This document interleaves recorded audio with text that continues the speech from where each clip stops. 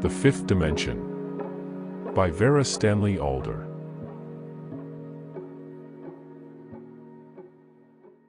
Contents. Part 1. What is meditation? Chapter 1. The Miracle of Men. Chapter 2. First Steps in Meditation. Chapter 3. Inspiration in the Highlands.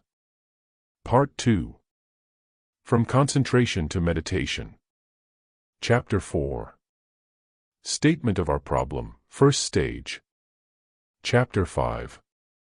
An Approach to Discovery, Seed Thought, Second Stage. Chapter 6. The Secret Language of Science, Concentration, Third Stage. Chapter 7. The Fourth Dimension, Meditation Proper, Fourth Stage. Chapter 8. What is the Fifth Dimension, Creative Meditation, Fifth Stage. Chapter 9. The Secret of Dimensions Uncovered. Chapter 10. How Evolution Proceeds, Creative Conclusions in Meditation. Chapter 11. The Dying Era of Separatism. Part 3. Contemplation, the Oracle Speaks. Chapter 12. The Dawning Era of Change. Chapter 13. The Future of Government, Prophecy, Sixth Stage. Chapter 14. The Future of Faith. Chapter 15. How Science Will Change the World. Chapter 16. The Health of Our Descendants. Chapter 17. Future Education. Chapter 18. The Pre-Golden Age. Chapter 19. Men's Minds in 2070. Part 4. Dedication. Chapter 20. The Mystery of the Group. Chapter 21. Sex and Marriage. Chapter 22. Power, Our Experiment Completed. Chapter 23. Man the Magician, Summing Up.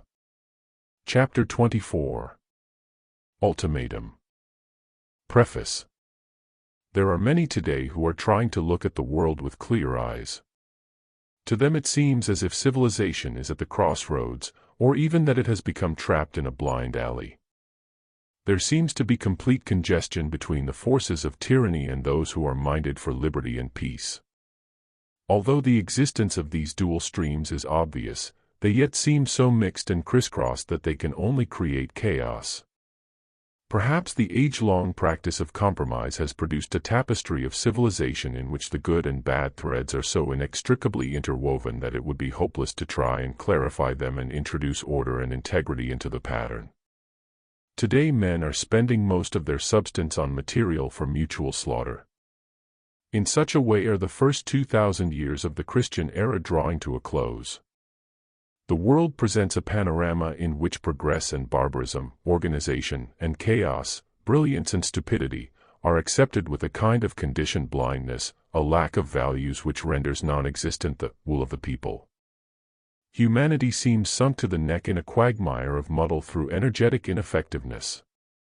Energy is spent in producing marvelous inventions, and ineffectiveness is the result of the way in which these inventions are used. What has gone wrong? Is there true cause for hope or for despair?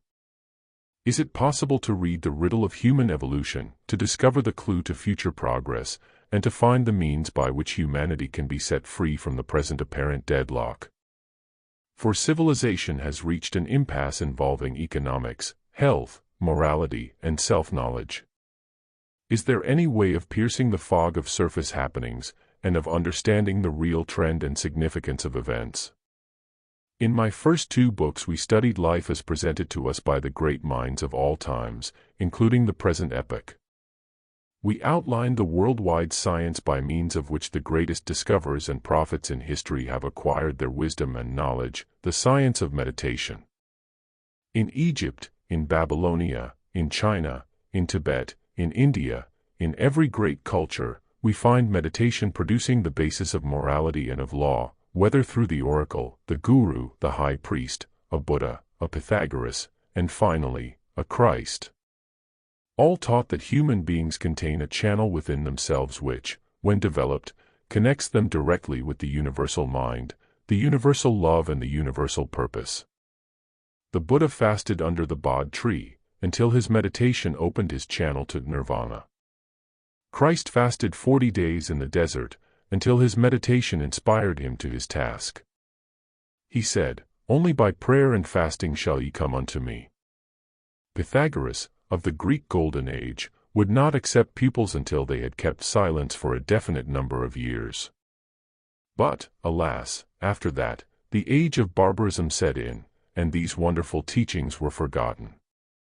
It seems very strange, surely, that now, when there is talk of the coming of a new age of enlightenment, the worldwide violence and disruption everywhere is coupled with a new interest in meditation amongst the people themselves, amongst the new young arrivals of this generation around the globe.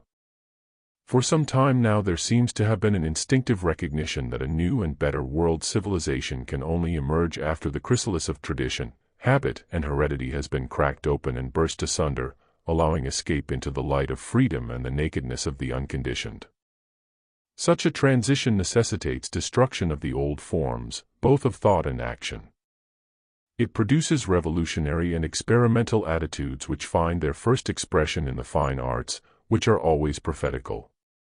We have watched this happen, first in the realm of music, then of literature, and then of art and sculpture, James Joyce, Gertrude Stein, Picasso. In their access of rebellion against outworn ways, these pioneers produced works whose effort has been to break apart and disrupt habitual mental ruts and attitudes, and to introduce the unexpected, the unnatural, the meaningless. Instinctively they prepare the way for something which has to come, something utterly new and different, although they do not yet know what that will be. Nevertheless, several decades of such inspiration has indeed found its mark in the consciousness of the people. It has gate-crashed the apathy of their conditioning, and aroused them to more mature need for realization and self-determination. So the new awakening urges have begun to express themselves outwardly, beginning of course in physical resistance against the old traditions and authorities. This preliminary stage of destruction of the outworn is painful, even terrifying, to the unperceptive. But already there are signs of the second stage, the rebuilding towards new values and the long experimental lines, the desire to take responsibility in planning and in action. Much of this has been rehearsed before in history, with the rise and fall of many civilizations. But today there are two new differences. Firstly, the revolution is worldwide. Secondly, although all races and classes are taking part, it is led by the youth of all nations. They seem to forego youth's careless rapture and to suffer discomfort, danger, and disruption and to give service and even thought to the rebuilding and remodeling of social and educational conditions. It is true that rebellion brings with it elements of violence, of despair, and of distortion. It always has. Thus, today's young people, in their determination to enlarge their awareness of hidden potentials, first take to drugs, the self-destructive angle, and later to the more constructive and radical practice of meditation. Here they are faced with much danger. For who is qualified to teach them, in ways suitable to this day and age, and comprehensible to the utterly untrained? Is their legitimate aspiration to be betrayed by half-truths, wrong emphasis, vagueness, or even dangerous practices? As a worldwide and age-old practice, meditation has many facets, many systems, and possibly as many distortions as have infiltrated most of our great religions. How are we going to find our way to the underlying truths, if any, and will it be worth our while? For it is claimed that by meditation and through meditation only, spiritual growth and ultimate knowledge, wisdom, and achievement are possible, and that this achievement is unimaginably glorious. It therefore seems essential that we should consider, first of all, how much truth there is in the claims made for meditation, what exactly happens or develops in the student, and what is the biological and physical activity which takes place. Further, it will be well to outline the whole practice of balanced living which is included in this science, the stages of development which ensue, and the phenomena which lead step by step to the ultimate fulfillment and achievement. After we have made this exploration of the purpose of meditation and its techniques, we will, together, do an experiment. We will make a demonstration of an actual meditation, a constructive train of thought which will build up into new discoveries without the use of books or of any outside help. We will choose a subject about which we are likely to know nothing. Step by step we will construct our channel to the universal mind, and we will see how much knowledge, new to us, we can draw down through it. Thus we will find out what meditation is, and how it works within the human being, which are its techniques most suited to ourselves, and to what results we can look forward. Our purpose in this experiment will be to make an approach to an understanding of the divine plan of evolution and progress, if there is one, so that we might intelligently and successfully collaborate with it, thus bringing an entirely new and exciting element into our lives.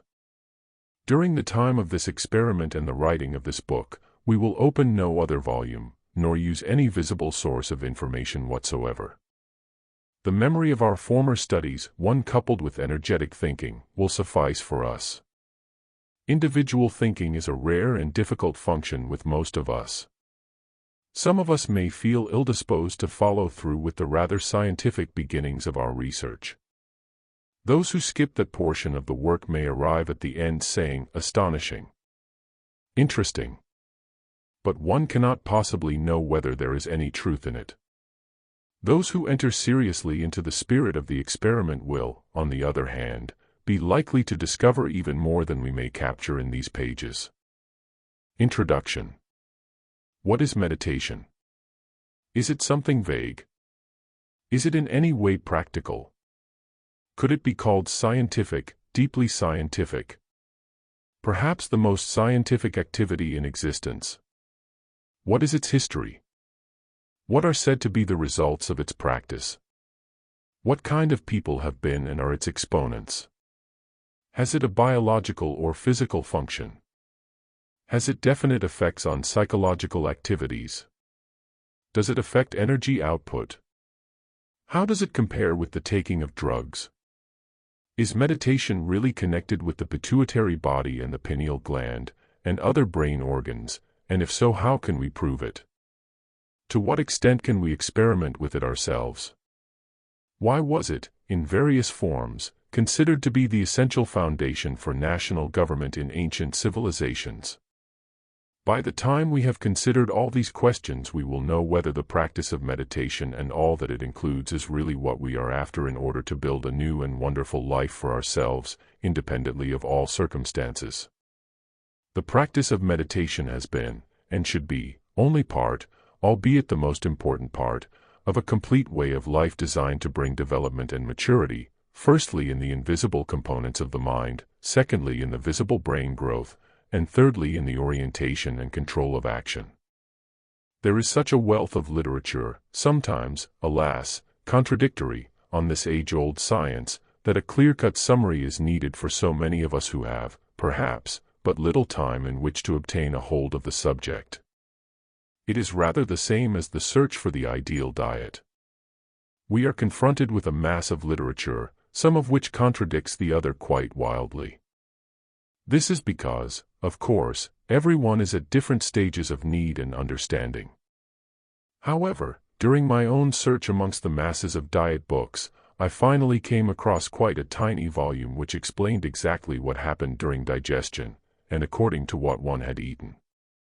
This helped me more than any before, because I could now visualize the actual proven processes, and realize what happened with each combination eaten, under different circumstances and conditions.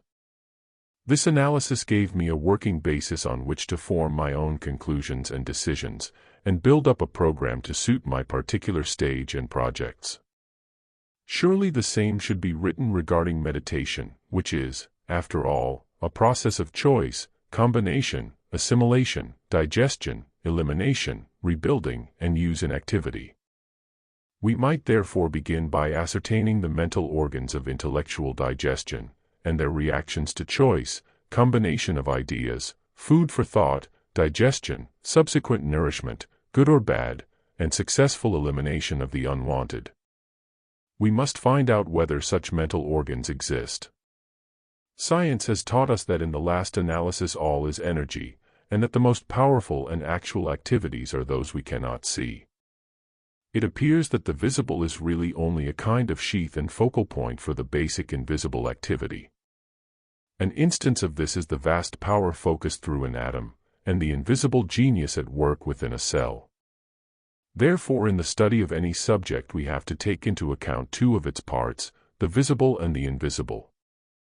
However, a fuller analysis can prove that there are really three parts: the so-called solid part, 1, presenting to us the sheath and form which isolates its activities, 2, the electrical counterpart, whose existence can be proved and contacted through a study of radiations, and which is able to manipulate the solid matter. As an instance of this we can refer to certain types of healing, and 3, the truly invisible authority back of it all, that mysterious I which is veiled in so many complexities. Are we able to locate our I and examine it? For instance, what part of you is it that has decided to read this book, and is activated by a desire for progress and for knowledge? There is another part of you which resists this effort, which is lazy, which is pleasure-seeking, which is surely in opposition. So we begin right away with two parts, that which wants to achieve something and that which is against it. Then you will agree that there is a third part, the conditioned part, which makes one want to do only what is expected of one. This may be in direct opposition to the other two. We can soon ascertain that the human temperament is usually divided into at least three parts, and any new crisis, book, or circumstance may at once create a fourth part. You will immediately see that these divisions, all pulling against one another, are each using up energy, and thus not only diminishing the total energy available for any one act or thought, but actually causing energies to collide and devour each other. Thus, one's potential energy inheritance is spoiled, diffused, scattered, or inhibited from the very start. At the earliest age one is taught you must not do this, think that, etc. It is a world of don'ts which cause one to start putting the brakes on one's natural exuberance, curiosity, and a will to do. As a rule, one is given no logical reasons for these don'ts.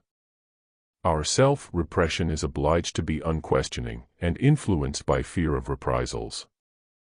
We crush down our real desires to know, to do, and to experience, and we have no sound reasons for the patterns into which we are being molded.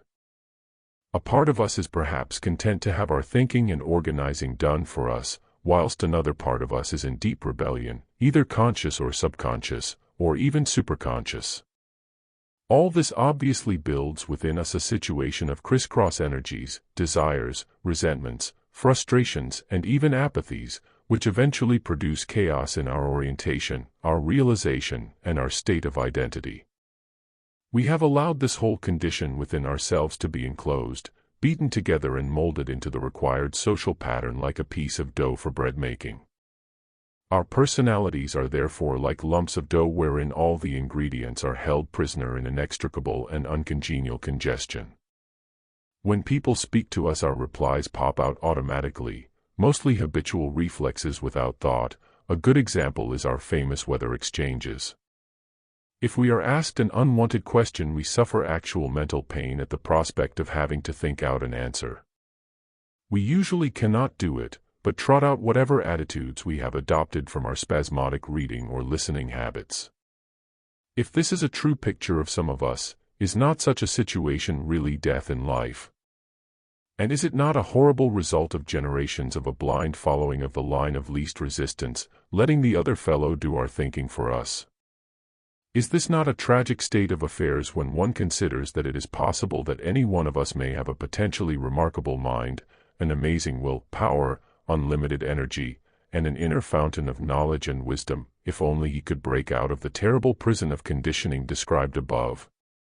Certainly this will need a dynamic first effort, but it will mean the difference between being a half-dead puppet and a living, adventuring, influential individual. How much does such a change and such an adventure mean to us? Can we make sufficient effort? And what effort would that have to be? The way to such achievement has been patiently developed and demonstrated by certain wise people throughout history. It has been built around the science which we now know as meditation. This science has existed in all systems or religions planned for the essential development of man. In ancient Egypt, the motto of this science was, "Man, know thyself." The belief was that people can only reach real success and fulfillment by first of all learning exactly what human beings are, how they are made, their relationship with the rest of nature, the steps by which they can approach spiritual awakening, and finally what they have to look forward to after death. As you see, the ancient Egyptians purported to know far more about the human situation than we would assume at this day and age. But did they know? And has this knowledge been lost? We find that the same kind of knowledge existed in Tibet, and that in China vast tomes and archives on such subjects were preserved at the emperor's court, to which he was liable to add his own learned commentaries. In India, any parents would willingly give up their small son if he were selected by the sages for vocational training in such self-development. One of the names for such a way of life was yoga, a system planned to unite the human personality with its divine source, or dynamic potency. Yoga embraced many branches, and meditation was a fundamental part of the training. In those early days, people were far more leisured than we are today, and could often devote their whole lives to such development. In the West, the monks and nuns developed such types of training in their own ways. However, human failings gradually built up such conditions of luxury, oppression, warfare, exploitation, and ignorance, that the long dark ages of superstition and materialism set in, and obliterated the awareness of the existence of spiritual wisdom, which earlier had been innate in all peoples. Thus the human spirit became separated from its own heritage and glory, and an inner despair and disorientation destroyed its natural integrity. By the time the Buddha came, he had to rediscover the essential spiritual techniques, including meditation. And Christ, after he had been beautifully trained by the Essenes and others, was faced with a public of immature primitive ignorance, very different to conditions which had been obtained in earlier civilizations. The so-called Dark Ages had set in. Now, after 2,000 years, we are witnessing the chaos and worldwide distress which are the results of neglecting and compromising with the noble sciences of fulfillment so generously bequeathed to men. Things have reached such a pass that either mankind will collapse utterly into moral self-destruction, or a vigorous reaction will arouse the will to regenerate and rebuild before it is too late. When such a reaction comes, it must be taken at its flood tide, or the opportunity will be lost. There must be available concise and trustworthy information as to the ways and means of awakening the true self and the intrinsic power for good which lies waiting within humanity. It is vital that such information is ready to hand, so that men can have an exact picture of what he can achieve, and how he can produce in himself an instrument of service and of salvation on this striving, struggling planet. Let us, therefore, build up a blueprint of the situation within ourselves, and the technique with which we can master it. Part 1. The Miracle of Men. Our adventure must begin by a preliminary look at that which we are going to tackle. What potential order lies beneath the chaos which now represents our personalities? We will have to start with a simple analysis of the human being's equipment, from the angle of his power to direct his own capacities and destiny. The body of man and its component parts are truly a collection of unbelievable miracles, which function, when in good health, so smoothly that one is usually unaware of their existence, even if the functioning is either 1 horsepower or inhibited by the conditions cited above. Nevertheless, even the slightest study of ordinary anatomy will show up the astounding cleverness of design which lies behind the body's movements and capacities. From the contemplation of the outer physical form, we can pass on to a consideration of the geniuses within that form which control metabolism and all other functions, namely the endocrine glands. They say, a man is what his glands are. There are 7 major endocrine glands, each one embracing its special variety of activities, which include the production of intricate and specific juices, hormones, and types of energy, for definite purposes and functions within the body. Any one of these glands is a marvel of ingenuity and of competence, impossible of conception to the average man in whose body they exist. Each gland appears to be ruled by its own genius, and to be empowered by an especial flow of radiations and energies passing through it. From where do they come? By whom are these ruling glands themselves ruled? Here we pass from all that which is well known to orthodox medicine, to the sphere which is still awaiting discovery. It is being realized that this subtle invisible sphere is able to affect the so-called physical or solid sphere, and that it is in reality the causative factor behind every outer gland, a kind of dynamo, or receiver of intelligent impulses, a vibrating, radiating center which controls and feeds not only its gland but the bodily organs which are associated with that gland. We have to admit that in all ancient wisdom literature these dynamos were seen by extra sight, the clairvoyance of those days. They were described and recognized as the real superphysical organs of the body. They were known as the chakras in the Eastern philosophies, and as the etheric centers in later Western metaphysics. They were the channels for radiatory forces which played into the endocrine glands, nourished them and controlled their activities. These invisible centers behind the glands inhabit a medium or stratum between solid and electrical manifestation which has been known as the ether. This mysterious substance is said to be still of physical nature, but at a much finer rate of vibration which enables it to act as a framework through which certain building forces can congeal their conceptions into solid matter. From here we can once again ask, if the glands are controlled by these mysterious invisible centers, who controls them? It appears that, to a certain extent, it is the man himself, whose intricate nature affects the development of his own glands. He starts off, of course, with an inherited situation, after which he is subjected to social conditioning and environment, to diet, climate, and to his own response to all these. Before long he has in this way developed his own unique pattern where his glands are concerned. By repressions and tensions he can inhibit the flow of blood and of energy to any of his glands. Or by undue emphasis on any bodily function he can build up an abnormal condition. When he tenses up in anxiety or repulsion, he is doing so by means of electrical impulses which, using the medium of the ether, play through his nervous system. His mind can function all over his body like a flash of lightning, using the body's ether counterpart along which to travel. The mind can project a thought outside the body to a far distance, also using the ether as a medium. All this is known, and it is not really the subject of this book. But we must build up an elementary picture of ourselves as we are made, and as we function, in order to visualize what is happening when we try to meditate. Visualization gives control, and we will need a great measure of control. The 7 major endocrine glands are set near to the spinal column, and work closely with its intricate network of nerves. The gland at the base of the spine controls the life impulse, the will to survive. It is connected with the adrenal glands, the glands of fight and fright, who respond quickly to any emergency. A little way up the spine we find the sacral center, the gonads, which run the sex life, the will to create on the physical plane. They are linked with the thyroid gland which runs a higher type of creative faculty. Moving further up the spine we come to the solar plexus, run by a powerful gland and center. It has been called the lower brain. It takes care of man's animal nature. Further up still, we come to the sphere of the heart and lungs, whose ruler is the thymus gland. This gland is usually recessional, because of the underdeveloped condition of men. Above the heart center we come to the sphere of the throat and voice. This is run by the thyroid gland, with its interesting partnership with the little parathyroid bodies.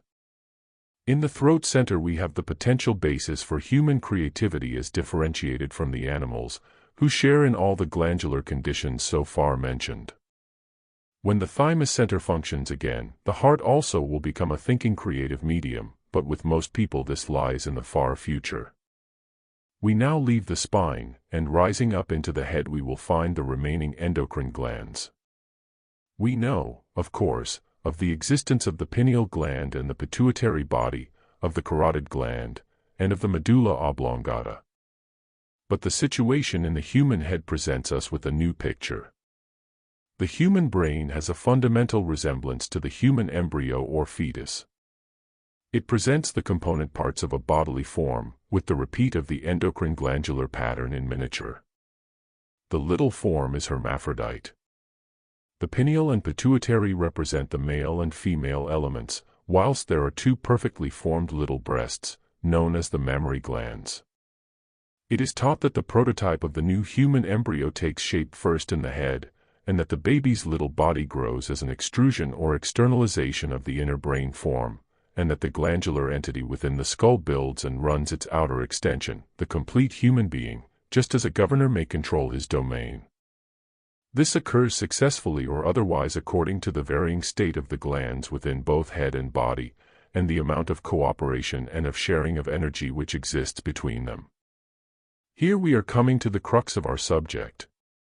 The genius which exists within each endocrine gland is inclined to appropriate power, to try if possible to rule not only its environment but its host, the total personality. It can build up such a usurping of power through the energies which it draws from the human mind. For instance, if the human mind focuses on the pleasure of drinking alcohol, it will send so much energy to the seat of this pleasure, the genius of the digestive glands, that he will usurp power, and possibly turn his host into an alcoholic. An intellectual who sends too much energy to his brain genius will be in danger of imbalance in varying forms. We can therefore see that in the human being we have an extensive double network, head and body, of individual activities, all needing to be mastered, coordinated and oriented by a master will, the Lord of the whole entity. And who is that Lord? That is the I to which we have referred, the real will and the real identity behind it all. This identity is the essential you, the source of your present existence in your present form. It is the only force strong enough to control and to make a success of all the warring and perhaps greedy elements of your personality, run by its set of endocrine glands and all that they represent. Continuing our search regarding the glands and their activities, we come finally to the greatest mystery in all this mysterious subject. The strange little living form which composes the human brain is found to be hermaphrodite, male and female in one. As a true hermaphrodite, it is able to give birth to a new being. But in this case, the new being will be a spiritual entity or instrument, capable of awareness and activity in the invisible world of causes. This entity which can be brought to birth in the brain of men has been known by many names. In ancient civilizations, such as the Egyptian, it was represented by one or more serpents rearing up from the brow, the serpent being the symbol of superwisdom. In India, a knob on the forehead represented the awakened third eye. In China, the mandarins, sages, were allowed to wear the peacock's feather on their headdress, also representing the eye of initiation. We are therefore considering a phenomenon which has always held first place of importance in ancient knowledge. The explanation of the mystery is that earnest aspiration and one-pointed application in a human being raise his rate of vibration, producing new stimulations which produce changes and developments in the glands. Eventually, and especially, the pineal and the pituitary are aroused to a new livingness. They are stimulated to the point when new vibrations and new radiations are set up. These finally impinge upon each other. Then the wonderful marriage within the head, between the pituitary, representing the female and physical aspects, and the pineal, representing the male and spiritual aspects, takes place. When this happens, the real consciousness, the Christ child, is born, and the sacred third eye glows into being. Christ said, "When thine eye be single, thy whole body shall be full of light," which is a very good description of the whole situation. By this new light all mysteries and all knowledge is eventually illumined, and all that is hidden shall be made plain. The Christ child is no vague phenomenon. It is the essential spiritual man, a being of power and creativity in the world of causes, the world of actual reality. From then onwards, man becomes a walking spirit, serving the plan of creation with growing awareness. Such a glorious future is the outcome of one-pointed devotion to a life of service for humanity and for all the kingdoms in nature. To be fundamentally a free awakened spirit, bathed in the glory of God consciousness, such is the hidden goal awaiting those who persevere. For the average man it is a long, long road, and results will come about naturally in the far dim future. But for those who take the kingdom of heaven by violence, through sacrifice, prayer, fasting and meditation, the way is much shortened, and anything becomes possible. Such achievement is the birthright of the real you, that essential I, that spark of the soul embedded in matter which is yourself. When God said, "I will make man in my image," what did he mean? It is, of course, only possible for us to postulate or visualize God in a tiny degree. The teaching, however, is that God divided himself into male, spirit, and female, matter, so that when these two fused, the result of such a marriage was consciousness, the Son Christ. That which can take place within the head of man is certainly a minute image of that activity of the Creator. Man's ultimate achievement is to bear a spirit son within his hermaphrodite brain, and thus join the ranks of the spirit world whilst still in bodily form. This is the glory, the power, the love, and the light which has been known and glimpsed throughout history. It is inexpressible in words because it bypasses the intellect. Many attempts have been made to describe the ineffable achievement of spiritual consciousness. The Buddha called it simply nirvana. But in these days of the urgently inquiring mind, the need for realization is acute. Such a one as Krishnamurti has spent many devoted years trying to teach men the way to the nirvana which he has reached. But the inner world can only be an individual experience, recognized in another without words. As the result of a dedicated life, transmuted energies rise up the spinal nerve channel, into the medulla oblongata, A, through the pons or midbrain, B, then pass down into the pituitary gland, C, behind the eyes.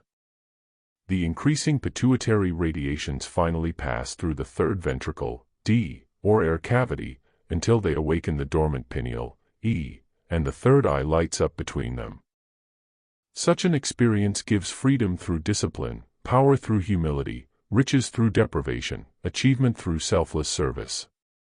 It comes after turning all our worldly ideas inside out. It is the prerogative and heritage of the essential I within each one of us. Therefore, in our first approach to the challenging adventure which lies before us, we should go straight to the fountainhead, the real I. We must become that I, so to speak, instead of being at the mercy of all the conflicting acquisitive glandular powers developing within our personal kingdom. But what, actually, is the I? What is its nature, its needs, its activities?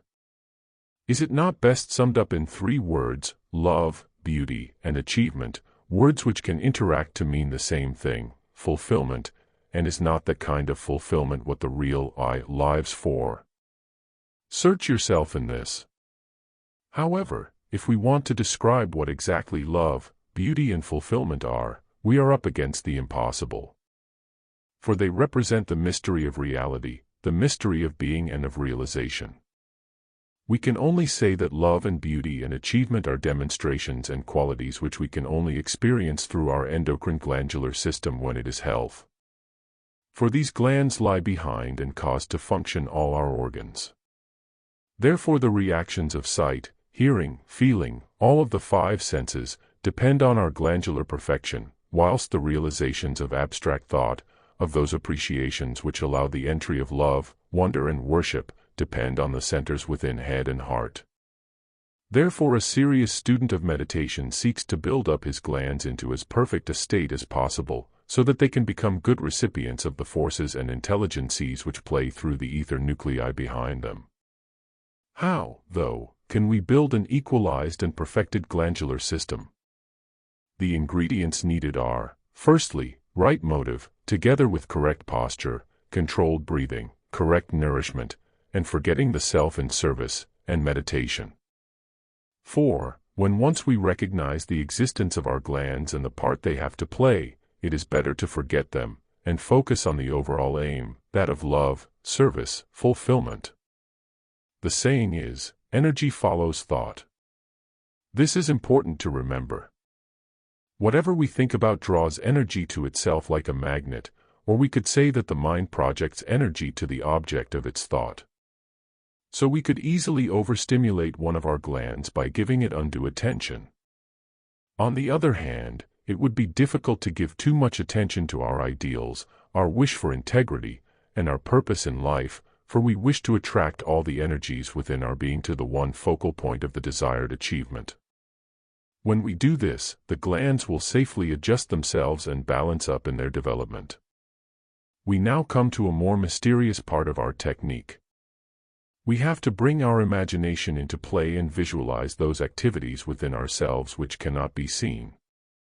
It is necessary to realize that there is a difference between the functions of the visible physical body, the invisible electrical counterpart, the living emotional reactions, the varied mental activities, and the subtle abstract realizations and ideals.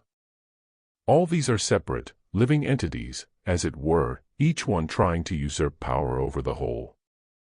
A person can be a slave to any of his physical appetites.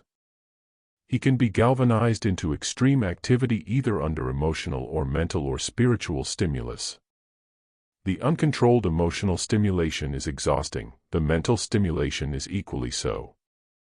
But the stimulation which comes from the soul has a calming effect and feeds the nervous system with the peace which passeth understanding, because, in fact, the understanding has been bypassed.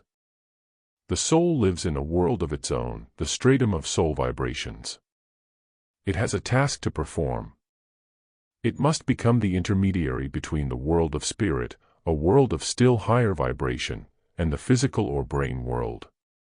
It performs this function by acting, because of its pellucid calmness, as a mirror which can reflect spiritual truth, or the universal mind, down into matter, or the physical mind and brain.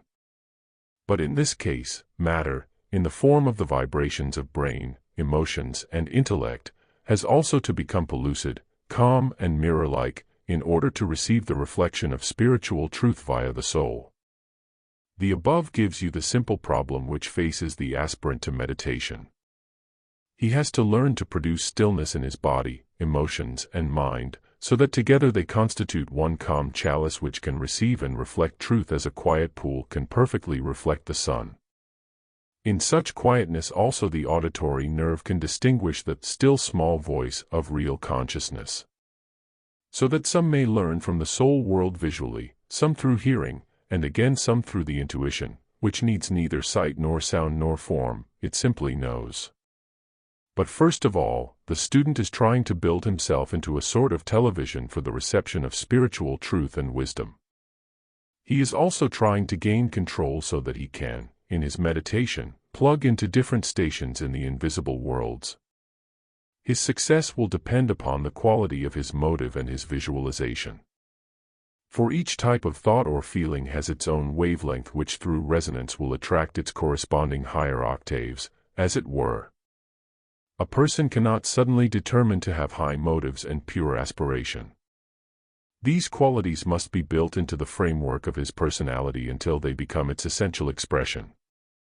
Such development is obtained through the different stages of meditation.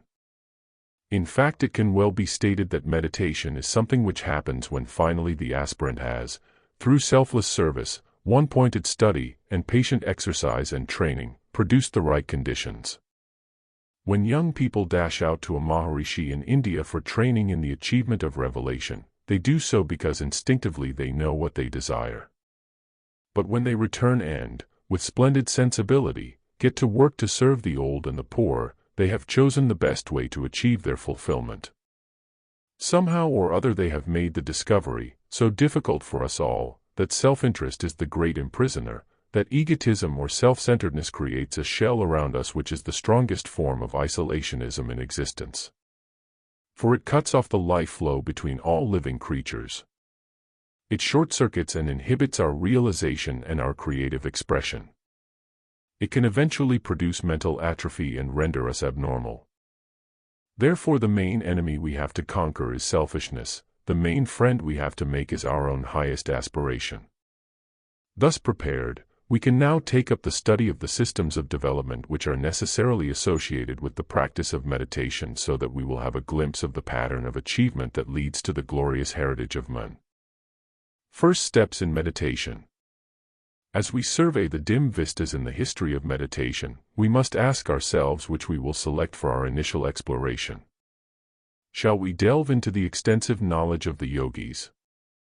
Shall we consider the extremist measures of the Zen Buddhists? Or the rather cold austerities of the Western monks? And what about the temple mysteries of Egypt and Greece? What did Christ teach his disciples in regard to meditation? How far has the Christian Church developed or understood it? What do such groups as the Theosophists or the Rosicrucians recommend, from their approach outside of orthodoxy? On surveying all this panorama of choice, it would seem sensible to select the method which has stood the test of time, and has been most nearly used by one and all. Therefore we will outline the classic pattern which has come down to us throughout the ages, and is still recommended today. And we will call it classic meditation. It has been and is in use, either partly or completely, by many cultures. But it is better to judge a system on its own merits than by its exact ancestry. Classic meditation, then, is divided into 4 stages. These are concentration, meditation, contemplation, and adoration. These 4 stages constitute the whole act of meditation, and they exist as the crown and center of the life of a disciple on the path of the good life. This crown exists in its own setting, which includes, as we have said, the practice of harmlessness, love, humane diet, scientific breathing, bodily culture, selfless service, and the study of spiritual laws. All this has been touched upon fairly clearly in our other books, and we know the rudiments of humane good health, as well as the vistas of inner and outer achievement which lie ahead. And we know that our first task will be to gain mastery over those habits of thought which still hold us back. For our aid, therefore, it is recommended that we practice, without fail, 3 simple exercises, as well as our meditation. These are known as the morning resolve, the evening review, and the spiritual diary. The morning resolve is entered into just after awakening. It is the act of tuning into the day's program from the highest attitude we can manage, determining to be what we truly wish to be in face of whatever unpleasant or tempting moments the day may bring. We must do this confidently and joyfully, with no question of failure, but conscious of the spiritual help we will earnestly need. The evening review takes place before we fall asleep at night. We carefully go over the events of the day, and see how far we have measured up to difficulties and opportunities and new experiences. We do this quite impartially, not blaming or praising ourselves at all, but just looking, and admitting the facts we discover. Krishnamurti has said that when we become able correctly to do this, we will remold our characters. By doing this review we also help to melt away our subconscious inhibitions, regrets and fears. In fact, we go through an atom of purgatory day by day, dissolving its elements, so that in the end, it is said, there will be no purgatory awaiting us in the future, and we will find ourselves free, compared to what we otherwise would have been. The spiritual diary is kept day by day after meditation. In it we note everything to do with new realizations, new aspirations, new ideas or ideals, which come to us either during the meditation or during the 24 hours. In this way we can keep track of what is actually happening to our development, our sense of values, and our touch with the spiritual world. It is also a necessary training in self-expression. All this may sound rather a formidable program. But remember that even in learning to ride a bicycle we start with nervousness and difficulty and many complications, although in the end it all becomes simple and automatic. Classic meditation is not a complicated process so long as one knows what one is trying to do. Once understood, it will fall into place as the natural way of living a real and progressive life. Certainly it is not nearly such a trial as learning a language, mathematics, or even the piano.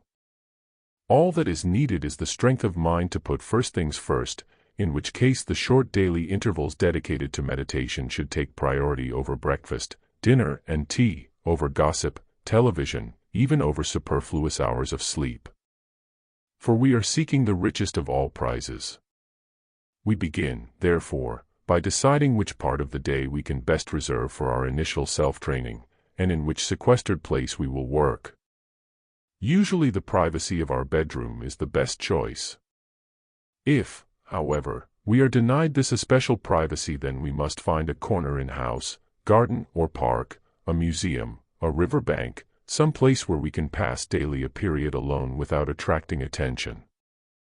In such a place we will be building an invisible sanctuary which will retain the vibrations of our aspiration so that it becomes increasingly easy for us to tune in. Of course, the ideal place is our own bed, or the floor of our bedroom, so let us consider this as possible. We can prepare by removing any oppressive clothing or shoes, and, naturally, bathing hands and face in cool water to remove our contact with the outer world.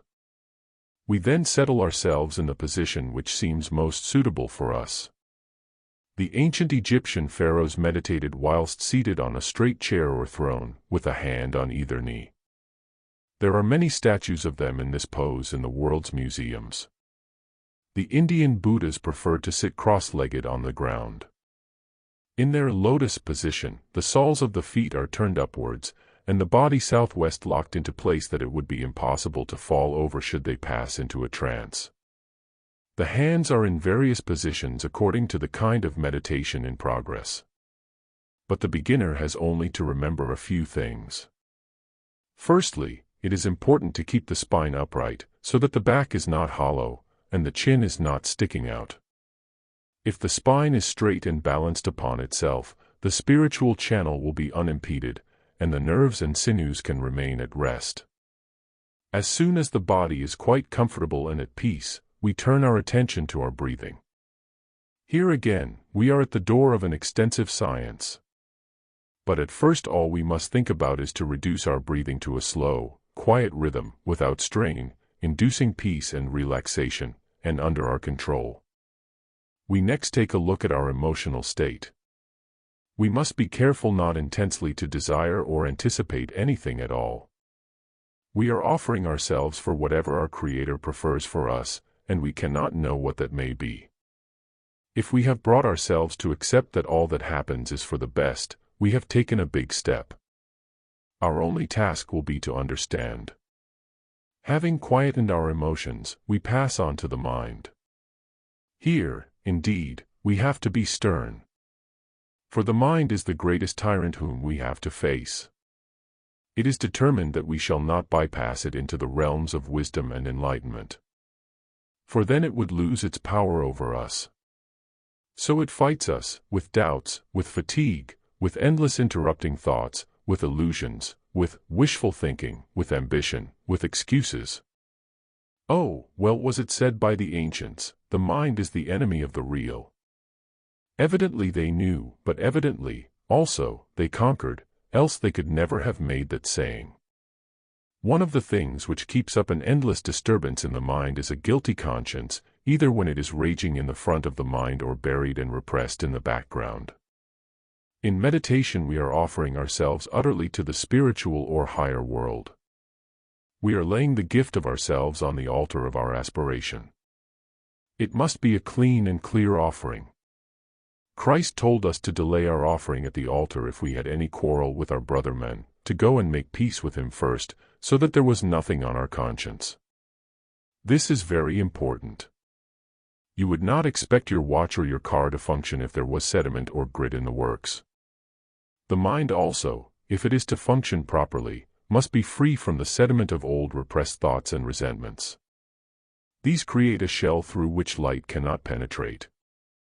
The evening review is invaluable for curing this situation. We should realize that if anyone has offended us, that represents a test of our acceptance, understanding, sense of values, sense of humor, in fact, common sense.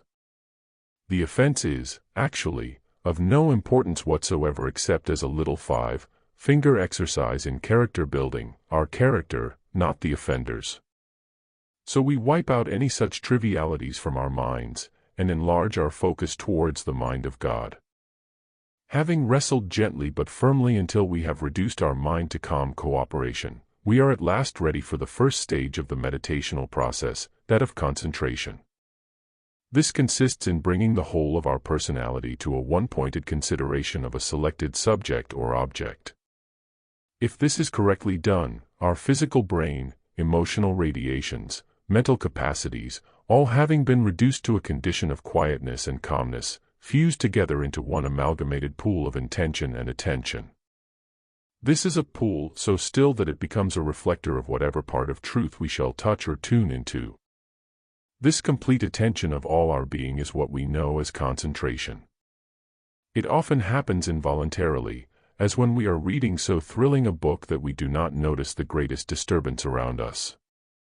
But to do it deliberately is another matter. As soon as we have achieved that state of concentration as far as we are able, we pass into the second stage, that of meditation itself.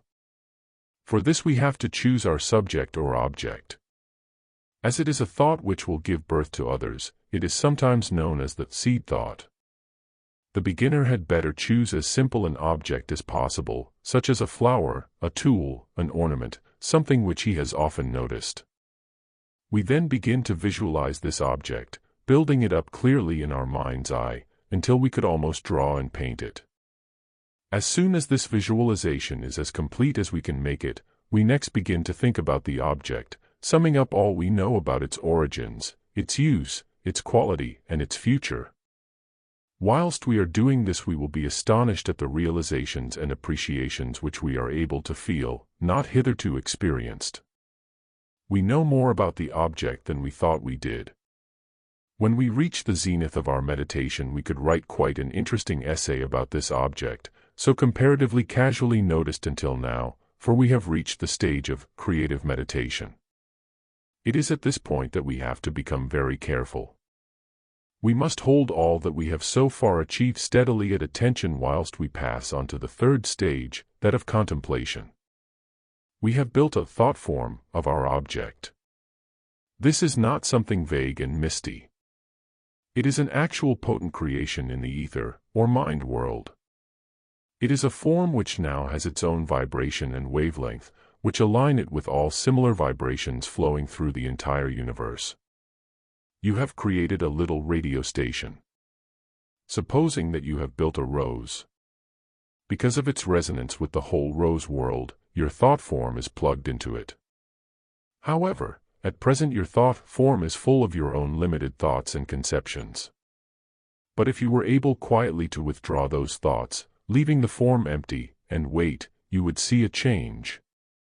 Your ether rose will become a vacuum which will draw into it all life of similar vibration. Therefore, if you stop all your own thinking and watch attentively, new, to you, knowledge will flow through the rose to you, new information as to the meaning, purpose, beauties, and potentialities of the world of roses. In fact, according to your ability, you are drawing upon the universal mind, the mind of God. This is what we call inspiration. We are inspiring or inhaling knowledge or wisdom.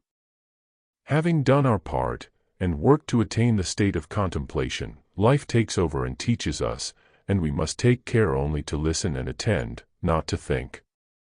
This is what is sometimes called making one's mind a blank, but you will realize that it is nothing of the sort. We have attempted, however imperfectly, to build within our brain a channel to the universal mind where all is known.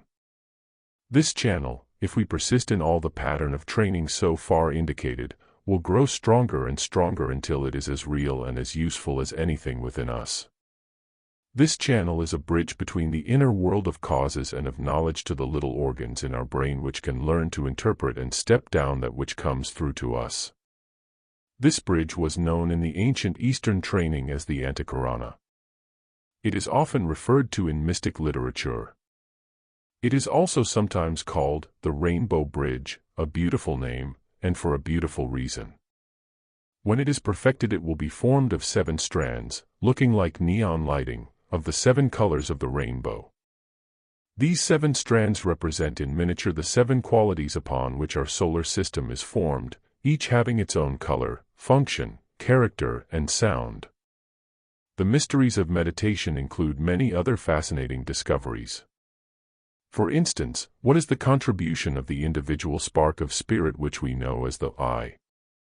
The I represents the real inner will, a tiny fraction of the will of God. The I determines the focus of the whole person. If the focus is on the highest good and the highest achievement possible, the whole tone and vibration of the person is gradually raised, that is to say that all the atoms in body, emotions, and mind are stepped up to ever higher rates of vibration. This is the process of transmutation. Eventually the glands and centers all up the spine are transmuted to the extent that the whole spine contains a living circulating stream of power entirely interacting. The aspiration of prayer and meditation which is instigated in the centers in the head acts as a magnet to the forces in the spinal channel, drawing them upwards. They arrive at the top of the spine, where is the medulla oblongata. The rainbow bridge is being built near this junction. Here the union of spirit and matter takes place, as we have already noted. The forces coming up the spinal channel from the spinal center stimulate the pituitary body into increased action and vibration, whilst the spiritual forces drawn down through the rainbow bridge from the highest center above the head, known as the thousand-petaled lotus, stimulate the pineal, male spiritual, gland into action. When this takes place, the marriage is achieved between spirit and matter, and the Son, spiritual consciousness, the Christ child, emerges into being, in the form of the third eye. Much has been written about the fires which lie dormant in the lower spinal centers, fires and forces known by the ancient name of the Kundalini. In a developing human being these eventually rise up the spine from center to center, finally reaching the domain of the pituitary body and the pineal gland.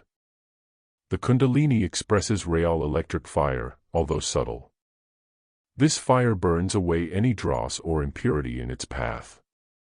If there is much impurity, dregs of an egoistic mind or of an impure life, the conflagration produced is so great that it may injure or destroy the brain. This would result in the many unexplained cases of obsession, split personality, insanity, or paralysis, the more puzzling because they often have occurred in people of very advanced although unequal development. It is therefore essential carefully to purify the way of life if one intends to speed up the inner development. That is why esoteric training has been kept partly secret and given out with circumspection and supervision. An advanced teacher or guru is able clairvoyantly to see the condition of his pupils' centers and the degree of purity attained within his personality, and thereby gauge the training for which he is ready. If his integrity and his surrender is complete, the time will come for the Kundalini fires to rise safely, stimulating the action between pineal and pituitary, so that the third eye successfully opens, and the wonderful access to the spiritual world takes place. This glorious admittance consciously into the presence of God becomes a permanent state of being. It gives health, power, and initiative, because the recipient has prepared himself to receive and to keep it. If, however, a person in ignorance of these facts proceeds to seek for artificial stimulation of his powers and bring on a forcing process through unwise breathing exercises, unsuitable yogic practices, or the use of drugs such as LSD, he will most certainly bring about new experience, good or bad, dangerous or abortive. But, obviously, if the character, the way of living and the understanding have not been devotedly developed, the recipient of these experiences will either be in danger of permanent brain damage or disorientation of moral setup, and in any case he or she will not know how to interpret or what to do about any impressions received.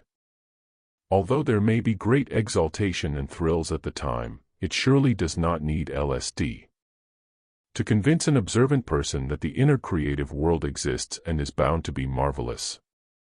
But it is also bound to be so full and complicated that only a character based on integrity could find its way, through resonance, to the sphere desired. When, however, the rainbow bridge has been well built, through service, meditation, and surrender of the self, the experiences which come are coherent, constructive, and productive of inspired action. The recipient goes hopefully and steadily forward because he has become aware of the goal. In a fully developed and rounded-out character, each strand of the rainbow bridge is growing fairly equally, so that in meditation the student obtains a balanced, although preliminary, channel to the inner worlds. This is why it is important to learn to live the whole life, even if little by little, and not to think that any part of it can be left until later on. In that way, imbalance could obtain and spoil achievement. What do we mean by the whole life? We have written about this in our other books. But, very briefly, when man begins really to mature, he asks himself what he is, and what he is here for. A little study will show him that he is the only thinking and creative medium between the Creator and this planet, with its contents of all the kingdoms of nature. Man has it in his power to devastate this planet with soil erosion, and with various other pollutions, or to nurse it towards its highest potential of beauty and fertility. He has it in his power to destroy the soil, water, plant and animal worlds, as well as his own species, or he can learn, through meditation, the plan of evolution, and take on his true responsibility as guardian, under God, of all that lives and is at his mercy. This spirit of guardianship comes alive in a mature person. He then has a great need to know how best to use it. Our books aspire to answer this need. The awakened person considers always what are the results of his acts and his needs. He watches the effects of his way of life on himself and all that he contains, on the animal and plant kingdoms, and on world economy. He realizes that no good ever comes out of violence, out of exploitation, self-indulgence or compromise. Eventually he faces up to his relationship with the animal kingdom. Finally he becomes what we know as a humanitarian. He recognizes that to live by love is the only way in which to produce a sane and bountiful world. From then on he begins to live the whole life in measure as he understands it, and as well as he can. He refuses to devour his younger brothers, the animals, knowing himself to be, as science acknowledges, of the fruitarian species. He refuses to slay his brother men in warfare, or to destroy his own body and brain through wrong living. He recognizes the outer world as God's garment, and the care of it as his holy responsibility. He seeks out his comrades in spirit, people who already feel as he does.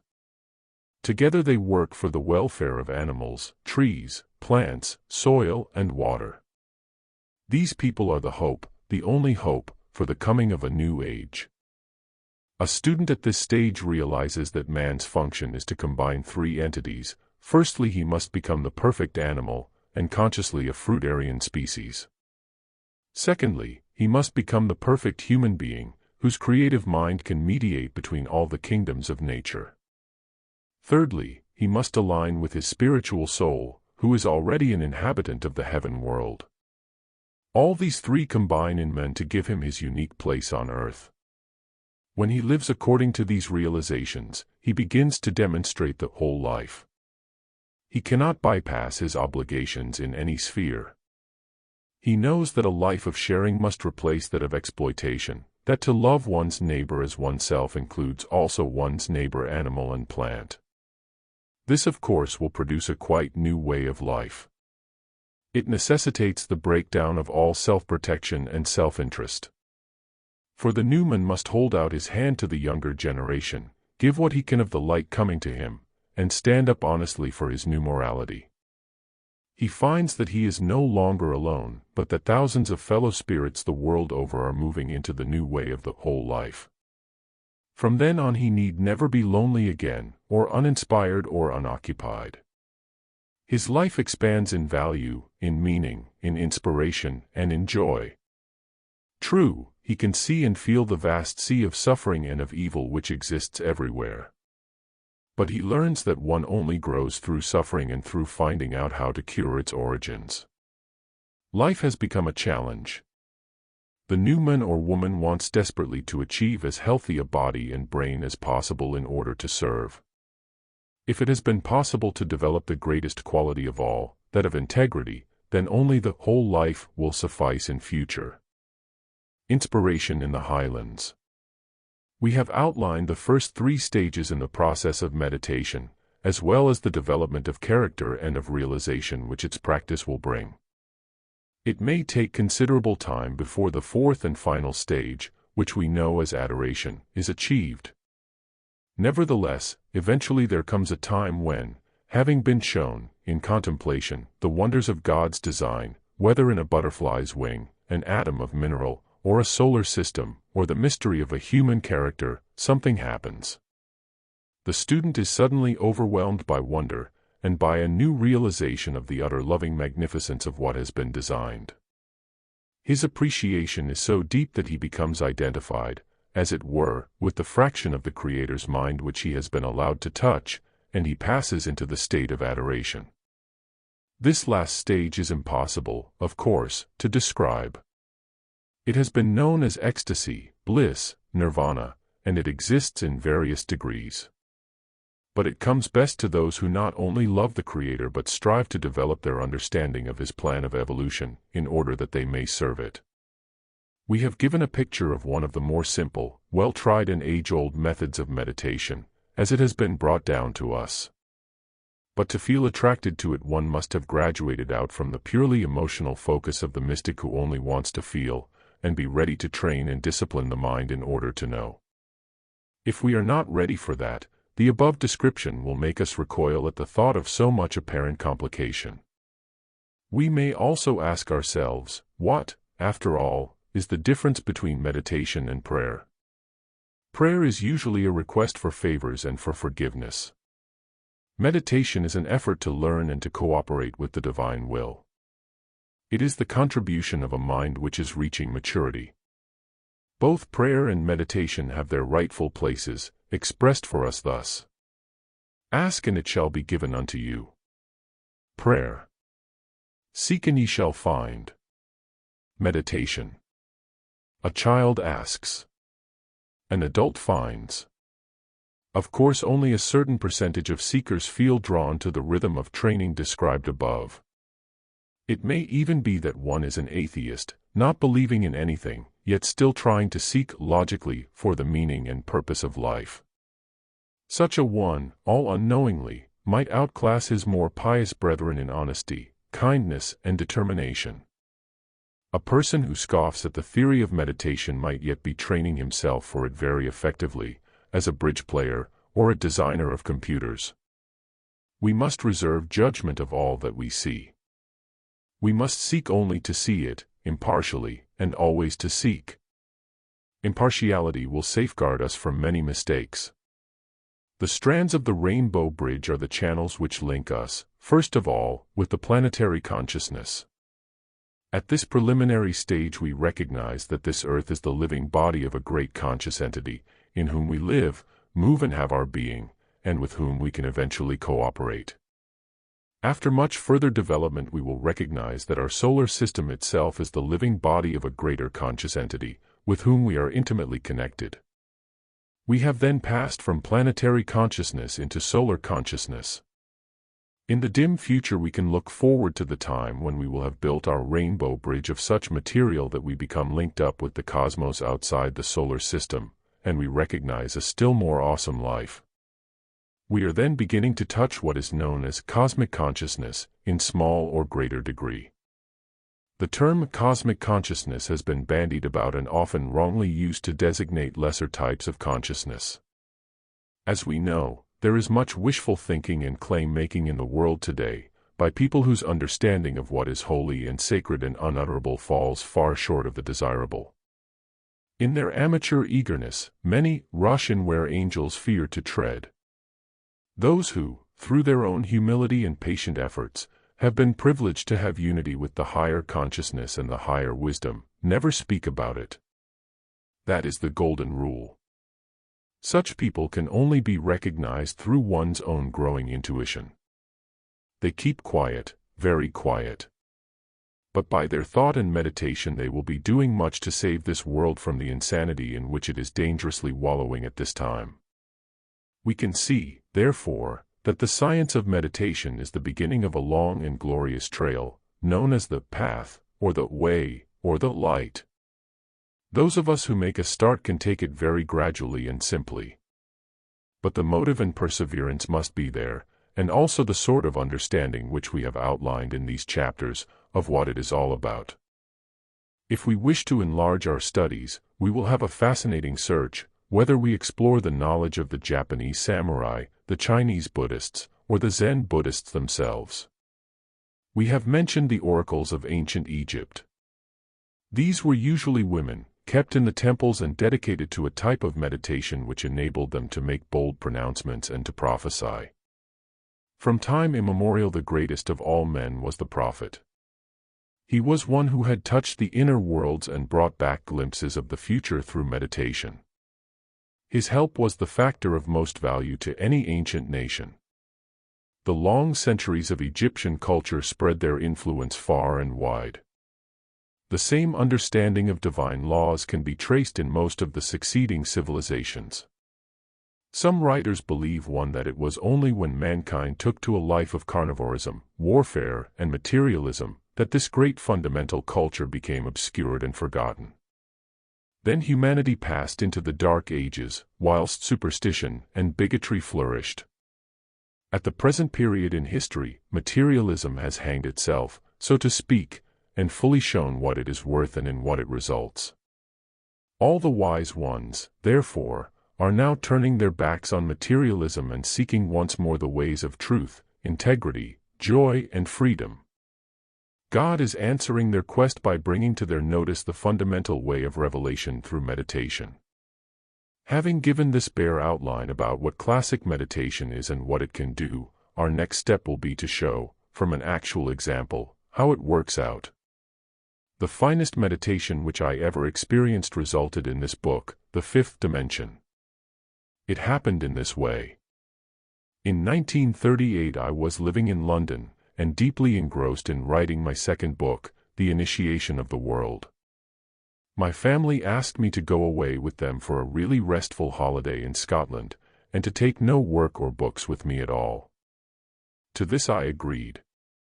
So, one day, I found myself utterly alone in a wild Scottish highland near our friend's tiny manse, our whole party having gone for a tour.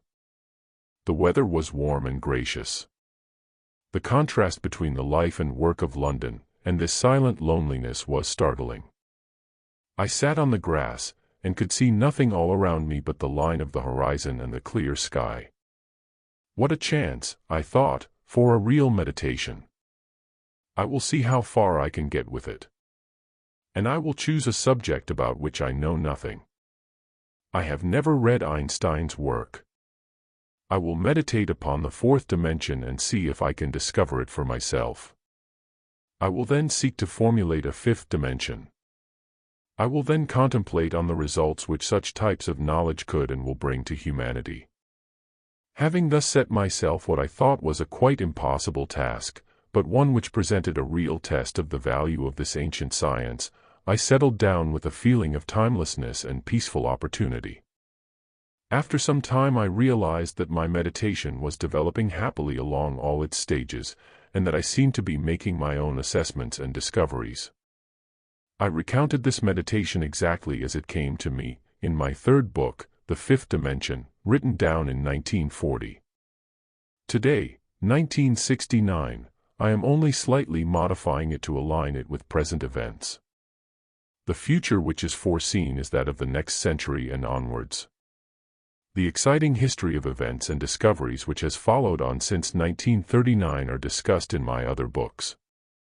If it is thought that some of the ensuing chapters lie in the realm of wishful thinking, let us bear in mind that every reform, achievement, and discovery must be preceded by a wish and then thinking or making thought forms, which are actually the powerful foundations of all that happens on this planet. Surely when humanity reaches maturity it will run the world collectively and coherently in this way. All who begin now to use with integrity the powers of the mind will be helping to give this chaotic world what it most needs, a collective mind, activated by goodwill and enthusiasm. They will be helping themselves to reach spiritual adulthood and human efficiency, and become a power for good and for constructive cooperation. The following outline of our experiment falls quite naturally into phases just described. At first we will set the stage, as it were, studying the environment of the problem we intend to solve, our chosen seed thought. Thus the first stage of concentration is built up. We then pass into actual meditation, considering all sides and potentialities of our subject and seeing how much we can arrive at through the contents and exercise of our own mind, in both its concrete and abstract aspects. We may be surprised, even at this stage, at the conclusions to which we will come, without the aid of any books, other than those already within our memory. After assembling all that we possibly can of buddings and rootlets which spring from our seed thought, we pass into the third stage, that of contemplation. This is where we wait for miracles to happen, streams of new realizations and prognostications to arrive, as precious gifts from the universal mind. This is where we can perhaps register a new discovery to add to the riches of human evolution. One last important word. Let us not neglect prayer. Prayer is perhaps more necessary than meditation, and should be put first, in the way that walking comes before running. The preceding chapters seek merely to show that meditation, and in fact all growth in constructive thinking and mental development, is a scientific and factual activity. It is not vague, and its success depends fundamentally upon the purity of motive and the wholeheartedness of purpose which is the foundation of our being. Therefore, once these chapters have been digested, as it were, it is better not to become intellectually engrossed with the subject of mental development, but to put first things first, to cleanse and to strengthen one's life motive, one's power of loving all creation, and one's readiness to help and serve without reservations. In the latter case, our inner development will take place in the safest and best way, under soul care. As regards meditation, having once understood the necessity for the successive stages described, one eventually goes through them habitually as a natural and essential process. One realizes that anyone who makes a success of any concentrated endeavor must have been, in his own way, in meditation. The only difference is that in the case of this book we seek to work for spiritual rather than material inspiration. Part 2. From Concentration to Meditation. Statement of our problem. First stage. It is clear that so far human beings are not managing their world very well. There is something wrong somewhere. It seems difficult to find anyone to blame but themselves. They have been placed upon a planet which continues to roll unerringly upon its appointed path. The seasons follow each other with faithful regularity.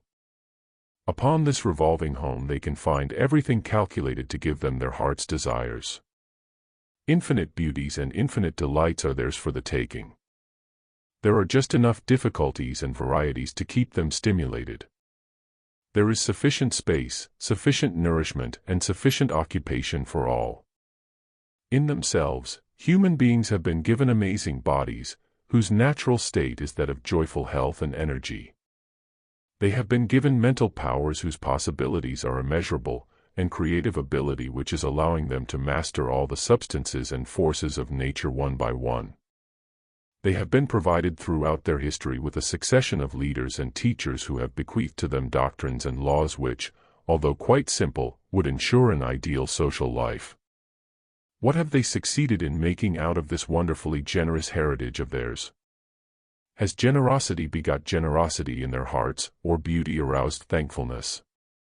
Has strength flowered to further strength, and opportunity led to wisdom?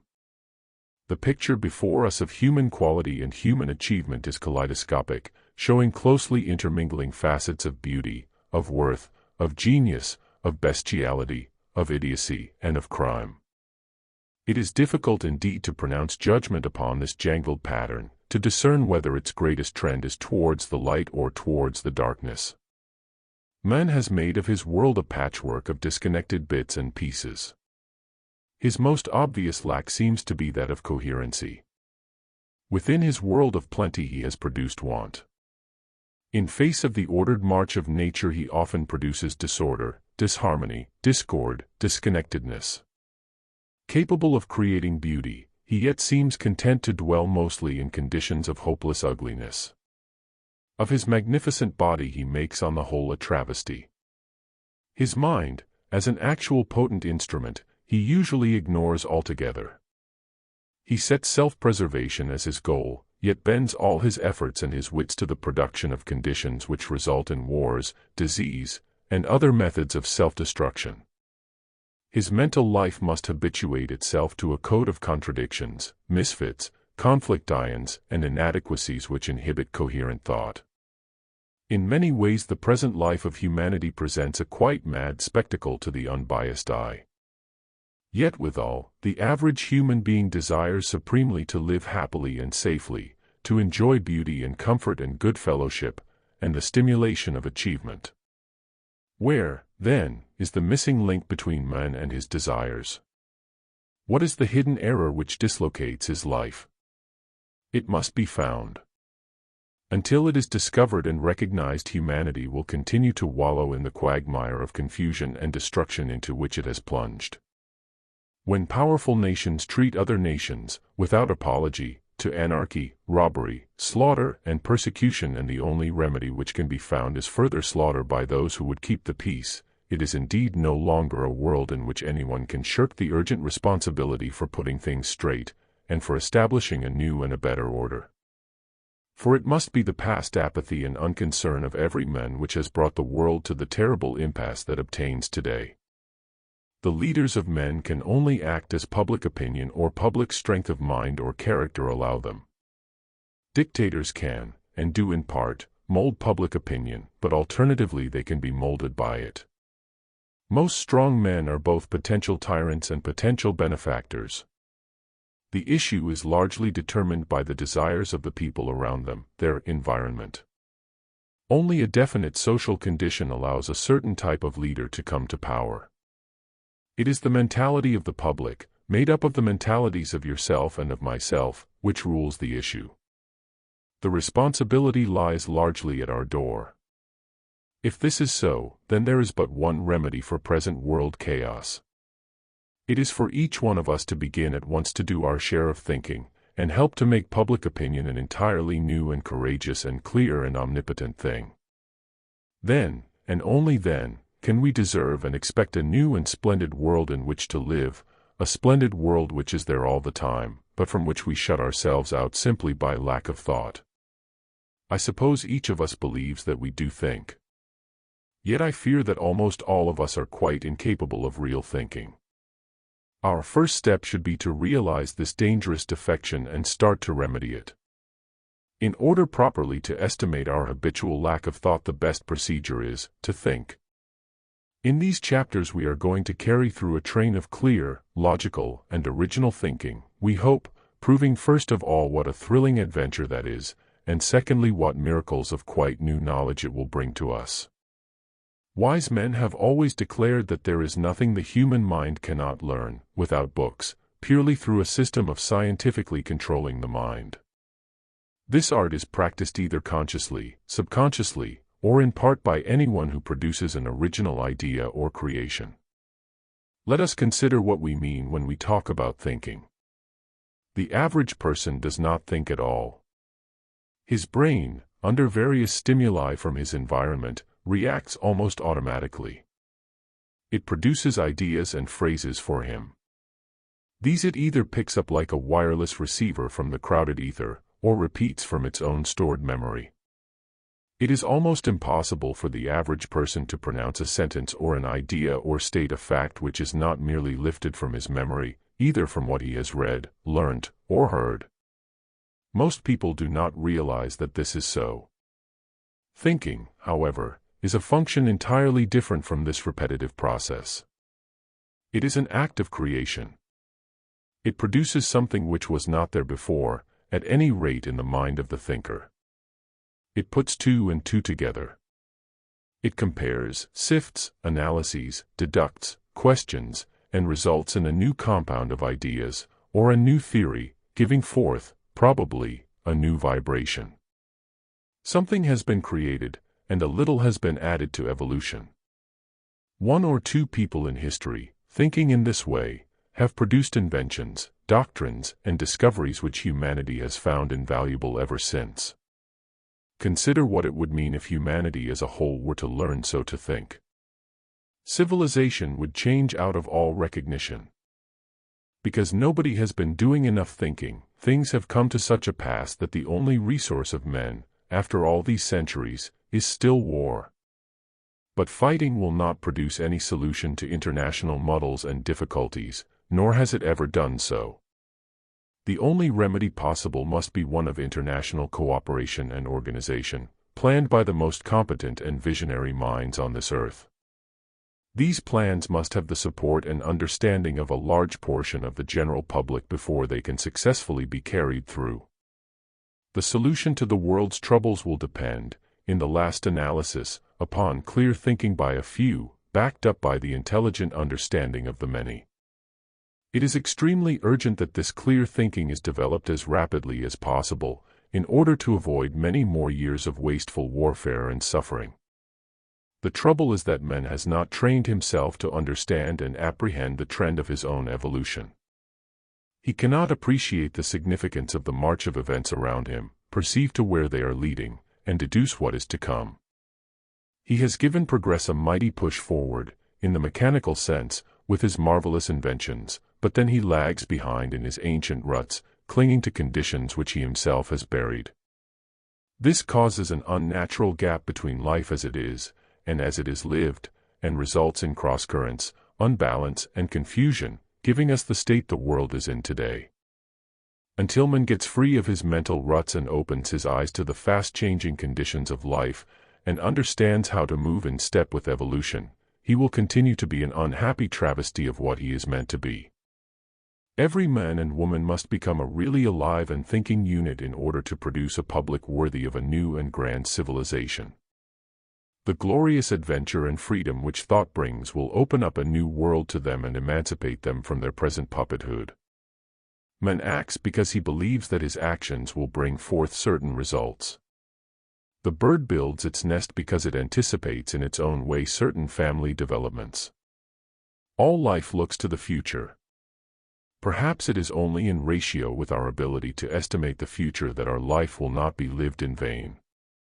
All the greatest creative works have been achieved well ahead of their time. Primitive man plans for the next few hours. Average man plans for the next few years. Superman plans for the coming centuries. The urgent need, therefore, is to learn to see what is ahead of us, if that is possible. I believe that it is possible, and that, without the aid of astrology, prophetic dreams, or psychic visions, but purely through a logical thought process, we can tune in the mind to that part of its own world where the plan of the universe and the process of evolution is mapped out. It is, I am convinced, a process as practical, as scientific, and as sure as that of using a wireless set. The difficulty we have to contend with is lack of training, lack of inherited tendency, and lack of practice. Yet even in spite of these handicaps we shall demonstrate in this book to what astounding revelations and inspiring propositions we can penetrate, solely through learning to control the fractious steed we ride upon, the mind. Such an experiment, however, must obviously be a very difficult one, or its results would have been given to us long before now. In order successfully to carry it through, we must be able to launch our minds out from their accustomed harbors and set sail upon the boundless ocean of life's mysteries. We must cast overboard everything except the barest essentials, throwing away every preconceived idea, every habit of thought, even those conceptions which have always seemed simple and obvious truths, plain and apparent facts. Sometimes there is nothing so utterly deceiving as a plain and apparent fact. This is because one is apt to forget that life is all change and movement, and that which is a fact one moment may not be so the next. When a pupil of the Zen Buddhists wishes to attain wisdom through meditation, he is first taught to throw away all his most intelligent ideas, all his profoundest and most rational questions, until his mind becomes like empty fertile earth ready for the planting of new impressions. We cannot hope to achieve this empty-mindedness, the work of many laborious years, without such expert training. But at least we can remind ourselves constantly that the mind must be open if anything new is to gain an entrance. The temptation, when seeking wisdom, usually is to move backwards through time, leaning upon the work and the words of the ancient thinkers, making their time-worn theories our own, and then proceeding to feel possessive and satisfied about our second-hand knowledge. This may enlarge our viewpoint, but our coming experiment requires more than that. It requires that we do some original thinking, produce some modern deductions of our own. Therefore we shall only take the barest glance into the past, just enough to touch upon certain outstanding landmarks in the progress of man's development, up to the present day. A comprehensive view of history will give us an impression of recurring periods, cycles, tides and waves in human affairs.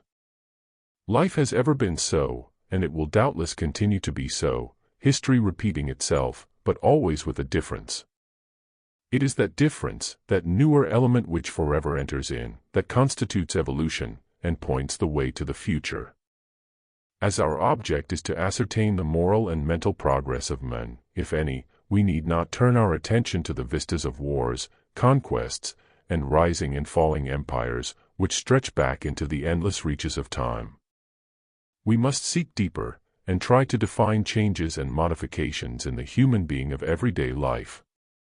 In this way we may discover clues to the trend of evolution during the past, and noting the particular lines along which that development moves, we can follow it through to the present day and use it as a pointer to the future.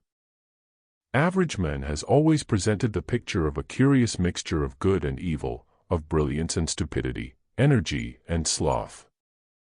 This amazing ensemble is perhaps not quite so inconsequent as it may at first appear. Psychologists have declared that every virtue has its complementary vice. Apparently a little too much stress on some particular aspect of a virtue transforms it into a vice. By the same token, therefore, any human vice either in a nation or in an individual exists because of its tendency or capacity for a certain virtue, its power being capable of transmutation into that virtue. For instance, virtuousness itself can so easily change into priggishness, authority into tyranny, subtlety into deceit, just as meanness may modify into thrift, pride into dignity and laziness into serenity. All the virtues are interchangeable into the vices, and the very strength of a vice shows the possibility of an equally strong virtue. It is a subtle margin which heralds the switchover in many cases. As we study the growth of human character during the fraction of its history with which we are familiar, it is well not to be dismayed by outstanding bad traits and habits, but to realize that in measure as they grow so also grows their reverse side, the virtue, although it may remain for long in abeyance. Man's first primitive instinct was surely that of self-preservation. Even before he learned to inhabit a cave, his first thoughts must have been how to protect himself from wild beasts and other dangers. Secondly, he acquired a mate and a few articles essential to his needs, and his guardianship extended to these also. Thirdly, he discovered that it was a good plan to train his children to be useful to himself, and so add to the strength of his home. Thus we find that self-preservation, possessiveness, the wielding of authority and the use of propaganda were respectively the earliest traits developed in man. These traits took such deep root that they are still the guiding rein to his actions, in spite of the profound changes that have come over his world since those early days. Science and social life have transformed conditions on this planet so that self-preservation and possessiveness need actually no longer play much part in the forming of character. This world could now be organized so that men need never go in danger from each other, and can, if they so will, enjoy the possession of the whole earth together. As for the wielding of power and propaganda, it has been shown to be far more practical when equally and wisely shared. Nevertheless, during thousands of years those earliest traits in men have molded history and have produced fundamental underlying instincts which still largely rule our ways. Self-preservation has resulted in that widespread effort to acquire for the self, if possible, more than its fair share, whether as an individual in doing business for profit, or as a nation seeking territory and trade balance without care for the needs of rival nations. Great efforts have been made through the institutions of religion and of law to curb man's acquisitiveness. Were it not for these restraining influences, we should surely see a world of unbridled banditry and bullying. As it is, profiteering, usury, and the acquiring of an unfair share of possessions have been steadily carried on in ways which have not been too crudely obvious to a public growing insensibly accustomed to them. In time the average decent man has been bludgeoned by social conditions into a readiness to make his profit without considering who is the loser by it. Far worse than this, the obscene outrage of war has flourished mightily during centuries of effort and progress, due to humanity's primitive pugnaciousness and separative tendencies. Man's earliest brute instincts continued to stalk beside his every achievement. As soon as he began to appreciate fine virtues, he tried to run them in double harness with those baser impulses. He seemed afraid to raise his head and clearly see the need and the possibility of letting go his ancient habits. He had a very strong conservative urge, and although he was ready to take on the new, he tried to cling to the old at the same time. Thus, when magnificent new religions were raised up, they were soon made responsible for as much cruelty and evil as virtue. Patriotism, another fine attribute, has been responsible for acts of heroism and acts of barbarism alike. The qualities of enterprise and energy have resulted in profiteering and self-aggrandizement, as well as in improvements. Scientific discovery has added always to the unhealthy and dangerous in life, in measure as it has given comfort and entertainment. Men have achieved marvels of art, culture, science, organization, and invention. They have shown irresistible patience, devotion, courage, inventiveness, and love of beauty. Yet alongside of all this, vice and stupidity have kept even pace, with the result that, in the mass, life continues to be lived mostly in want, in fear, in drudgery, in ill health, in ignorance, and in danger of complete annihilation by one's fellows. In spite of many intermissions, these conditions have been recurrent. History has presented this picture as a whole right up to recent times, a picture of incoherency and illogicality. Now surely the mainspring behind all of life is motive, this being determined by the point of view, and the sense of values. History has shown us, therefore, that the fundamental motive and the sense of values possessed by mankind up to now must somehow have been both mistaken and unpractical. Should not the motivating force of a man's life be suggested by his religion and strengthened by his government? Let us glance quickly at the simple rules laid down so definitely in the Christian doctrine, and embodied as well in all the great faiths which were planned to produce an ideal social life. Man is commanded not to kill. Individually, he is punished by the state, for its own protection, for so doing, but encouraged and obliged by the state, when it chooses, to make a glory of collective slaughter. He is required to have as much love and care for his neighbor as he has for himself. But neither individual nor nation has yet learnt that all well-being depends upon the equal well-being of all. Religion teaches that if anyone asks for his coat, he is required to give his cloak as well. These instructions still sound fantastic to him, they are so opposite to his habits of profiteering and possessiveness. Yet if everyone gave away his things to those who needed them, everyone would still have enough, and possessions would be more equally distributed. Lastly, men are asked to answer force with gentleness. This seems to them impossible, as it would result in their being overrun by tyrants. A little thought will show that no tyrant could or would care to rule the world for long. It would mean far too much work, and the fact of having no opposition would reduce him to only taking what he really needed. Naturally, these remarks are open to a flood of argument. Let us wait first until we have enlarged our vision somewhat. Up till now, humanity has been divided in its motives, seeking to ride two horses, the one steed representing religion or ethics, and the other the ancient instincts of greed, fear, and self-aggrandizement. The result is a community where the flower of man's genius and the beauties of his achievements are of small account in a life of strain, want, muddle, incoherency, ill health, and imminent danger. All the glorious annals of history have so far led only to this, a world which could by now have become a paradise, and is instead an uncomfortable chaos. This may sound exaggerated, but that is because we are so used to the chaos, and cannot visualize the paradise. Our glance at history has shown us a world in which men, although they have made great efforts to curb their own evil tendencies, have not found the clue as to how it can be done. From time to time there have been periods when slaughter and persecution flourished, and periods when art and culture flourished, and periods when healthful living and social reform flourished, and periods when spiritual ardor and religious faith were especially strong. Like a seesaw, vices and their virtues have taken turns to come to the top, sinking just after they have reached their peak. Men have eternally striven to produce a fair and fertile land, fine cities, and beautiful estates. They have put incredible toil and ardent inspiration to the making of magnificent buildings, palaces, monuments, and art treasures of 1,000 kinds. They have given their wealth and their homage to religions, superbly housed, which forbid them to take life, to oppress, to ravage or to steal, and teach them to worship gentleness, beauty, and justice. They have dwelt under governments whose expressed purpose was to build up a system ensuring safety, order, and good living. In these ways have men striven to achieve happiness and prosperity. And then, as a very crown and peak to these achievements, they have enthroned war. War has been glorified, fighting has been upheld as the greatest thing a man can do for his country.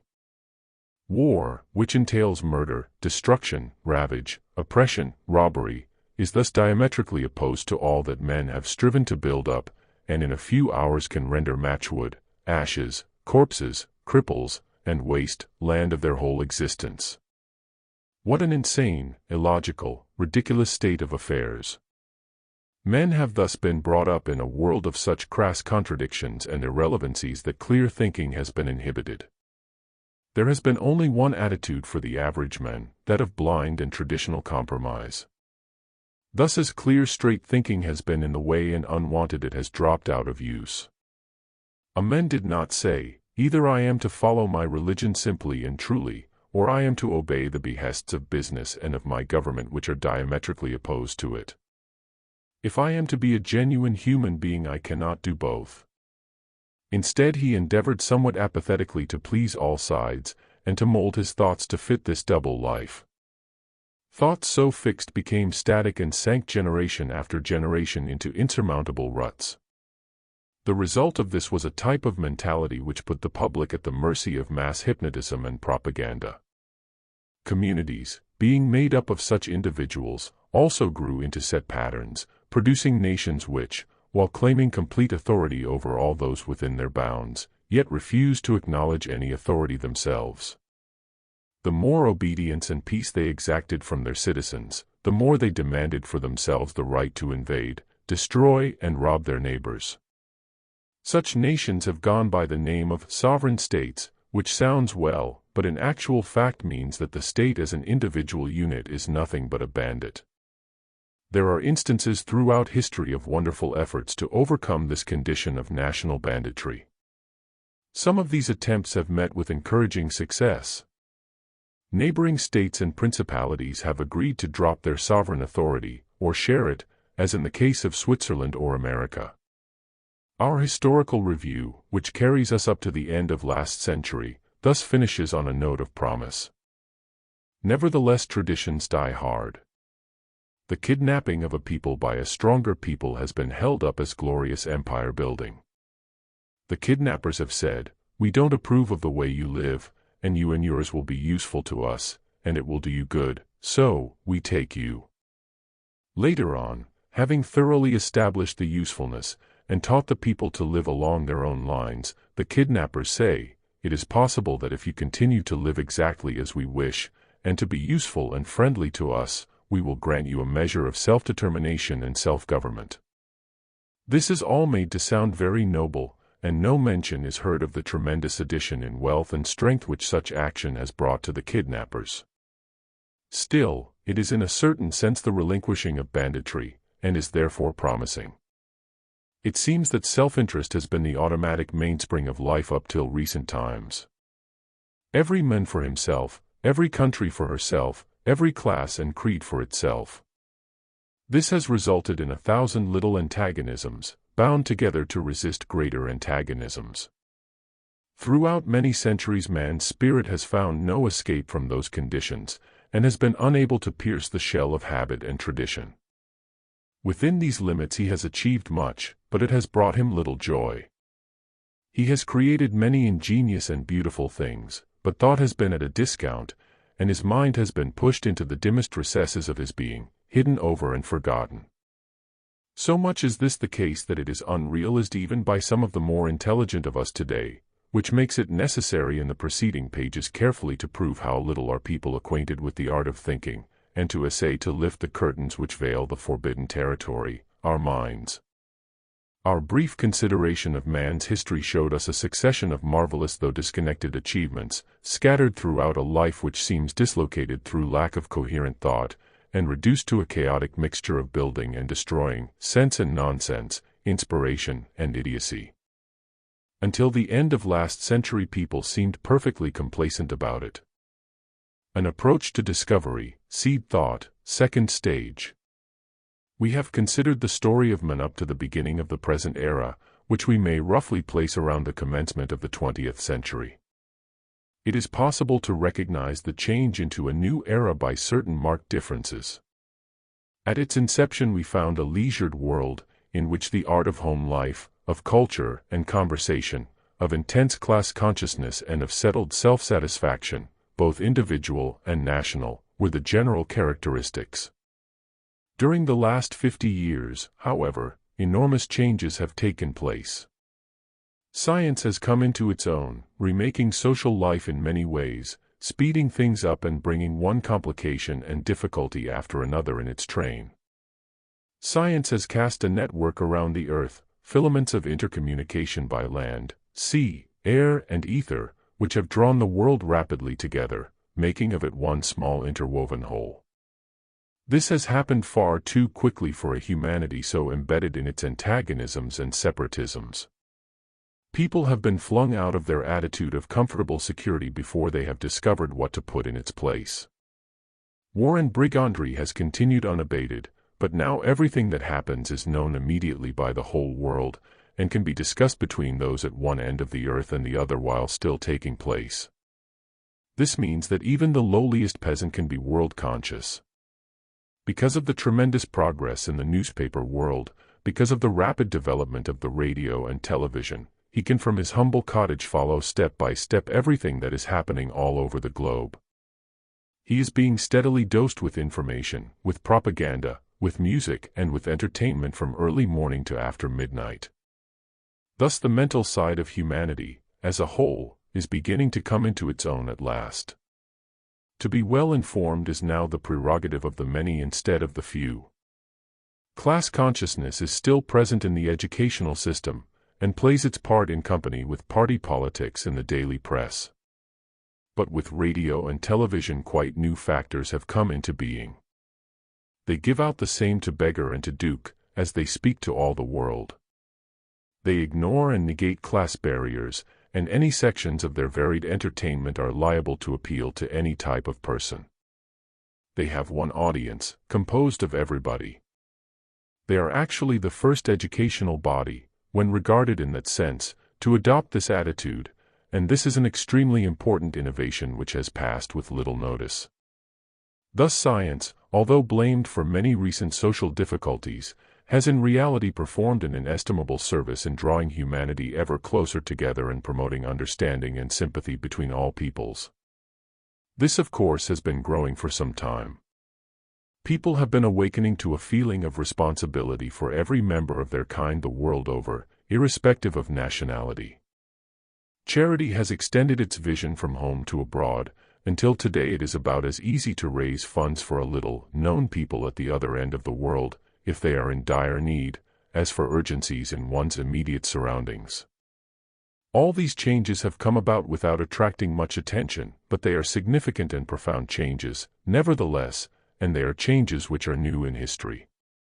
Wars have come and gone, empires have risen and fallen, but this welding of the world into one communicating family is a brand new achievement, which must herald the coming of a different kind of civilization altogether, so soon as the present muddles have been cleared up.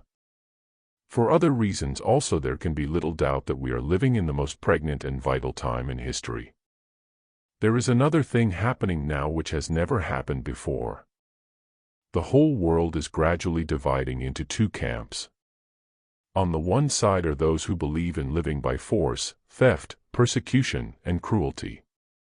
On the other side are those who hold that such methods are obsolete, and who are standing firmly for liberty, justice, and gentleness.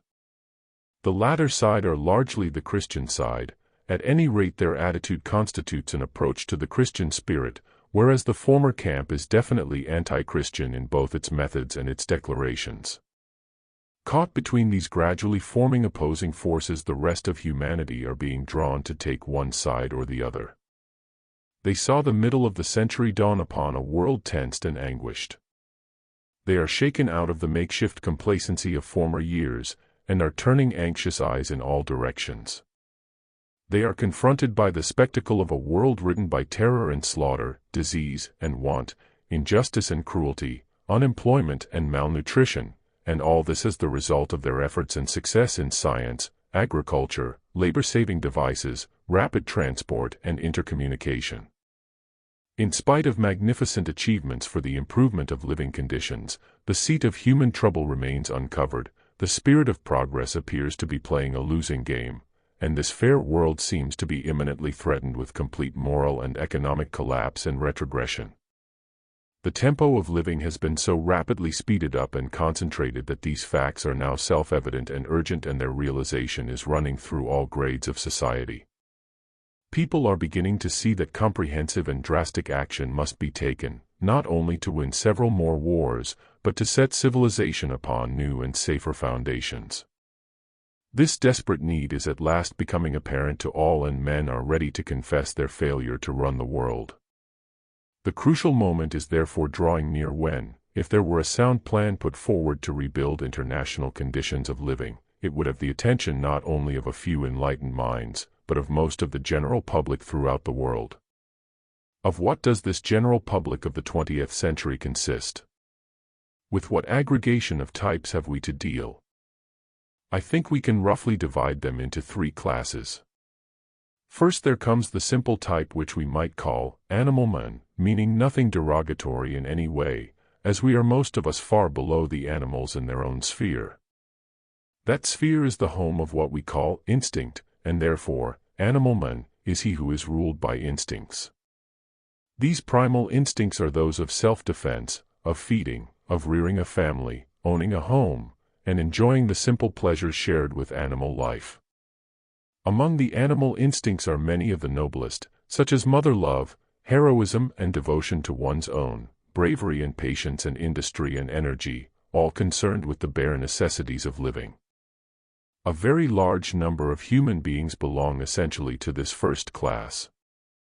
The second class into which we can divide mankind we can call the human man, one who has associated himself with those things which belong essentially to the race of men, rather than of animals.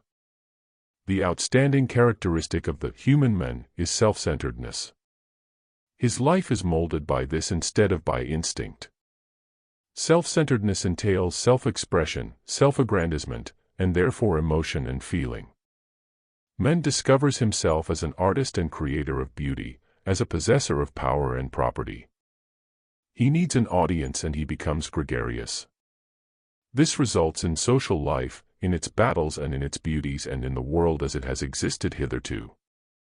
The human man's attitude to his deity is that of a child. He continually asks for more, and for help. He is lovable in the way that a child is lovable. He lives for entertainment, beauty, and comfort, and self-expression. He lives for himself and for those people and things which contribute to his happiness. If he is convinced that God contributes to his happiness, he will try to live for him a little too. So we have the second class of mankind, a fluctuating mass, ready to be influenced for good or for bad. The third class is by far the smallest. We can call it that of the idealistic man.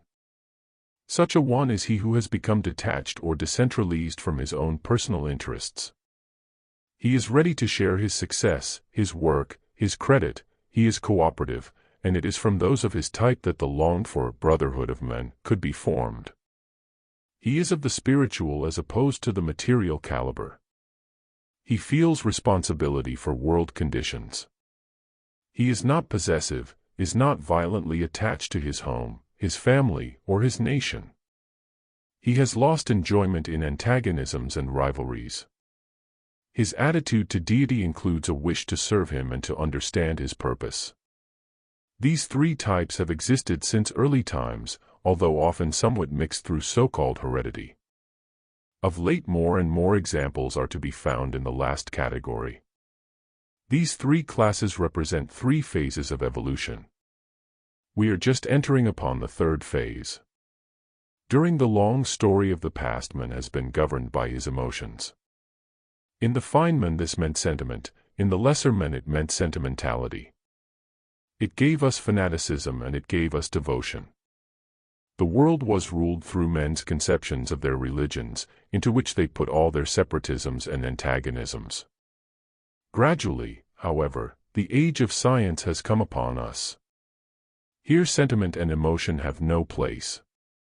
A man-made deity has no place either. The God worshipped is truth and fact, and for this we ought to be glad, for surely he can stand the test. Men's eyes will be opened and they will see him as pre-eminently the God of science, of order, and of plan. Science has been giving us a new material world to live in, and a new moral world too. But so far, although during the emotional phase of history men have been ready enough to connect beauty and art with deity, they have not so connected science. Scientists are not revered as holy men devoting their lives to uncovering the mind of God.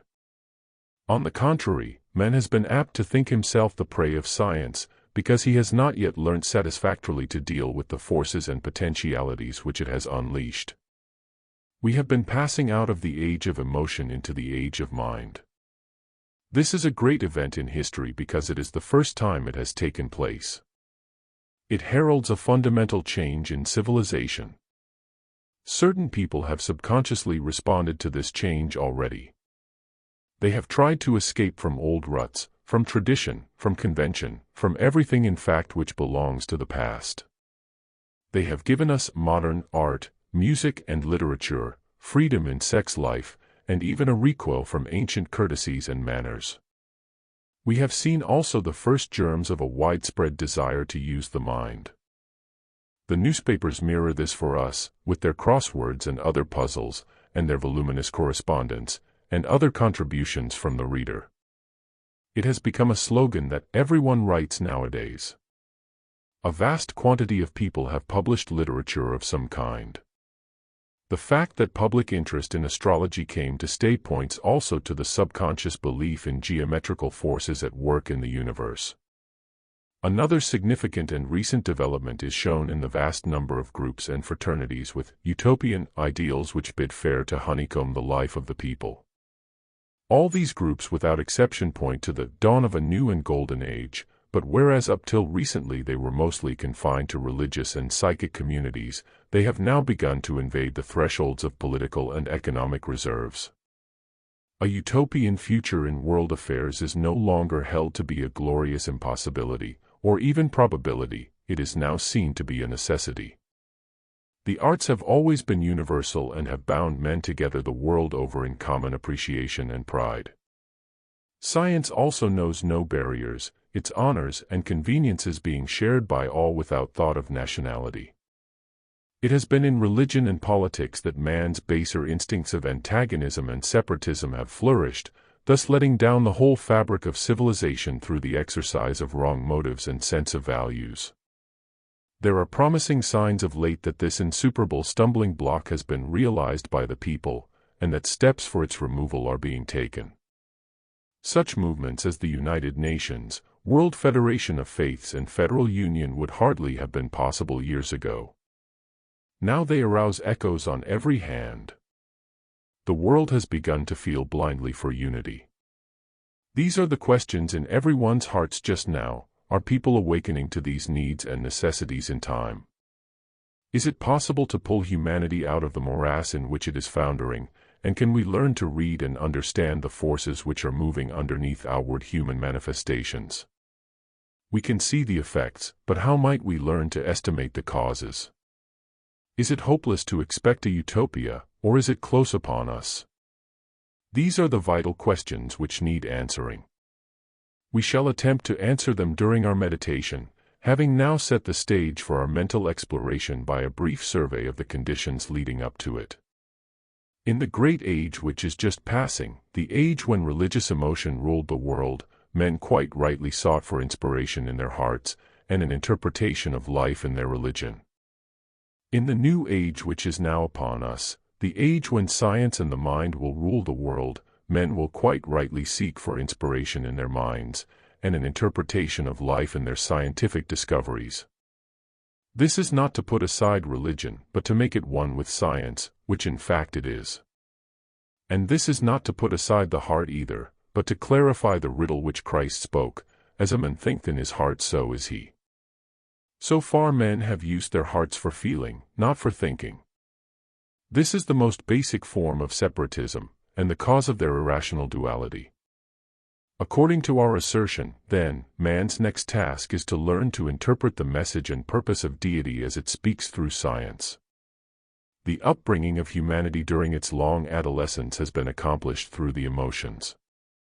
But now it is about to reach maturity, and, becoming responsible, will be able to stand truth without sentiment, a truth that is vast, impersonal, awe-inspiring, and lies pregnant in the domain of the mind, expressed in the so far uninterpreted language of science.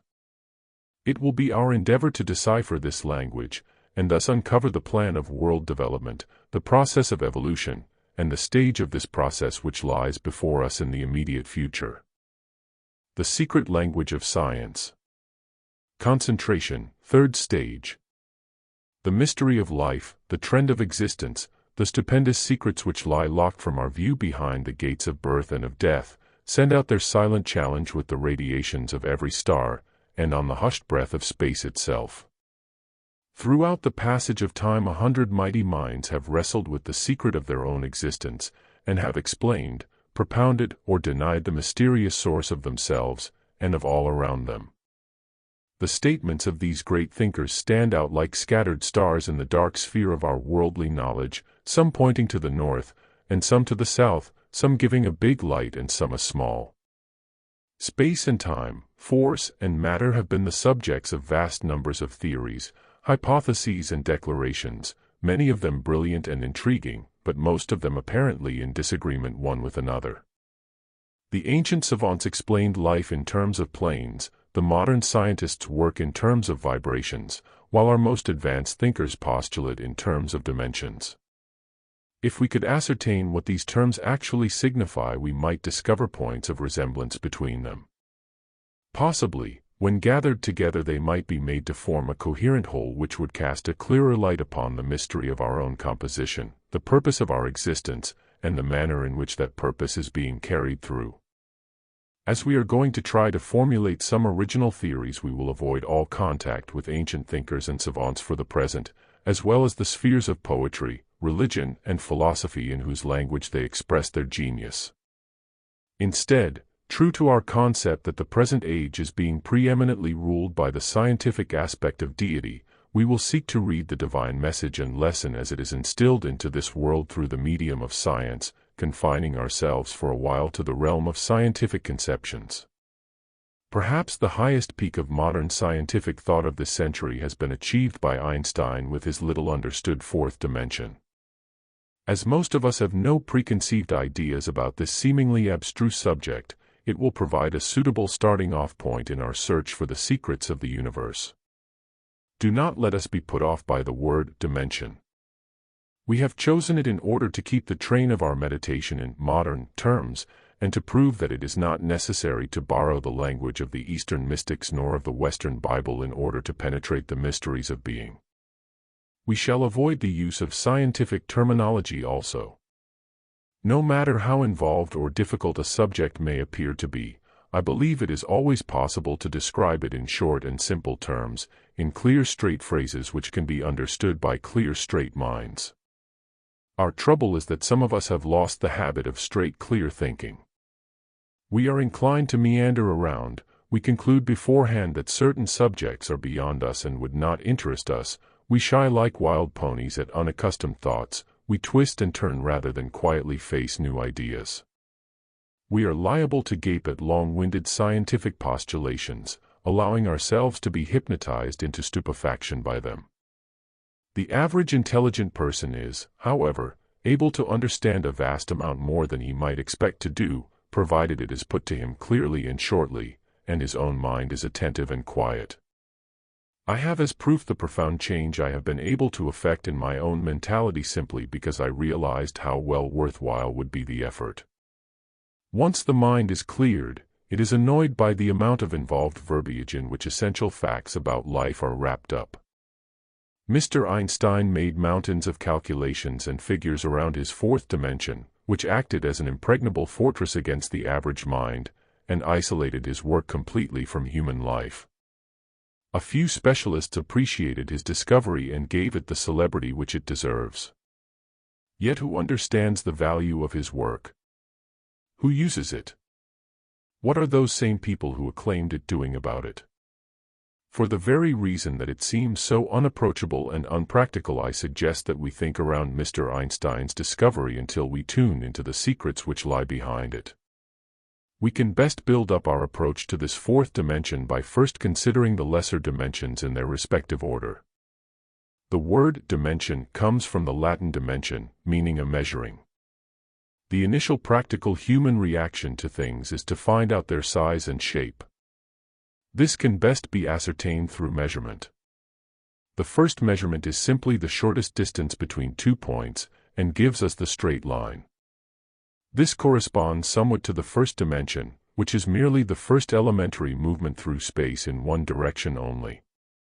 The consciousness of a creature living a life of one dimension could be compared to that of a blindworm stretched straight along the ground, immovable. The first-dimensional consciousness could not be aware of space at all, except on a flat surface, and moving in one direction only.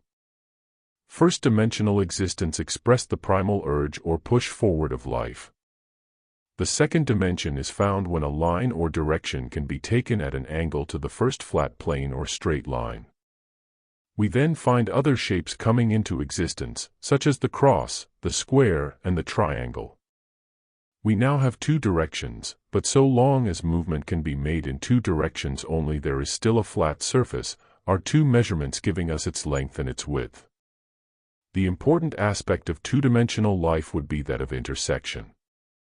2 different lines of force, 2 opposing currents meet.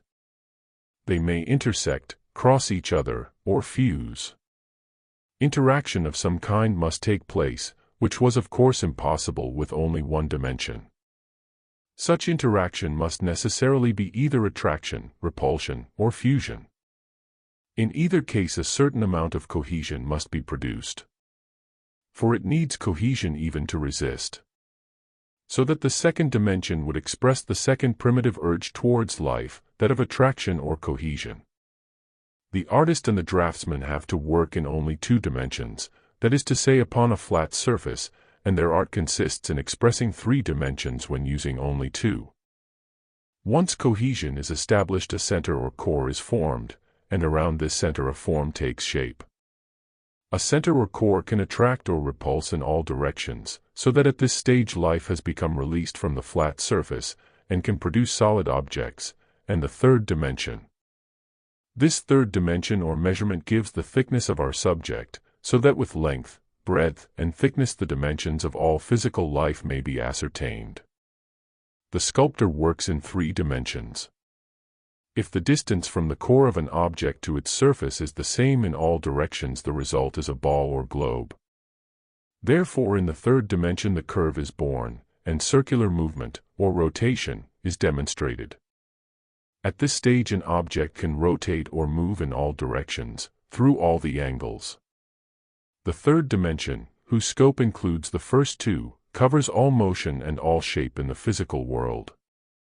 It gives us the rotating sphere, and therefore the atom, the planet, and the solar system, and all the life which is built up from these. Therefore, after the primal urge, the push forwards, the will to live of the first dimension, followed by the attraction and cohesion due to the second dimension, physical life appears in the third dimension as rotation and vibration. This trinity of dimensions corresponds to the Holy Trinity, in which there is the first aspect of deity, will, the Father, the primal urge, the second aspect of deity, love, or attraction, the Son, and the third aspect of deity, the Mother or the Holy Ghost, Spirit crystallized into physical life and manifesting therein. For we must not forget that all is spirit, physical matter being spirit at a lower rate of vibration. As the scientists put it, all is energy in the last analysis. So, during the earliest stages of our train of thought, even the simplest of the dimensions are acquiring a deeper significance, and are linking up with powerful forces. We can class the lower three dimensions as belonging together in their expression of the outward physical side of life, and as it is the third dimension which actually produces form, we shall refer to all three dimensions in future under the heading of the third dimension. During many thousand years the human mind has been intensely productive in everything that belongs to the third dimension. The fine arts and all the amenities of living are the results of the efforts of the human spirit to express its inspiration in the world of form. All further possibilities were the monopoly of the poet, the dreamer, and the philosopher, some of whom met their chance by forecasting many of the inventions of the future to an incredulous world. The artists and architects of those days were often scientists as well, and their work was the greater for it. Are we able to read the message in divine language which the third-dimensional life expresses to us, and the lesson which humanity has had to learn from it? It is the lesson of materialism, the dealing with and the conquest of solid matter. The law which governs it is the law of separatism. Physical life expresses itself by means of infinite divisions and separations, forming ever-increasing numbers of isolated objects, their isolation being caused by the fact that in the lower dimensions of form life each object requires its own space, and there is no interpenetration. Man has learnt the lesson of separatism extremely thoroughly, in fact it has become ingrained in him. Under its sway he has produced multiplicity in all his activities. His ideal has been to have many things, not few. His speech has become ever more complicated and full of words. His possessions and needs have become innumerable. His architecture and design degenerated from simplicity to fussiness of detail. Science, which has been one science, and a necessary qualification for all the leaders of men, guarded faithfully by the priesthood itself, became split up into a dozen sciences, each one going off in splendid isolation, until at last we find identical things masquerading unrecognized under various names. Separatism finally gained utter sway, and man's earlier recognition of the unity of all life faded completely from his memory. It was the era of self-development, of extreme egotism and intense sacrifice to the three dimensions. I am speaking now of the great passing chapter of human existence, which to most of us embraces all we know of history.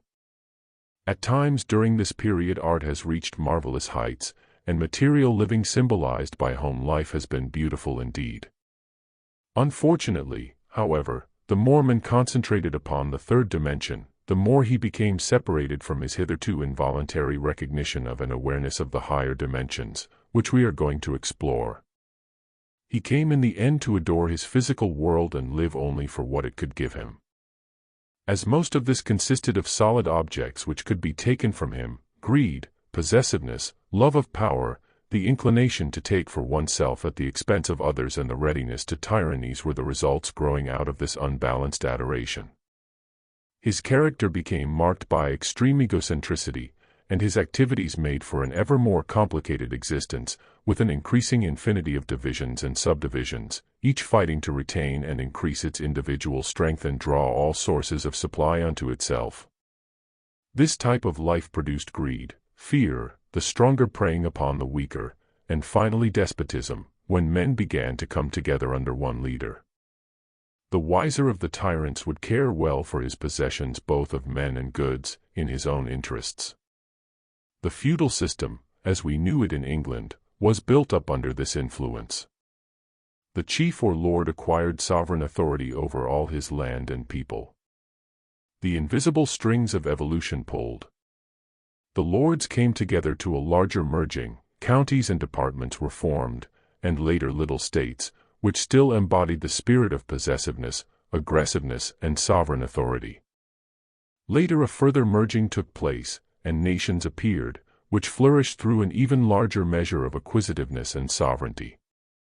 Actually, the merging process was the first herald of the future death of separatism, but we have to take a very long view indeed to appreciate these vast epochs. Hundreds of years will have passed ere man works his way entirely clear from the experience and lesson of the third dimension. Let this short indication suffice us for the moment, while we move on to different realms, always keeping the association in our minds between the lower dimensions and physical life, the arts and crafts, possessiveness and despotism. The fourth dimension. Meditation proper, fourth stage. The fourth dimension was acclaimed as the great discovery of the century by those who had the authority to pronounce such a verdict. Unfortunately, its advent has been at a time when human beings are still struggling so desperately to gain ascendancy over the first three dimensions that they have no strength left with which to contemplate the existence of a further one. They leave it to the scientists, as something which could have no significance for the ordinary men and no possible connection with the swiftly changing conditions of life around them. In fact, the mere act of living seems to have beaten mankind. He appears unable to cope with the question of his own health, being less competent in that respect than the animals. He lives in a wonderful world of plenty, yet his economics are so poor that he is less successful in his management than the white ant. He complains that in his social and international life the jungle law appears to rule. Crime is no longer the prerogative of the criminal, it has become the orb and scepter of some of the leaders of men. While all the time longing for joy and for peace, men are yet made to spend their livelihood in manufacturing instruments of wholesale slaughter for use upon their brethren in distress. In their desperation they are inclined to blame science for their troubles. Let us consider whether they have any justification for this. Perhaps we can ascertain the actual significance of this mysterious fourth dimension, and the inventions connected with it. Many of the discoveries of this century have been active in a realm outside and apart from third-dimensional or so-called physical life. They have dealt with substances which are neither solid, liquid, or gaseous, substances which can neither be seen, measured, nor weighed. Of such a type are all electrical appliances, like the telephone, electric light, radio, and many other inventions which make use of radiation.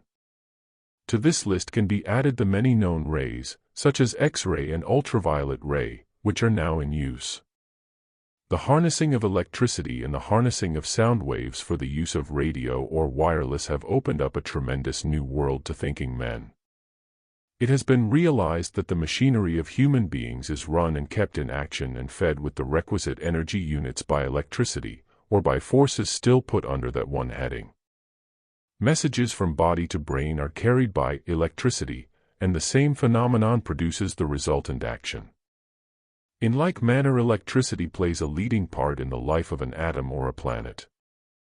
Let us see if we can define the fundamental difference between electricity and the many other invisible phenomena which we call gases, and which we admit to be physical because they can be resolved back into both liquid and solid form. One of the outstanding points about electricity is that it appears to be impervious to the law of gravity which holds the three-dimensional world in bondage. This law of gravity is the magnetism which emanates from the Earth's core. Every living body exercises a law of gravity to a certain degree. The Earth is held in the Sun's orbit by the latter's emanation of gravity or magnetism. It is gravity which determines and restricts the rate at which solids, liquids, and gases move, according to their weight and density. In comparison, electricity is free of this bondage. It can travel almost any distance at a pace which to us seems instantaneous. It can penetrate through solids, and it can move in all directions.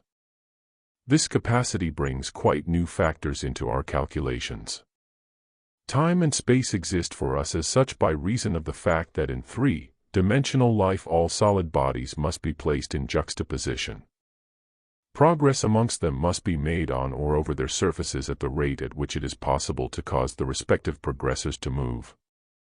This terrible sentence means, more simply, that because of a person's particular weight and energy plus the law of gravity, his movements take a definite length of what we call time. For the same reasons the Earth takes a portion of time which we call a year to move round the Sun. Time and space are more or less fixed quantities in the three-dimensional world. But when the factor of moving energy, or electricity, enters in, quite different conditions are to be found. The universe is composed of two substances, energy and matter. Electricity is a term which has been applied to certain aspects of energy with which we are familiar, but let us bear in mind that at present we are using the term very loosely.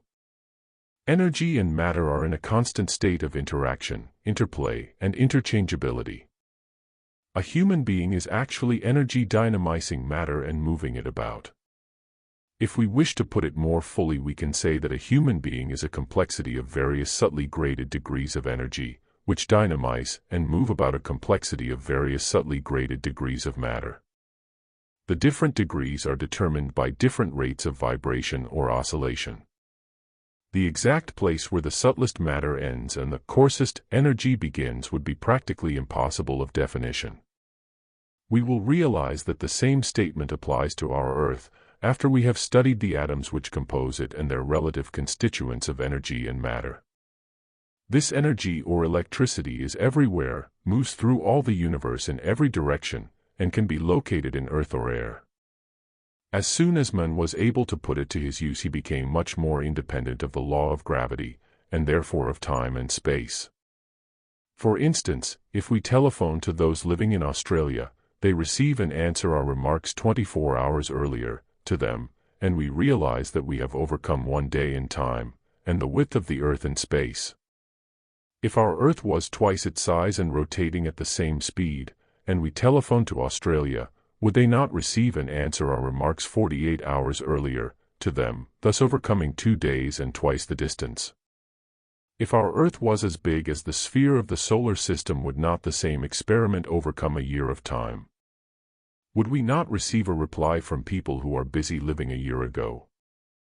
When Einstein worked out things like this mathematically, he proved that time and space exist only in accordance with the weight and size of the object concerned and the distance from which a viewpoint can be taken. A person walking on the ground will take approximately 1 minute to cover 50 yards. If he were to rise up a few hundred yards in a balloon, he can look down upon all that space and be in command of it, so to speak. He can descend again at equal speed to any portion of it. If he ascends in the balloon to a height where his viewpoint covers 1 mile, which would take 1/4 of an hour to walk, and leaves a friend down below to walk it, he is then in a position to see ahead of his friend in both time and space. He can prophesy what his friend will meet along the road. He has overcome the normal restriction of space to a small degree. But he has not overcome time, because he has to use time to ascend and descend in the balloon. Supposing, however, that instead of ascending, our experimenter remains upon the ground and sends a television camera up in the balloon, from which he receives a picture. He can use it to obtain a bird's-eye view of the road ahead. The higher he sends the balloon, the more hours ahead he can see upon the road. In this way, time and space have been overcome in a small degree through the bringing into use of the fourth dimension quantity which we call electricity, or energy.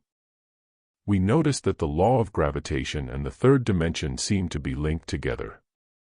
We first link the third dimension to the motion of rotation which lays the foundation for physical life. The law of gravitation, or the cohesive pull at the center of a sphere or body, is of course interdependent with it.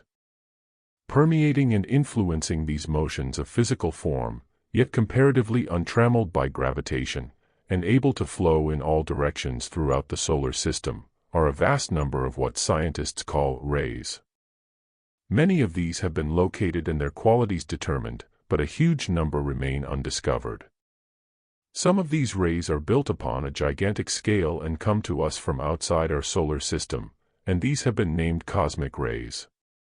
All of them appear to be intimately associated with our electricity.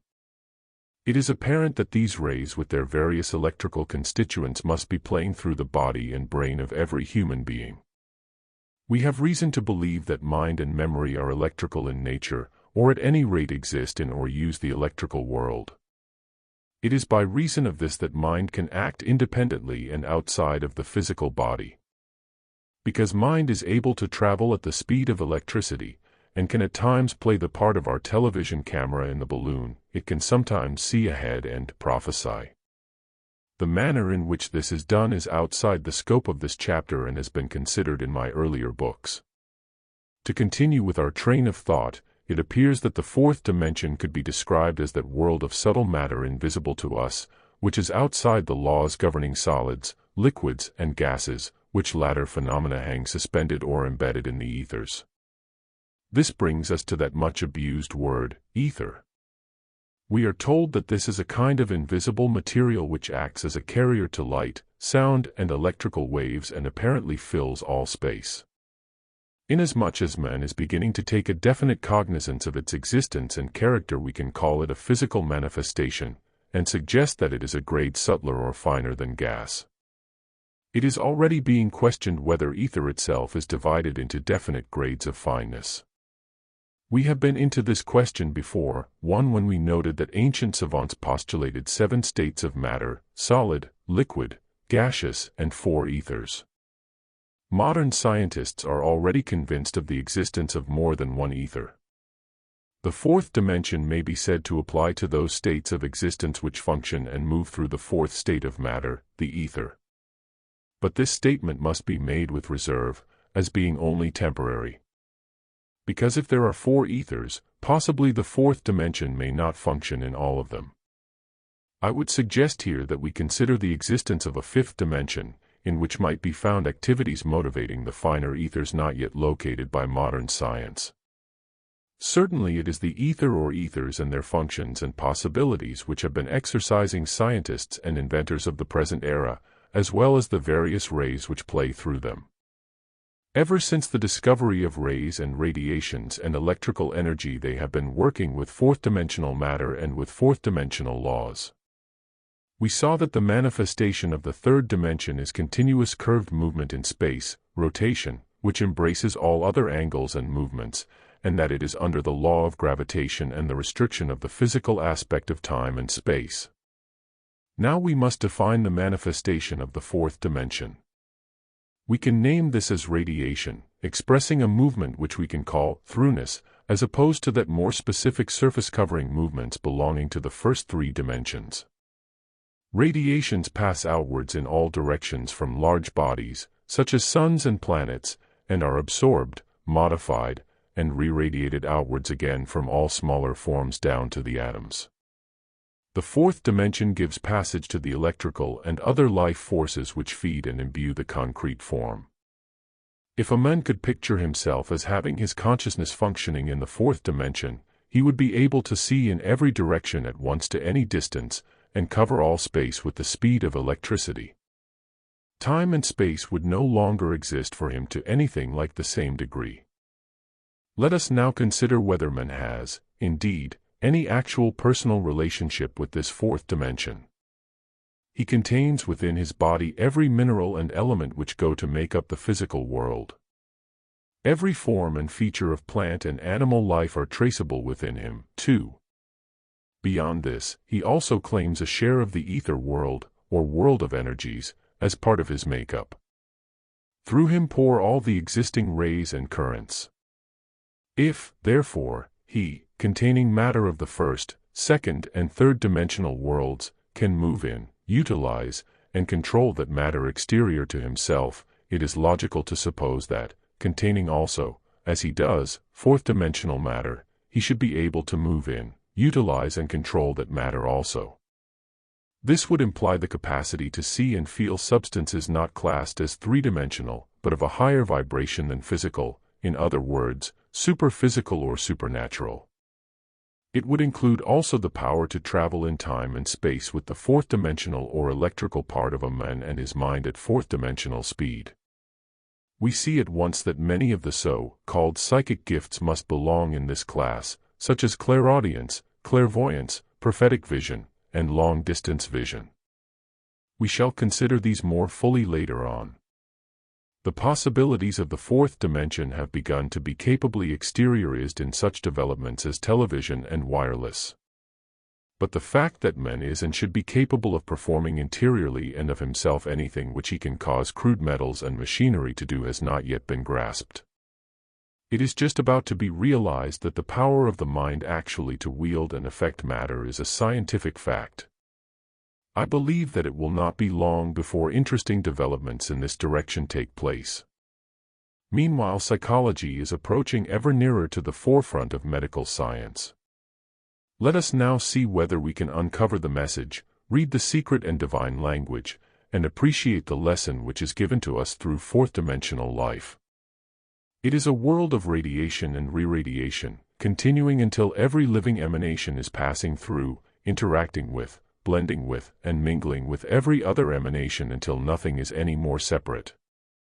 Fusion, blending, unity, interdependence, interaction, are shown to underlie the deceptive separatism of outward physical life, giving it the lie, showing that the separatism of form life is a delusion, for it is based upon and springs from the utter fusion of rays which are as chemical and solid as physical objects, only more finely divided in atomic respects. The fourth dimension teaches us that the nearer we approach to reality, to the source and cause of things, the less does separatism or isolation exist. Therefore, separatism takes us ever further away from our connection with realities.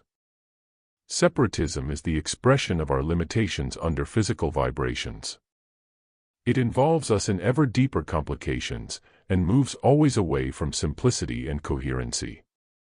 It has been necessary for man's conquest of physical matter and material living, but it acts in direct opposition to his understanding of his next task, which is the conquest of the fourth dimension, and the adaptation of his living to the world of fusion and radiation, wherein nothing is separate anymore. It is this great change of outlook which is the message of the fourth dimension, the death of separatism, and the return to the oneness of all things. It is this lesson which humanity is struggling to learn or alternatively fighting against, a lesson diametrically opposed to many of its ingrained thought habits.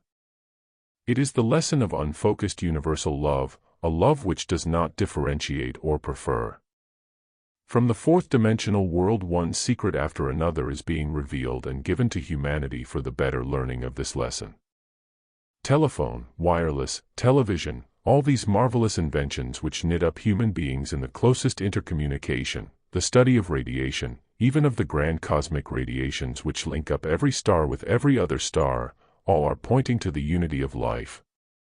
This planet has become recognizable as one organism, in which the nations play the part of organs. They live as members of one family, as fractions of one whole, and the passage of events is proving to them their underlying interdependence. It is because men do not and cannot understand this inevitable development as yet, that they cling to their old habits of thought, strengthen the walls of their prisons and keep their pride of national sovereignty, of personal religion, of family and possessions, fighting to the last mental ditch to remain within the blinding confinements of a separative life. The fourth-dimensional world calls to humanity to be free, to inherit the earth and the skies, to own all things, to enjoy all things, and, through love and unity and radiation, to understand all things. It impinges ever more strongly upon human consciousness and human activities, drawing men like a steady and colossal magnet from out of the prison of flesh and form, fear and isolation. It seeks to switch the focus of their lives into another realm of being, giving them other values, other ambitions, other standards, and other enjoyments. It seeks to prepare them for a still more amazing phase of evolution which lies far ahead, but is drawing all the time nearer, the rule of the coming fifth dimension. I see the finding of the third eye. I see the initiation of the world. What is the fifth dimension? Creative meditation, fifth stage. The fact that there are now acknowledged to be 4 dimensions should be enough to make any thinking man question. Well, what about a 5th dimension? Where is it? Having brought our train of thought up to this point, we are now ready to meditate upon this question of the 5th dimension. We have been considering life as it has been built up through a series of dimensions, from the first to the 4th. We cannot yet say which of these dimensions was the first to manifest, or whether they all began to function simultaneously. As the 4th dimension appears to be the one through which the actual life forces play and by means of which they reach concrete forms, we must consider it the most causative or influential of all of them. It represents the nearest approach we have made to the life imbuing all things. But this last and inner dimension has no boundaries, it stretches formlessly in all directions, it is everywhere. This gives us an incoherent, inchoate condition to picture as the basis lying behind physical structure. It does not give us much clue as to how things take shape. We must next consider, therefore, the question of that principle in life which gives things form. We began with a line, continued with the cross, and on reaching the third dimension we had accounted for squares, cubes, triangles, circles and globes. With the fourth dimension we had radiation, which enables these different lines of force and angles to meet and intersect, producing these forms. Envisioning the environment surrounding us, one might consider how it would appear if we could perceive all the forces, currents, and movements in their continuous activity, intersecting, orbiting, spiraling, and radiating in every imaginable configuration and scale. If we could visualize each of these currents as leaving a distinct, visible trace in the air, and if we were to observe this phenomenon for an extended period, we would soon witness the intricate outlines of every exquisite form found in minerals and plant life. We would observe the delicate sketches of crystals, leaves, snowflakes, and petals. Properly to visualize this picture, however, we must first realize how many trillions of stars, constellations, and solar systems are throwing out powerful rays in all directions, which are re-radiated again from every stellar body they strike. These rays are each one of different mineral composition, and each intersection of any two or more of them must produce chemical reaction of a differing quality. Besides this, every rotating star cuts through these rays in circles, or rather, because of its forward movement, in spirals.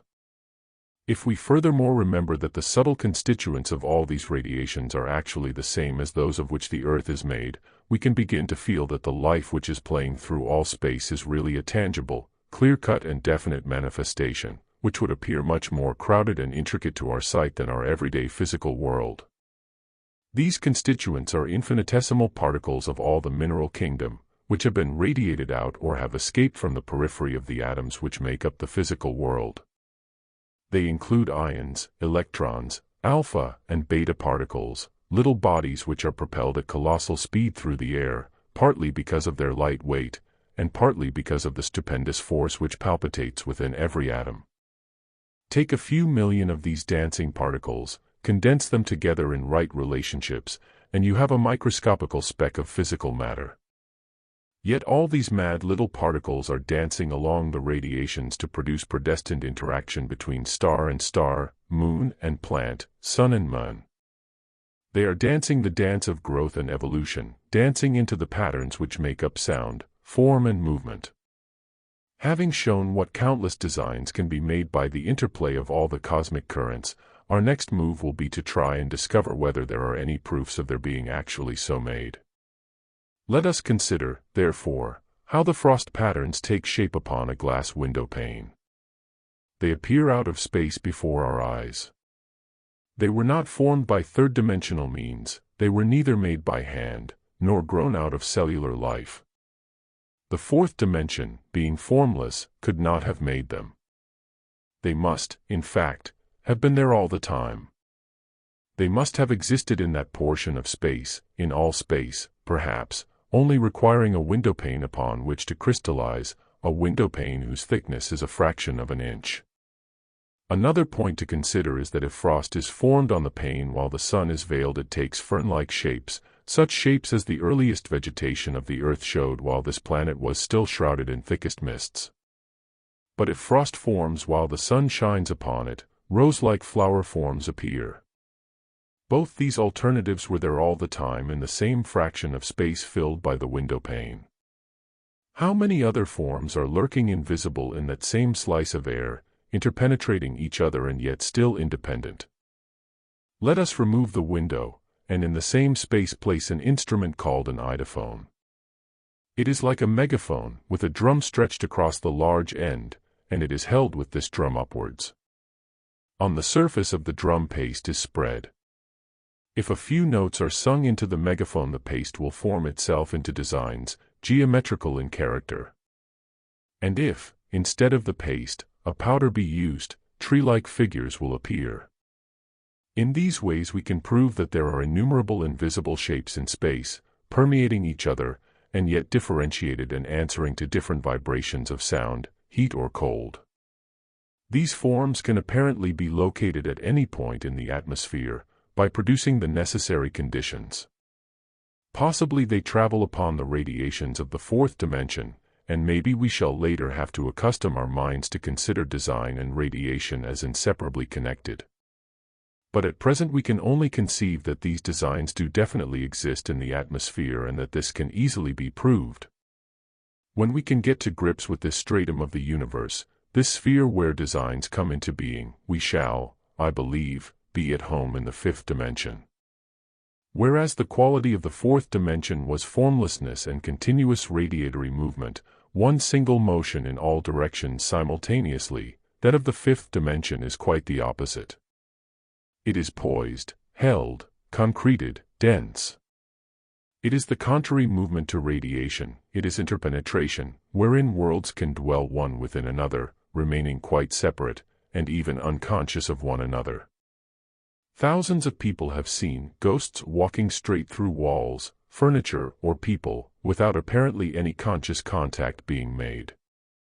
Are these beings which exist in that same, invisible but definitely concrete state as the uncrystallized frost flowers? Might there not also be other entities passing unconsciously through the ghosts? Is it not feasible that in this particular stratum of existence, this malleable fifth dimension, exist the prototypes of all form upon earth? We can begin, then, rather cautiously, to postulate the fifth dimension as that state of manifestation wherein any number of bodies, entities, or shapes can exist in the same spot. If several smoke rings are blown from various directions into one place, a faint simile of this may be illustrated. But it is a poor simile. We have to learn to imagine that myriads of shapes, probably some familiar to us and some not, are peopling the atmosphere more densely than anything we know of in physical life. Where these forms come from, whether they exist in different grades or strata, and to what they are attached are questions with which we must grapple later. Scientists have stated that they can ascertain the number or rate of vibration of a thought, and that several thoughts of a different wavelength can exist in the same space without influencing each other. Anything in existence which has acquired an individuality, such as a cell, an atom, or even a thought, proceeds to send out radiations. It has become like an electric battery, which draws its own wavelength from the cosmic radiations, sets up its own rate of oscillation or vibration, and by this means re-radiates energy again, energy colored and differentiated by its own individuality. Each of these myriad individualities has its own pattern or form. We can see the design of a cell by means of instruments, but as yet we have no instrument to show us the pattern of a thought. It will come. The wireless has taught us that a melody or a spoken word can radiate outwards all over the earth and be picked up at any number of spots by a suitable receiver. Every word that everyone speaks, every sound from bird or beast, radiates outwards as well. The eidophone, of which I have just spoken, can show us the shapes which these sounds make, the original shape built up, through which the energy was poured. It appears to be clear that the design comes first and the radiation afterwards. It is the pattern which inaugurates the vibration. So we are right in allocating form to the fifth or innermost dimension in our efforts to unearth ultimate causes. We may suspect that the fifth dimension contains the design, pattern, and plan of all which takes shape and place. Therein dwells the mind of the universe, the artist and the architect of nature. Once the design is there, in this mental invisible state, we depend upon the fourth dimension, that world of living moving energy radiations, to pass these designs through into physical matter, to disseminate them and to bring them to life. The fourth dimension is therefore the link between mind, ultimate mind, and matter. It is the vehicle, the carrier of the design, the idea. Finally, physical matter becomes the vehicle, the carrier, and the embodiment of both the idea and its energy, of both the fourth and fifth dimension. It is interesting to make an analogy here again with the esoteric teachings. The astral body of man is the body of energies and emotions, and is said to be the vehicle of the mental body. The astral plane corresponds in many ways to our idea of the fourth dimension, whereas the mental plane, the mind sphere, named the fifth principle, corresponds to our fifth dimension. The esotericists teach, however, that there are 7 planes or spheres belonging to man's universe, so at present we must reserve our definition of where the fifth dimension really begins or ends. It is difficult enough to imagine this unseen world surrounding us, with its countless millions of radiations playing through earth and air in every direction and all the time. So soon as we are able partially to realize this picture, we shall visualize human beings and solid objects as comparatively immovable concretions or crystallizations poised in a world of scintillating, shimmering motion. When we further understand that all the rays and radiations composing this world are colored, latterly even the colors of thought waves have been demonstrated, the marvelous beauty and complexity of the life around us which we are as yet unable to see will stir our imagination. In the midst of this palpitating invisible world hang the designs and patterns which mold our life. We have to consider whether these designs are propelled along the rays to which they belong, or whether they exist along the whole length of the rays, like the pattern in a stick of London rock. In the latter case, our imagination could not compete with the actual condition because the ray is not like a stick, but radiates in all directions. In any case, the designs are there, everywhere. There they persist, remaining utterly unchanged and unaffected by storm, tempest, heat and cold, wind, cloud, sun, light and darkness. All the latter conditions are superficial, superimposed upon that rock-like foundation of design and pattern, which fill, locked within and within each other, every fraction of that which we call space. Space so far has meant for us an area wherein a certain quantity of shapes, gases or substances is able to be packed, or arranged in juxtaposition. It allows for movement in all directions, around and through these substances. Space is something which stretches out and is full of places, while movement is something which proceeds from place to place. All this is fairly straightforward until we have completed our study of the fourth dimension. But as soon as we find the necessity for a fifth dimension and begin to understand where its implications are leading us, we have to admit the existence of entirely different conditions and begin to do our best to imagine them. Instead of a space which stretches, we have to consider a space which condenses. Instead of shapes and substances being in juxtaposition or permeation, they are illimitably contained in one spot, in any spot, and in all spots. Instead of movement from place to place, we have movement of great force which does not proceed from place to place but is everywhere able to be tapped, a kind of movingless movement, which can best be described as reserved force or will.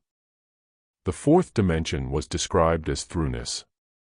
The fifth dimension can be described as withinness.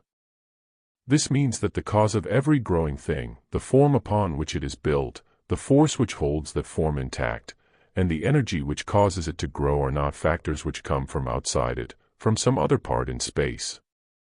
They are all welling up from that tremendous dimension of withinness, the fifth dimension, which will not be understood by humanity as a whole for many hundred years.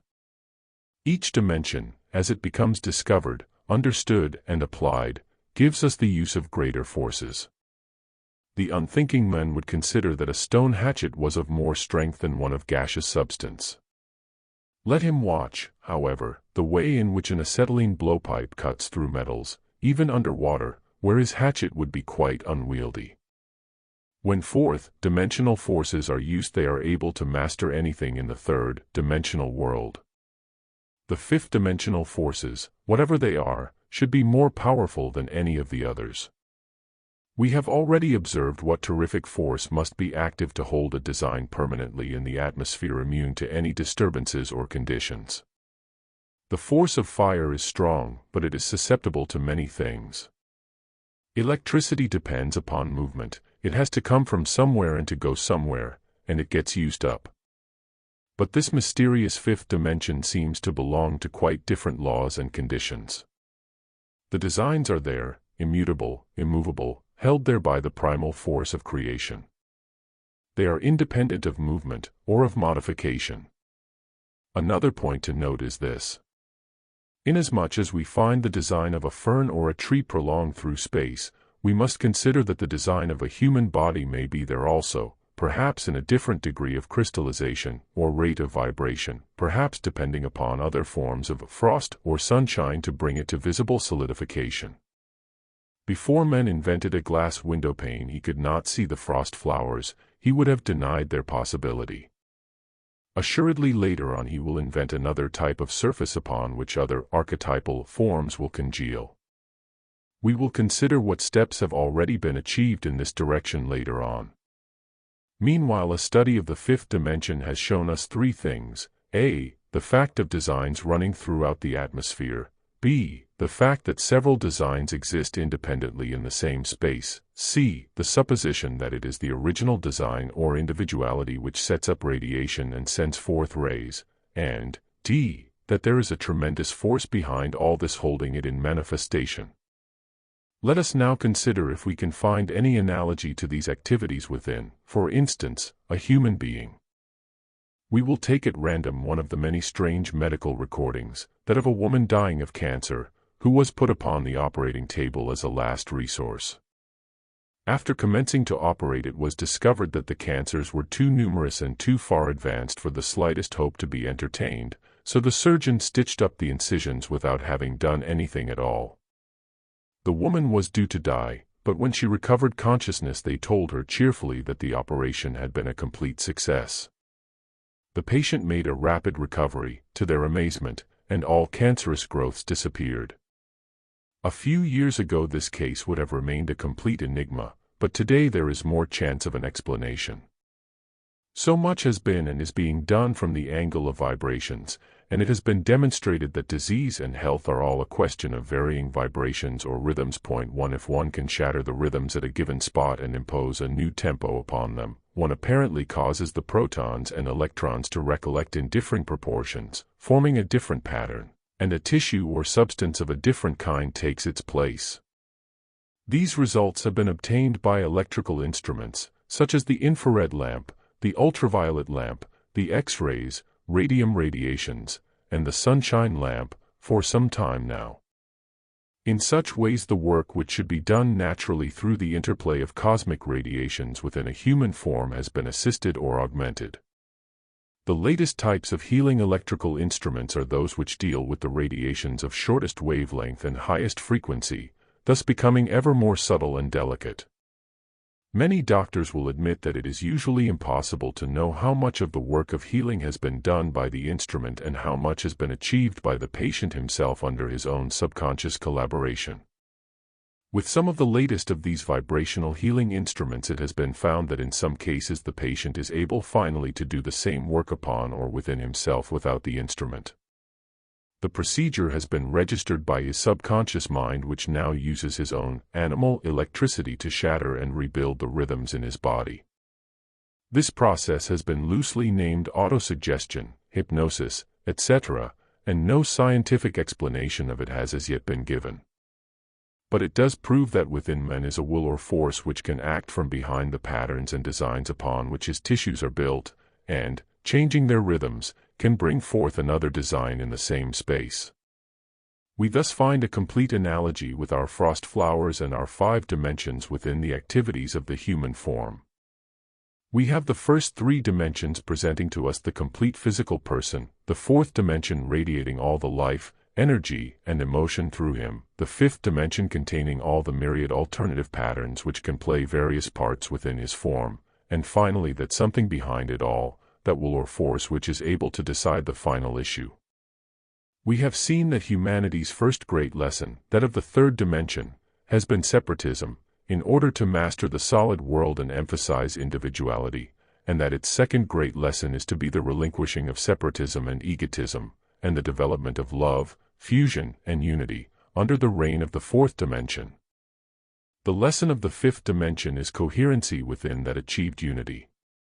This entails the uncovering of the plan, the purpose, and the method of evolution, so that men may work intelligently along evolutionary lines, sensing always the pattern which lies behind each outward manifestation, and tracing all the differentiations back gradually to their one originating source. The lesson of this dimension is that life, the entire life of this planet must be organized as one complete, coherent, and simplified whole. This does not mean the loss of any individuality. Man's body is one integrated whole, yet each of his organs, nay every cell, retains its appointed characteristics, even its own wavelength. The more integrated and orderly is the whole, the more important is the individual original part which each fraction of it must play.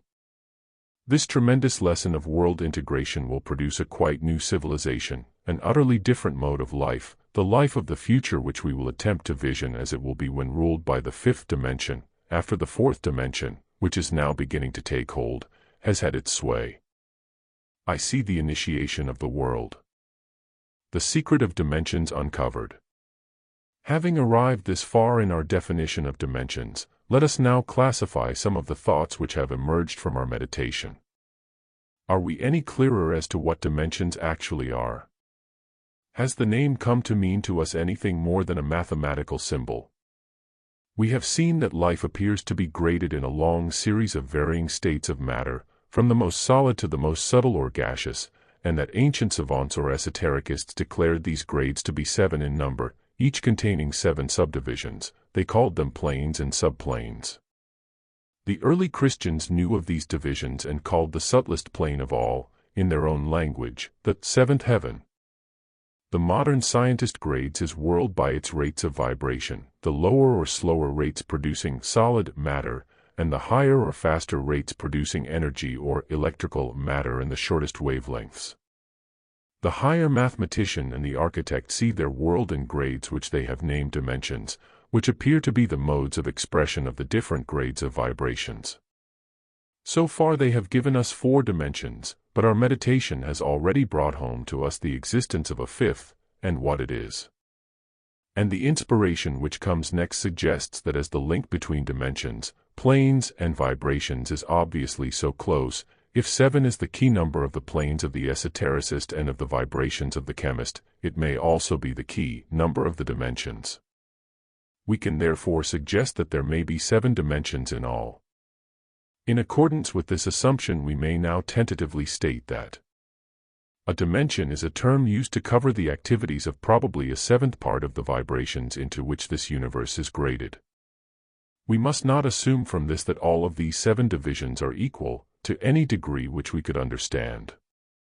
We must also realize that the dividing line between them all is very, very subtle and hard to find, and that they are in a constant state of interchangeability one with another, according as rates of vibration are being speeded up or lowered. The principal factor which causes the raising of vibrations is heat, and the lowering of vibrations may be said to be due to lack or want of heat. If we are right in surmising the dimensions to be 7 in number, each inner one more potent than the last, and if humanity is on the verge of mastering, accepting, and understanding the 4th of these, then it follows that only just over 1/2 of the possibilities of man and his world have so far been exploited. If we further consider that only 1 or 2 of the earliest inventions relative to the 4th dimension, such as the discovery of electricity and wireless, have changed the face of society and the possibilities of living to an enormous degree, we may well begin to question what the discoveries in the realms of the remaining dimensions will bring to us. We must admit that they may bring changes in life which would at present appear as inconceivable as wireless would have seemed a few hundred years ago.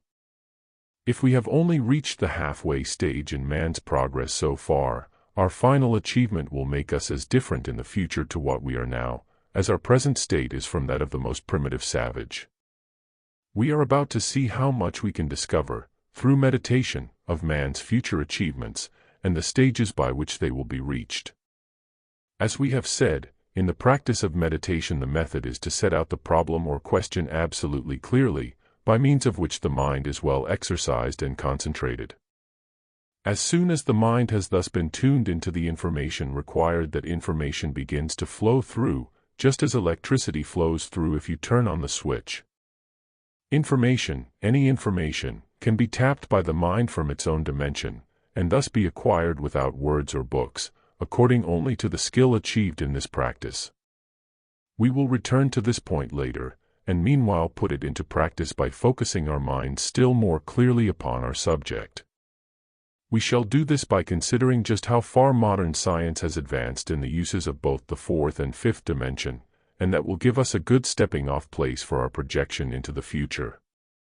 All those inventions which have to do with radiation and with wavelengths and which use the ether or ethers as their medium are fourth-dimensional.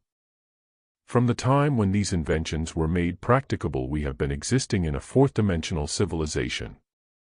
This did not happen suddenly. Everything overlaps, anticipates itself, fades out and reappears during considerable periods of time.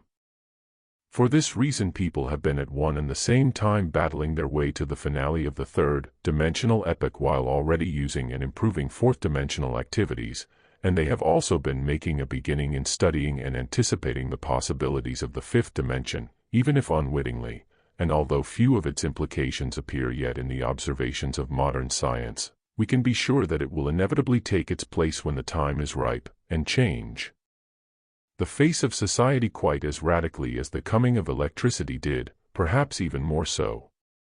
We can contemplate these changes in a later chapter. Meanwhile, it is necessary to bear in mind that much work is being done concurrently in third, fourth, and fifth dimensions, and to keep them clearly differentiated.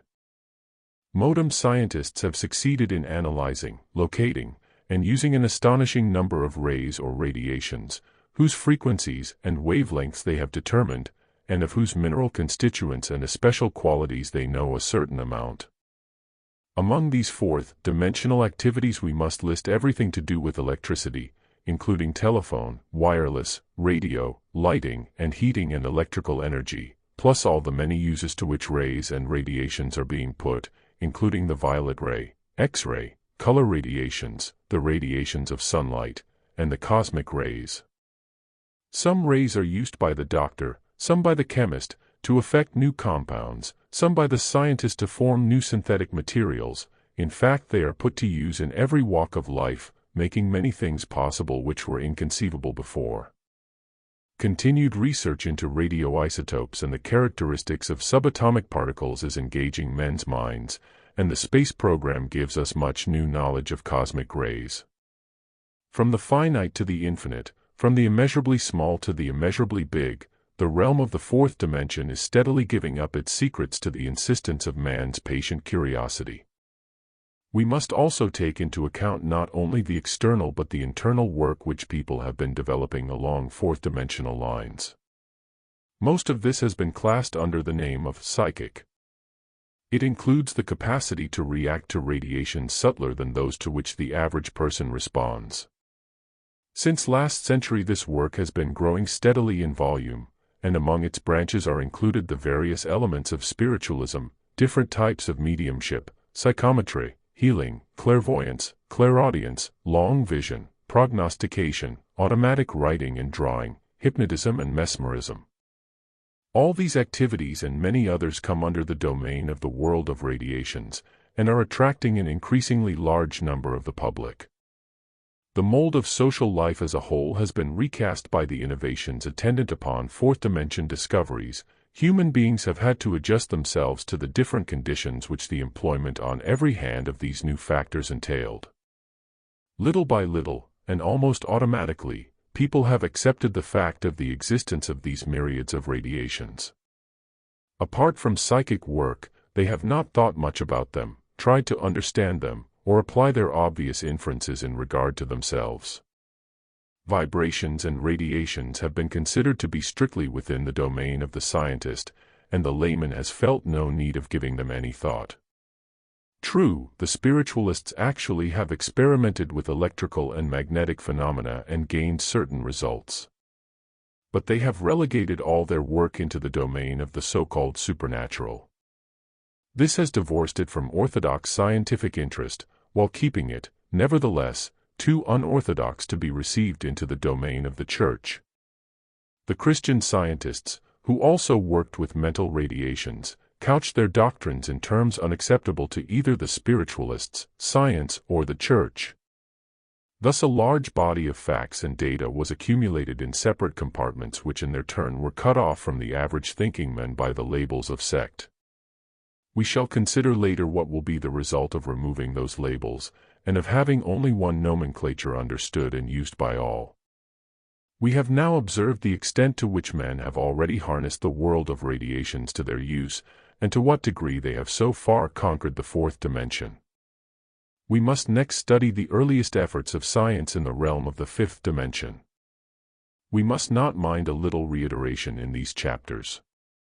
Unaccustomed conceptions need to be repeated until the mind begins to accept an unusual picture. We saw that the movement of the fourth dimension is outwards and onwards in every direction at once, the movement of rays, waves, and radiations. The movement of the fifth dimension is the reverse, it is inwards. We have to get the idea of distance and depths illimitable being traversed while still in the same spot. This at first sounds incredible and unimaginable, but it is so. It is merely the reverse side of Einstein's picture, the completion of the annulment of time and space. Its understanding holds the key to undreamt of possibilities. The forces which traverse physical space, all those fourth-dimensional radiations with which we are becoming familiar, are powerful indeed. They can burn, melt, mold and change matter of lower dimensions than their own. But the forces which dwell within the great withinness of higher dimensions still must wield the ultimate power over all. We have said that a radiation is inferior to its source, and that first of all there must be an original pattern, design, or individuality which initiates the radiation, also that the plans and designs for all physical life must be crowding the atmosphere to an extent inconceivable to us in that stratum of the universe which acts as its designer and architect, the realm of the world mind, the fifth dimension. To what extent and in which ways are men making use of this realm? The most obvious channel, of course, is the medium of the same material, their own minds. Every idea, inspiration, or brainwave that a man encounters has been directly picked up from the sea of world mind matter, by his own small mental equipment, amongst the thousands of rays that are radiating their patterns and pictures through his person in all directions. Those that are of a frequency nearest to his own particular tune-up of the moment are reflected and photographed onto his own mental apparatus. We will consider this question of reflection and photography later. If we were to set out to collect such evidence, we should soon find that so-called original ideas, discoveries, and inventions are come upon by several people at about the same time, that such people are usually quite unknown to each other and often dwell in lands far apart. Several people, for instance, were hot on the pursuit of wireless waves, but it remained for the one who could put his inspiration into most practical form to reap the credit of discovery. Most inventions are invented by more than one man. Plots for novels have been duplicated, ideas for pictures, inspirations for poems. The best piece of work has lived, the lesser have hardly seen the light of day. The capture of a mental picture from another person's brain, which we call telepathy, has also often a close connection with this world of fifth-dimensional design. We must remember how difficult it sometimes is to distinguish between the original design in the fifth dimension and its reflection along the length of its fourth-dimensional rays. Man is using the fifth dimension for every idea that he acquires. He may use it involuntarily, as most of us do, or deliberately set out to explore it and capture a treasure, as do the pioneers and artists of this world. The mind of the pioneer is sufficiently one-pointed and forceful to penetrate the within of the fifth dimension to the original idea and design itself, whereas the man of lesser mind simply reflects that which comes to him along fourth-dimensional rays, obtaining the shell rather than the kernel, and obtaining it at hazard. In such ways then do men already use internally the forces of the fifth dimension. Let us next consider whether externally in science they have conquered any of its domain. The most obvious instance, of course, is that of television. This proves that objects can project pictures of themselves with the aid of radiations, or, to put it otherwise, can radiate pictures of themselves through the atmosphere.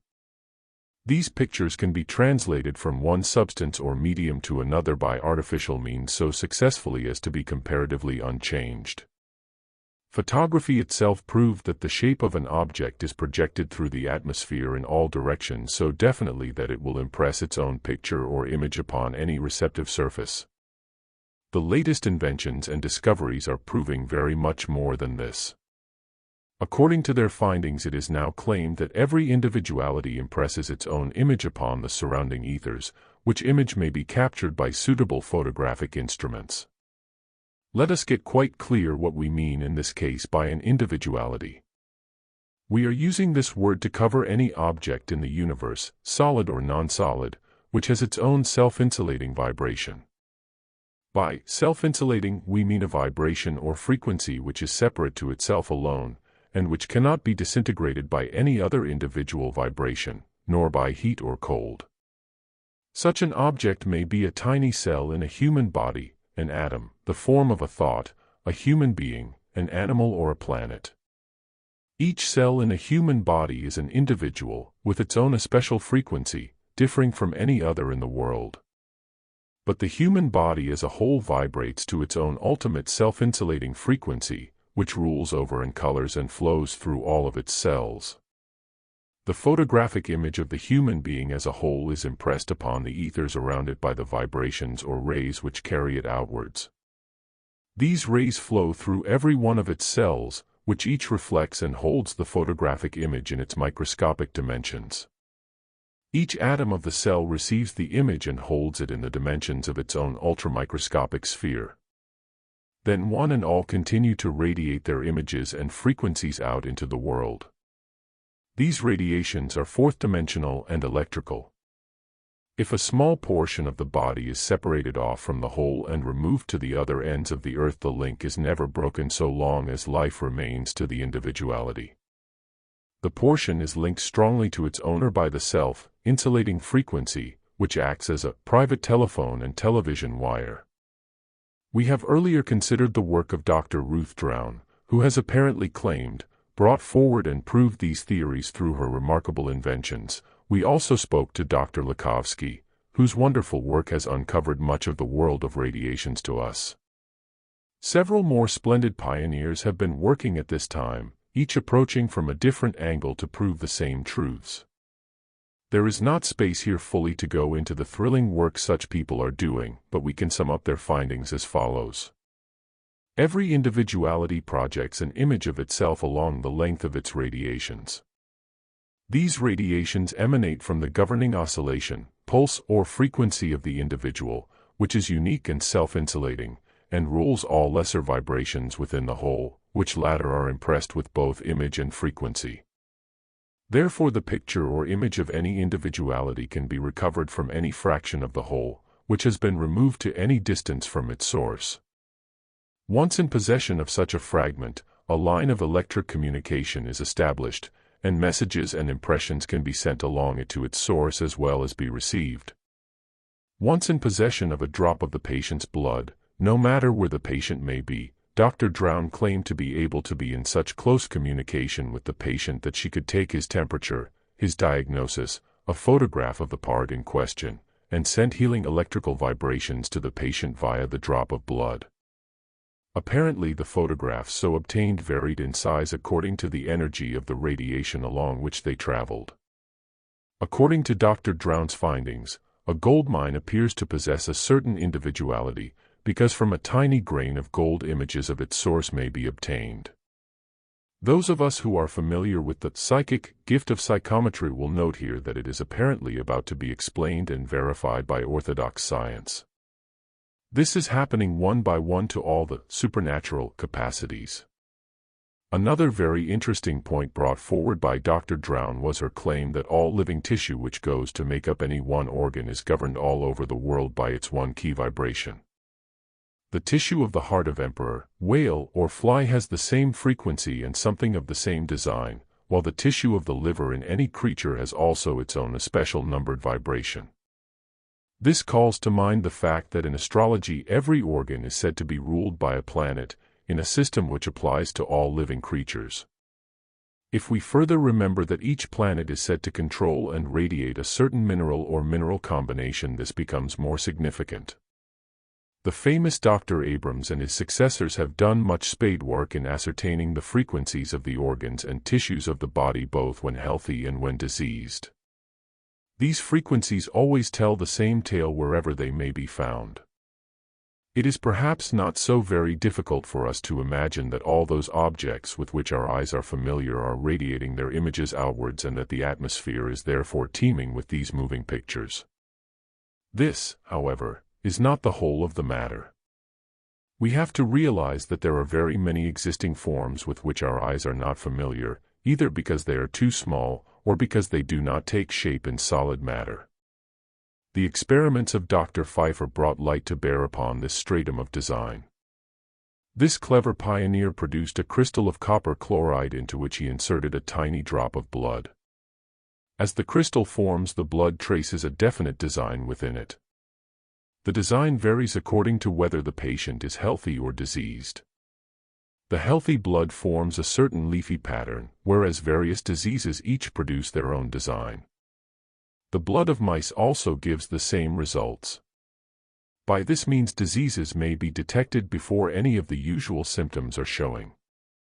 In these experiments, the hidden lines of force at work in the ether, which produce such effects as frost flowers, have been put to use.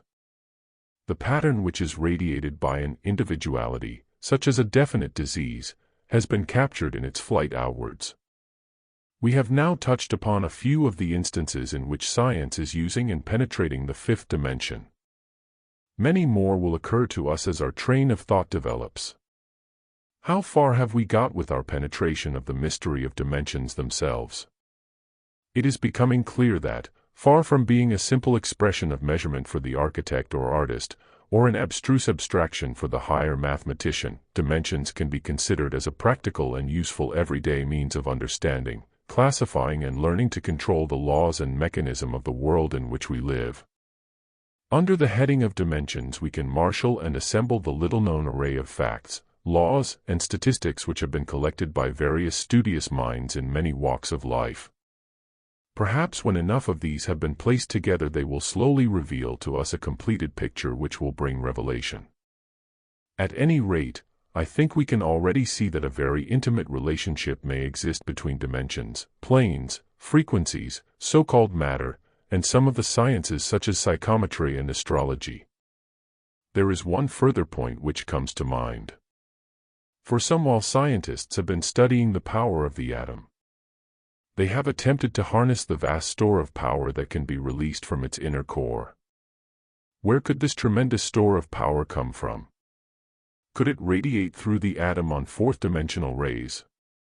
No, because the characteristic of the fourth dimension is the movement of rays through and onwards, and such forces certainly do play through an atom.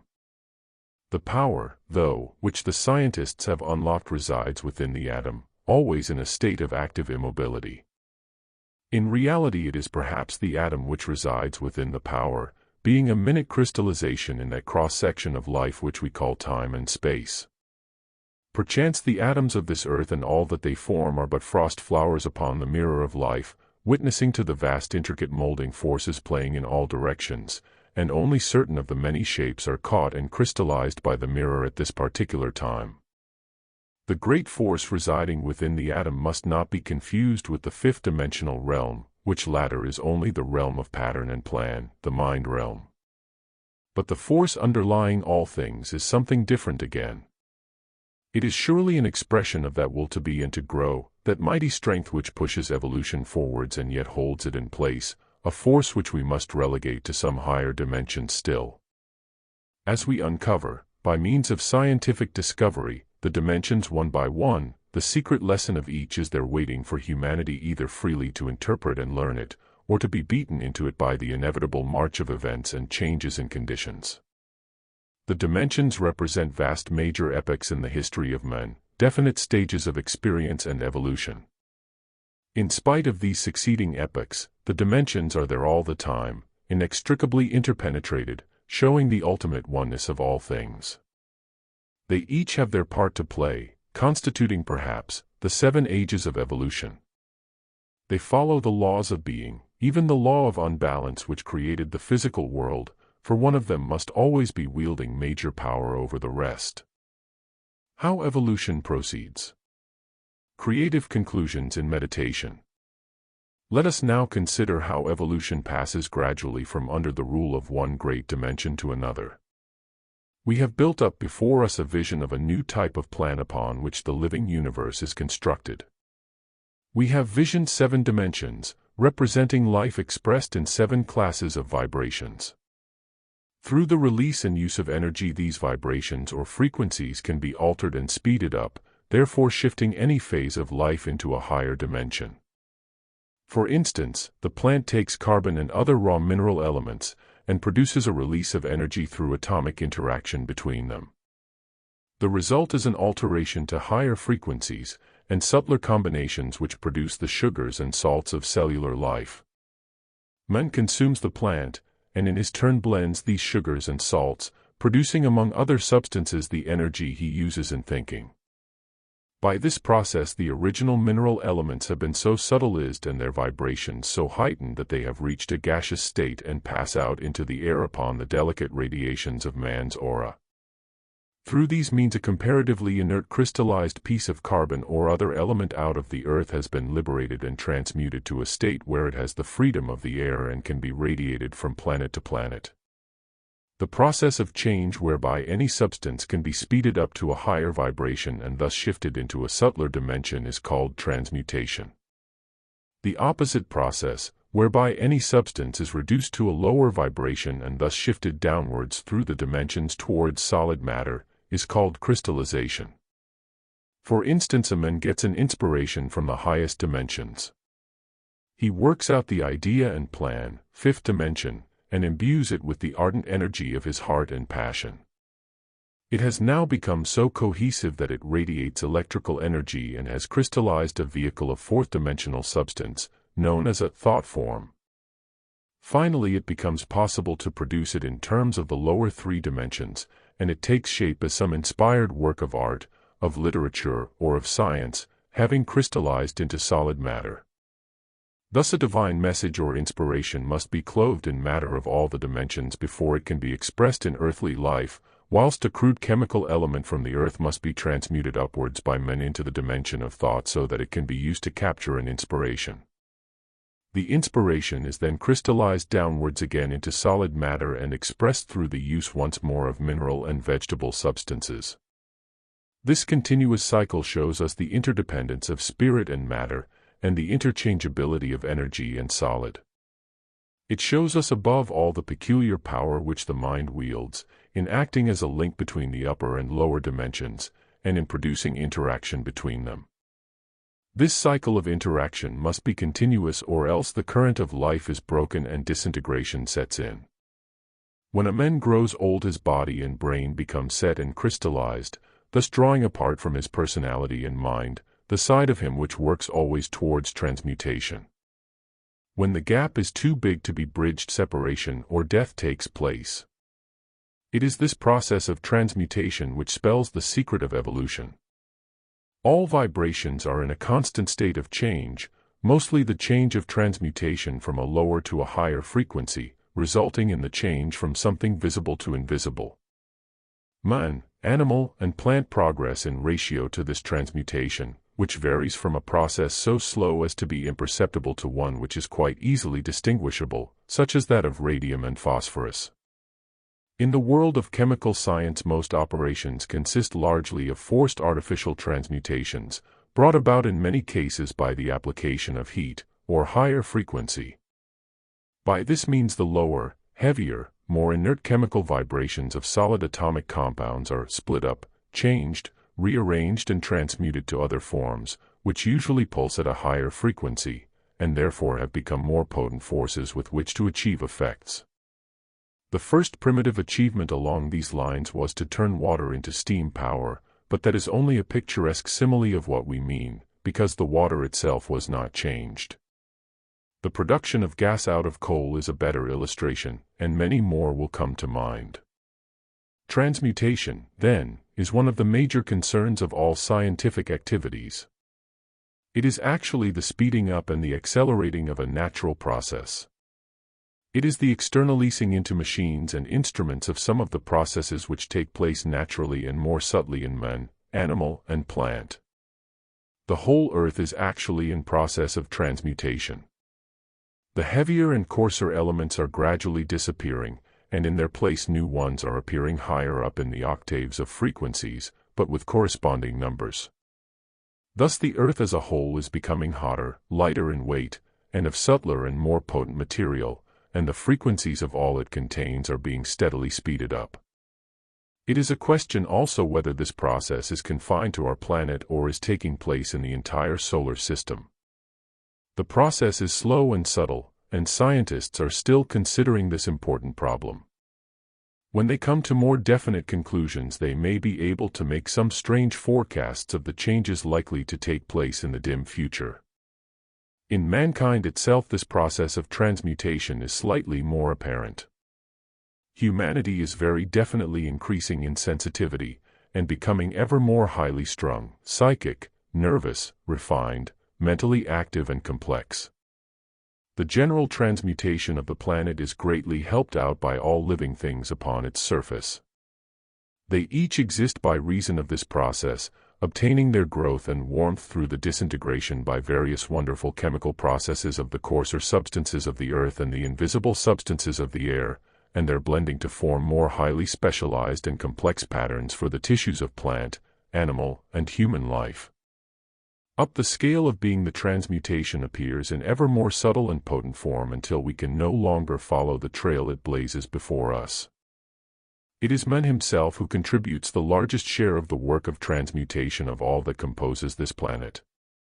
The substance of the mineral, vegetable, and animal worlds which pass into his body are amalgamated and fused to form a subtle energy which is electrical in character and which is used to work his own unique instrument, the mind, with its creative activity and reasoning power, those invisible potencies which he alone in nature possesses. In him the transmutation can take place at greatest speed. Its results pass outwards from his body in constant streams of fine electrons, whose mass has been given various names, such as the aura, and whose radiations, of the nature of wireless, are able to encircle the earth. What is the answer to this phenomenon of transmutation? It is that everything is being resolved back into its source, the inner mind, force of nature, and that mankind is the principal instrument of this process. Life proceeds with a continuous cyclic movement through matter and through time. Beginning as light or life force, it crystallizes into energy or heat, then into gas, then into liquid, and lastly into solid. The cycle continues as the solid is transmuted back into liquid, gas, energy, and, finally, light. Each time this cycle is completed, however, there is more light and less solid, that is to say, more high-speed vibrations and less low ones. This is because the higher dimension or frequency must always rule and overpower the lower one, and this is a law which we must always bear in mind throughout our meditation. It will lead us to a vision of the future.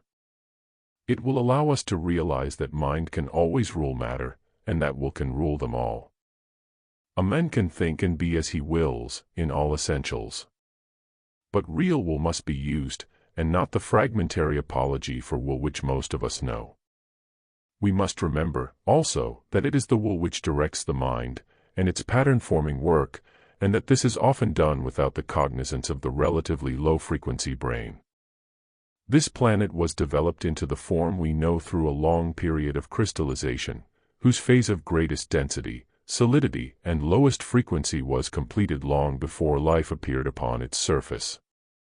With the coming of organic life, transmutation began, and a slow process of reversal commenced, so that for eons now heaviest physical matter has been disappearing. It is gradually being reabsorbed back, first into the realm of fourth dimension through the radium-like activity of the mineral and vegetable kingdoms, then into the realm of the fifth dimension of archetypal design. Maybe we could make the animal kingdom responsible for this if we knew more, and finally to that realm of will and purpose directing inspiration which is peculiar to men, and whose radiations are of the highest frequency of all. It would be interesting to reckon mathematically, if it were possible, the actual numbers of ions and electrons so far released by man's mind upon this planet as compared with the slower process achieved by other kingdoms. It would also be of significance to note the radiatory effect produced by a man of high and positive mentality as compared with an average individual. The electrons emanated by very potent types have at times been visible to human beings and have been given the name of a halo or nimbus. Modern science has even been able to demonstrate and photograph the colored radiations of the mind, so we are dealing here with accepted facts.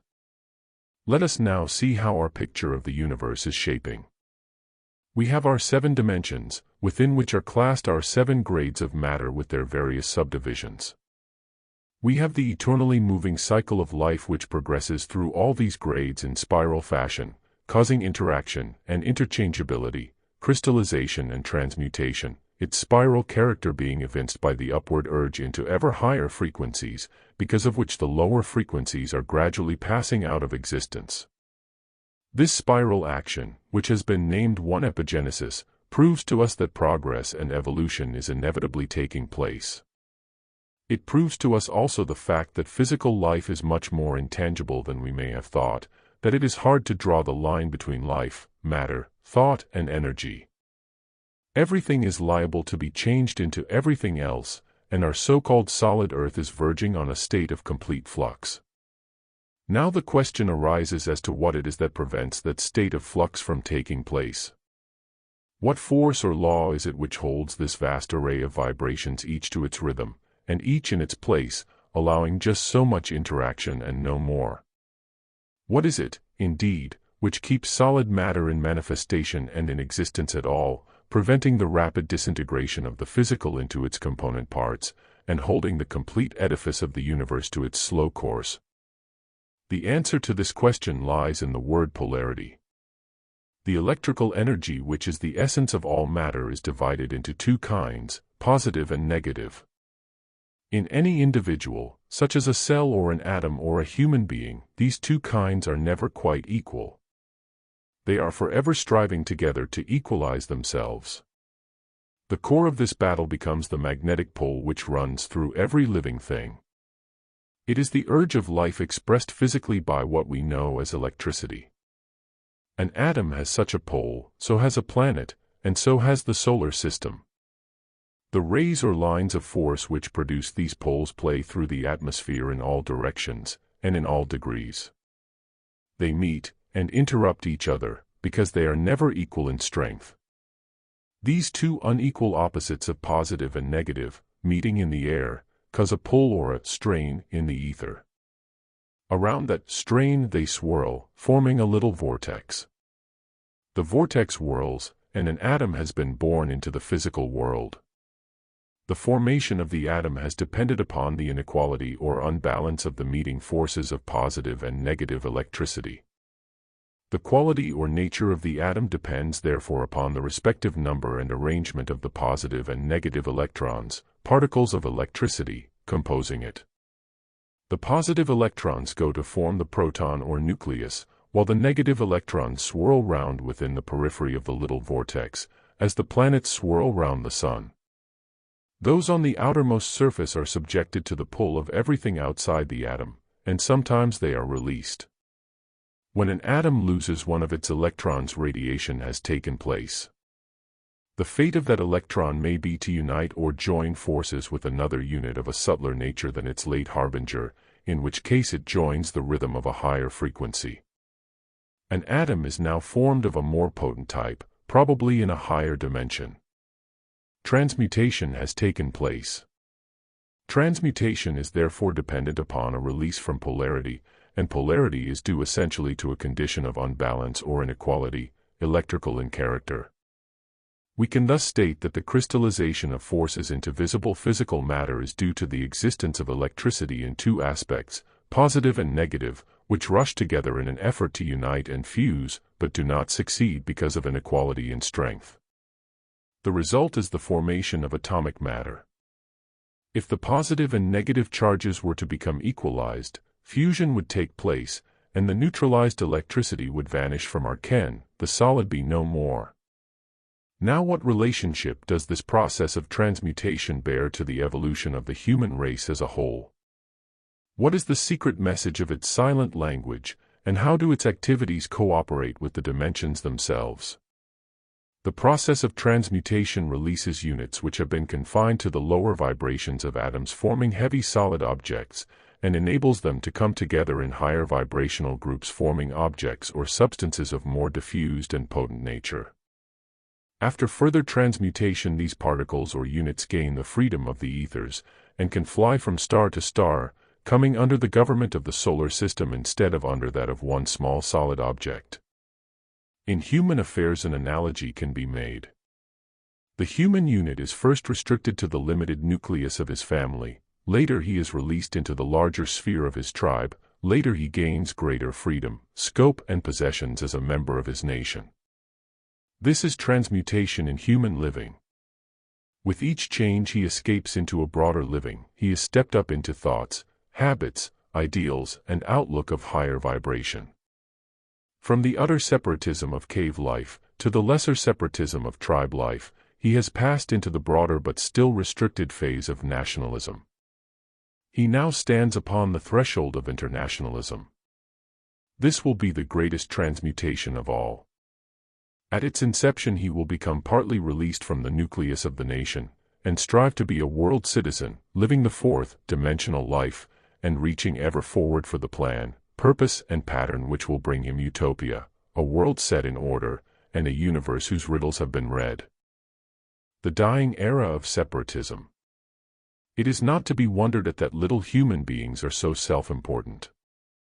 In truth, they are so complex, there are so many sides to them, so many possibilities, and they are linked with so much that is happening all over the universe, that even throughout their blindest ignorance they seem to sense their potential significance. They sense it subconsciously, and they translate this feeling each man according to his wit or his wisdom. We have understood that progress is brought about by a continuous cycle of the life force from the subtlest to the most solid matter and back again. This precipitation of the inner will and plan into visible matter we might call externalization. We can now study the way in which man himself, like a minute replica, repeats this universal process, having closely carried out this law of externalization throughout the centuries of his development. Man contains the essences of mineral, vegetable, and animal life within his organism. He contains within himself the patterns, designs, and qualities of all these kingdoms also. The lowest cells, microbes, and crystal forms find place with the highest animal types from the time that he is an embryo throughout his gradual development. Man contains within himself an expression of everything, great and small, within the universe. He is subconsciously aware of this. He has, throughout his history, externalized into objectivity or physical manifestation, one by one, all those things which he embraces within himself. He has externalized mineral, crystal, and plant forms in his architecture and sculpture. He has externalized his animal propensities in the form of animal deities. He has expressed his emotional and imaginative makeup in picture, in tapestry, and in poem. He has externalized every muscle and sinew in his body in the form of tools, machines, and engines. He has externalized his eyesight in the form of camera and cinema, his hearing in the form of music, telephone, and wireless. At present he is endeavoring to capture in externalized instruments the very cosmic rays and forces which play through him. His achievements are incessant, untiring, and astonishing. Throughout it all he still remains unaware of the process to which he is contributing. He does not yet realize that he can only make and express in outward physical form those things which already exist within his own being. Every quality, activity, mechanism, and force which he has so cleverly expressed in terms of machinery, chemistry, and tool exists in all its aspects, latent or functioning, within the periphery of his own body, together with those other inventions and activities which will play their part in the future. Because of the process of evolution, man is bound to externalize every capacity, to mold and wield solid matter exterior to himself and make it express himself, as it were. What will happen when he has completed this process? With this question our survey is being brought up to the point where we are to project our meditation into the future and visualize a new civilization. Let us make a solid foundation for our experiment by getting this process of externalization quite clearly defined in our minds. Man is filling the world with complicated machinery the while he has been neglecting himself. Humanity has become reduced to a condition of health, morals, and intelligence through pure neglect of and ignorance of its own inherent powers and its own potential perfection. There have been periods in history, such as the era of Greek culture, when this was not so, when man himself, with all his possibilities, was the object of study and development. The Greeks stressed man's physical perfection, whereas other ancient schools of thought usually stressed man's mental, psychic, and spiritual powers. But the implication that the human being was a creature of stupendous potentialities was always to the fore. The gradual sinking of men's interests into purely objective and utilitarian aims, which have come to usurp all the foreground of his consciousness, has temporarily reduced life to a process of mental, moral, and physical suicide. People have come to consider that they are on this earth to be comfortable and to be amused. They seek these states entirely outside of their own capacities, mostly in ways detrimental to everything they should be wishing to preserve. For this reason they miss the true point and trend of human progressive activities. Let us, however, follow the stages by which man copied the cyclic law and gradually crystallized everything within himself into outward external physical manifestation. Primitive man was apparently well aware of his inherent powers. He responded to many more vibrations, or at any rate other vibrations than those to which most of us react now. He was naturally and involuntarily psychic and telepathic and intuitive. The worlds of the inner dimensions held a paramount place in his life. He was intimately aware of those forces, which he called nature spirits, deities, and devils. He could read and reproduce many of the symbols, patterns, and shapes which have their origin in that stratum of the atmosphere which we have named the fifth dimension. If we wish to put all the doctrines of primitive man down to imagination, we must first explain why his symbols, deities, colors, and numbers bore the same meaning and significance all over the world at a time when intercommunication between continents was impossible. We must also explain why much of primitive men's beliefs are now being confirmed by modern science. We must also explain why, when later great civilizations arose, the most illumined minds directing those civilizations, such as Pythagoras, the Buddha, and even Christ himself, concurred with many of these beliefs and gave them importance.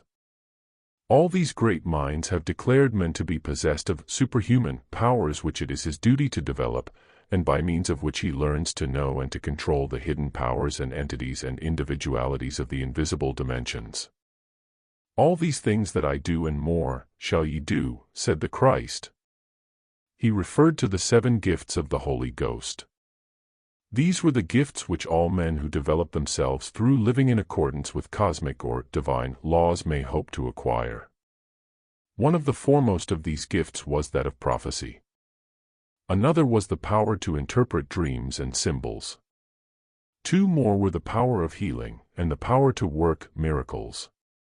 Clairvoyance was numbered among the 7, as was also the gift of tongues or the power to be understood by persons of all nationalities. Perhaps the greatest of the gifts was that of wisdom. In the Bible the significance of the difference between wisdom, understanding, and knowledge was carefully stressed. So also was the knowledge and thought which dwells in the heart differentiated from that which informs the brain. Now, after 2,000 years of development, can we readily understand all these distinctions?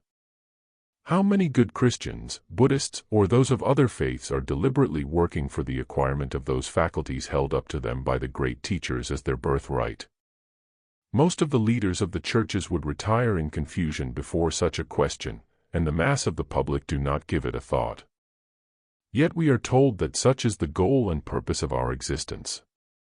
Man appears to have shelved his inner life while he gives his attention to the conquest of matter. He has left the understanding of himself and his own faculties to communities such as the spiritualists, who for more than 50 years have been demonstrating the existence of most of these superhuman gifts. They and others have established the genuineness of clairvoyance, of prophecy, of healing, of phenomena in the realm of miracles and of extraordinary knowledge possessed by the sub- or superconscious mind. Together with the hypnotists and the mesmerists they have done a valuable work in uncovering latent human powers, especially the capacity of the human mind to function in and as a part of the fourth dimension. The significance of much of this work has not yet been grasped by the public, perhaps not even by the experimenters themselves. Meanwhile, men in the mass continue with their work of externalization.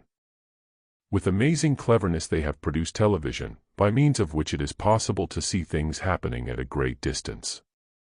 There have been numerous attested cases of people who, while under hypnotic direction, were able to project their sight to a distant town and correctly describe what was taking place there. There have been numberless cases of involuntary personal television whereby a person has been made aware of the dangerous predicament of a dear one, or of some other occurrence perhaps not relative to themselves. The fact that there exists within the human makeup something which corresponds to a television set has been proved beyond dispute. Yet up-to-date man neglects his own private ready-to-hand television set and goes to superhuman effort and trouble to manufacture artificial ones. It is the same with wireless. Medical cases have been known where a person apparently contains a wireless receiving set within his head, and involuntarily hears music from all quarters of the globe. The lunatic asylums are full of unfortunate people in whom the propensity to hear a variety of voices and sounds beyond the average, and in spite of themselves, is their only irregularity. The ancient savant, priest, or mystic was usually instructed by voices unheard by men of less sensitive mold. Throughout the centuries it has been known that this personal wireless does exist. It has now been exteriorized into the wireless instrument that all may use without any personal effort or understanding of its laws. It is the same case with the telephone. This takes the place of the capacity for telepathy, which is one of the dormant faculties that man shares with many of the insects and animals, and which is still present to a marked degree in some of the remnants of earliest peoples. The power to respond in various ways to the radiations of the fourth dimension is an inherent faculty belonging to the animal nature of man, which he shares with all the lower kingdoms. Animals, birds, fishes, and insects, as well as the vegetable kingdom, all rely on instincts which are governed by their intensive reactions to electrical and cosmic radiations. It has been realized that the antennae of insects, the feathers of birds, the tails of animals, and the hair of men and of plants are all intricate wireless receivers, or lightning conductors, which are used, when not in a state of atrophy, to bring a world of information to their owners. The unnatural and destructive influences of man's present mode of life have inhibited most of his wireless faculties, and those which may still obtain are mostly involuntary, disorganized and distorted. Any person who therefore evinces potentialities or tendencies of these kinds is usually marked down as a pathological case, or at least as eccentric. In order to discover the existence of some of these cases, the first places in which to look are in medical records or in lunatic asylums. Human beings are indeed in a very sorry state compared with what they might and should be. This is due to the fact that for so long a period man has sacrificed himself utterly to the conquest of exterior physical matter. Physical matter has wielded a greater attraction for him than his own wonderful self, and he has automatically applied all his inspiration, his strength, and his time to controlling and wielding it. Instead of mysticism, occultism, or spiritualism, man has been governed by matterism or materialism. He has concentrated upon the outer shell, the least powerful of the suggested 7 dimensions. Therefore he is only about 1/7 as powerful a creature as he should be. Glance at the tired, dull, misshapen faces of a city crowd and this truth will come home vividly to us. So far human beings have filled their lives with a tremendous accumulation of complications, machinery, factory, workhouse, and shop, of a type which entails the youth of today toiling at automatic thought-destroying jobs before he has had time to profit by such education as is available. This is all done in ignorance that it is unnecessary, and that mankind could himself be trained to flower forth as the perfect instrument, enabled with his own mind to master the vibrations and control them at his will, using the human body as his one universal instrument. We may suspect that a day may soon arrive when man achieves the development of all his own latent powers, and then factory, machine, instrument, mine, and quarry will gradually be reduced, as largely the relics of a barbarous past. This sounds like a fairy tale, but it is the first hint of our approaching exploration into the future. Further meditations will lay the picture bare before us. We shall behold the time when the era of externalization is over, and men will reabsorb a large number of their inventions back into themselves where they truly exist. A further phase of transmutation will have taken place.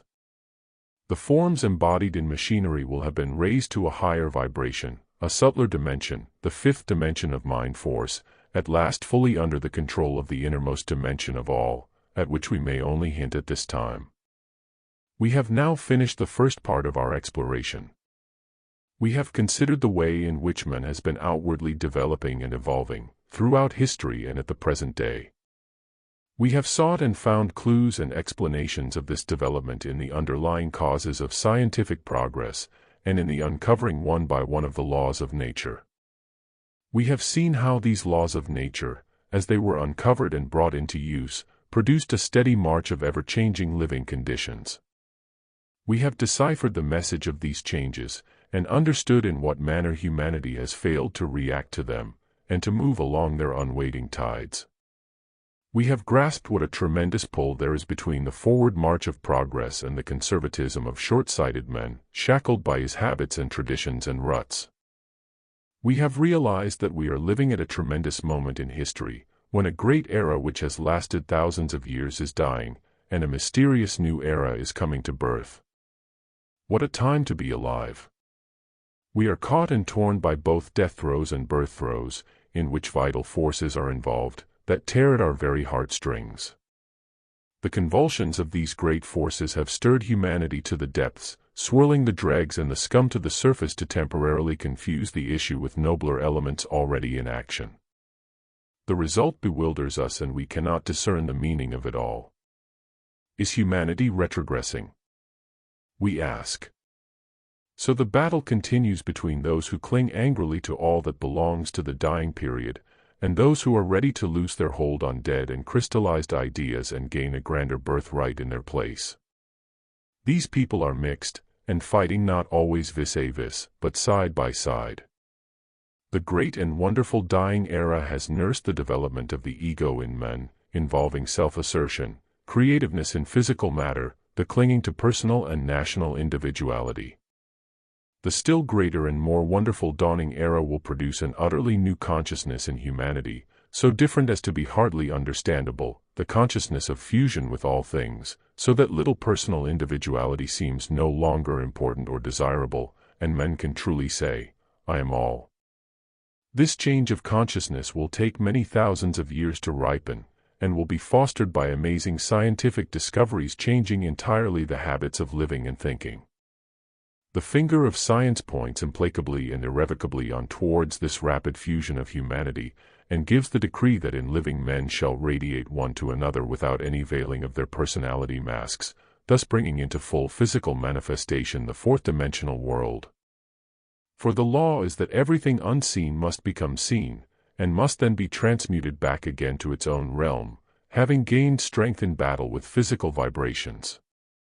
Man's personality, his emotional nature, has been waging its long war with physical life and wielded it most wonderfully to express his ardor and his devotion. The time for mental growth is now at hand. He is to learn to wield physical energies with his mind, in ways that he cannot now understand at all, but which will bring him to an undreamt of power, and to a far less limited existence. It is this entrancing world of future wonder which we are now ready to explore, in all its aspects. To do so we must ourselves in a small way wield and direct our minds into that realm which is to be their future heritage. Part 3. Contemplation. The Oracle speaks. The dawning era of change. The dawn of a new era. How thrilling that sounds. Has it ever happened before in this way? Is it one of those things like the modernity of the younger generation, which have always been in people's minds? No. History has seen the dawn of many great civilizations who perhaps considered themselves all-important in the world, in some cases being unaware of the very existence of much of that world. Whereas the era dawning today embraces all the world, and is working already upon the minds of men everywhere, irrespective of nationality, religion, and government. The mind of deity is meeting the mind of men through his interest in science and the laws of being. The crystal clear and crystal cold truths of deity's planning and the movement of his will are becoming dimly discernible. They are absorbed by the subconscious of the scientific mind long before the brain can formulate them. The struggle of Einstein to express his fourth dimension resembled the urge of a man partially blind to explain color to his totally blind companions. Einstein had glimpsed it to the degree that he could only express it in figures and in the language of science. He had become aware that time and space do not really exist as we know them, that they are but little aggregations around ourselves, and that their reality in grander and greater terms must be something unrecognizable to us. He tried to express, in figures, and in the hard terms of this mechanical age, the mystery which has been embodied in symbol, in poem and in philosophy, in ancient Peru, Egypt, China, Tibet, and India, by the Einsteins of the mystics' age. For in fact we may rightly say that the mighty dying era has been the era of the heart, of the mystic and of the devotee, while the dawning era is that of the mind, the occultist, the one who deliberately cooperates with the plan of being. Be ye wise as serpents and harmless as doves, commanded Christ, whose mind was as profound as his heart was great. 2,000 years have passed before this admonition has penetrated into governing diplomacy. It is possible that Mr. Neville Chamberlain may go down in history as the first statesman to bring this spirit with definiteness to the forefront of politics, even though it turned out to have been premature. And be it remembered that he had the greater part of his public with him. The old martial spirit which was a natural part of man's equipment is soon to die with a dying age, is actually dying in such countries as France, Britain, and America already. These countries will do what they feel they have to do in martial respects, but the lust for battle has gone. It has gone in many other quarters too, although this is not yet so obvious. Man's most primitive instinct, violence and antagonism, is losing ground rapidly. It has made havoc of his culture for eons, but the glorious day of his delivery from this slavery is drawing near. This seems a strange thing to say at this time of unprecedented slaughter and persecution, but the very outcry against it all may give us a clue. Just as the drunkard plunges into his worst orgy on the eve of his regeneration, so also an aroused humanity behaves. The scum boils to the surface in the heat of blind struggles and strivings for a better world. For most men are idealists now. Whether they are fascists, communists, Democrats, they are all willing to suffer for their cause. This uprush of responsibility in their collective subconscious produces very often, as in the individual, first of all an orgy of the worst passions in their last attempt at mastery. Let us remember this when we read of atrocities and outrages. We put an individual case in an institution or try to help him to reclaim himself, and are prepared to forget all if he does. The same rule must apply to the national unit. The dawning age will be marked by a growing disinclination for recrimination, for sensationalism, for revenge, and even for punishment. People will be too busy with reconstruction to spend time about that which is done. They will be too occupied in showing forth men's newly discovered possibilities to be sunk in inhibitions. These possibilities will negate the attraction of physical possessions to a large degree. It is not difficult to imagine what a difference this would make. In Contemplation we are now drawing to us a vivid picture of the men of the future, an individual of quite different standards, ambitions, values, and capacities to any we could find on the earth at present. For it is necessary to realize that things are bound to come which will be far more wonderful than anything which has happened before. Progress and change has always gone on, but latterly it has become speeded up and intensified and world-embracing. It will lead rapidly to profound changes not only in man's outward living conditions, but in man himself. If we could take a man who lived eons ago at the beginning of the great passing era, and put him down in the middle of civilized life today, he would decide not only that the world was full of miracles and supernatural contrivances, but that modern man himself is a miraculous and supernormal being.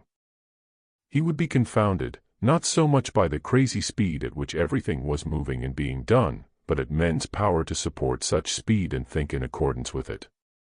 To our prehistoric friend, the speed of train and car and plane would seem annihilating enough to a human being, even as confounding as being shot to the moon, walking on its surface, and being shot back, may seem to us. Our reincarnated savage would look round on a populace who, in spite of an unhealthy, stunted and weedy appearance, were yet able to perform feats which necessitated a nervous system quite incomprehensible to him. The fact that everyone can perform without thinking the extraordinary act of reading, the possibility of any little girl of the people becoming a telephone operator.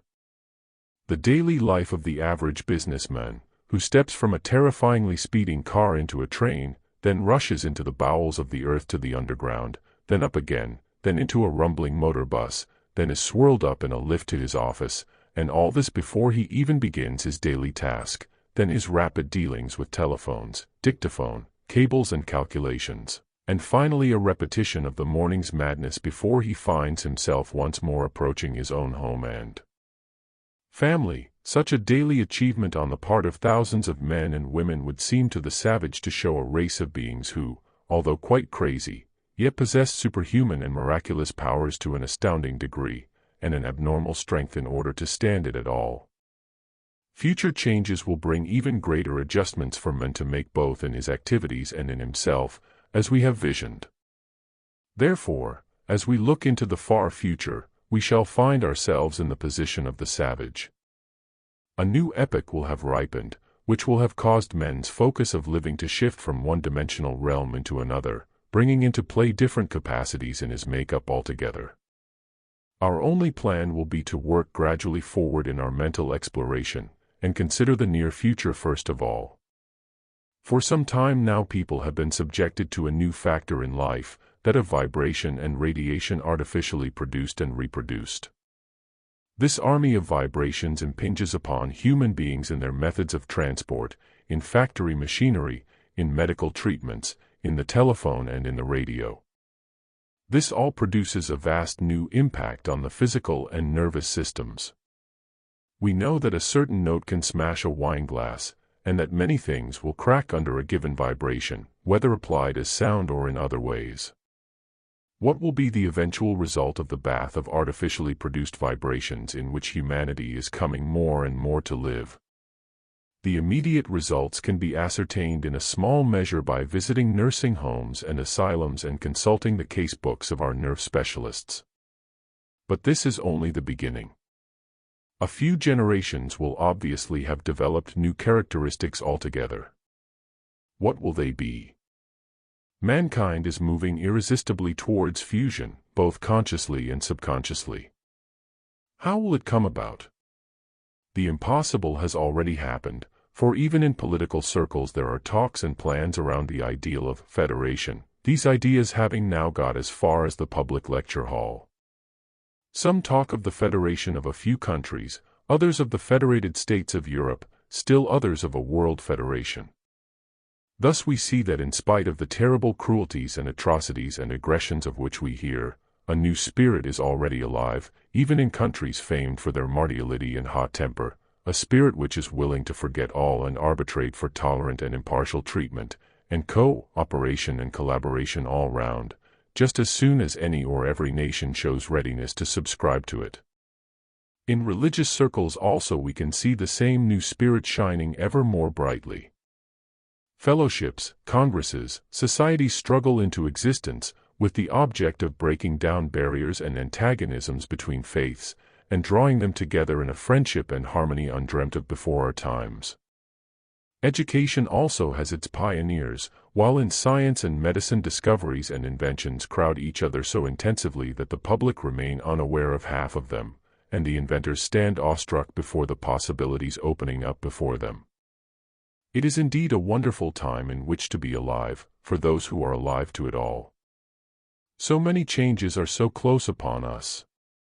We will soon see the beginning of a definite and courageous attempt of a representative portion of humanity to make a stand against old habits and mistakes, and to begin actually and deliberately to lay the foundations for a new civilization. This will not be the work of the recluse or visionary, but of those at the helm of public affairs. These things must and will come to pass. Not only do they represent the only way out, but humanity is too brave and too full of inspiration and endeavor to continue the process of self-destruction and self-immolation which threatens to end in international suicide. It will be our endeavor to contemplate on the course which world salvage will take as the new age gathers strength and develops more obviously. We will consider our subject from the angle of politics, health, religion, science, and living conditions. Working from the universal to the particular, we will begin with international politics and coming changes in governing methods. The future of government.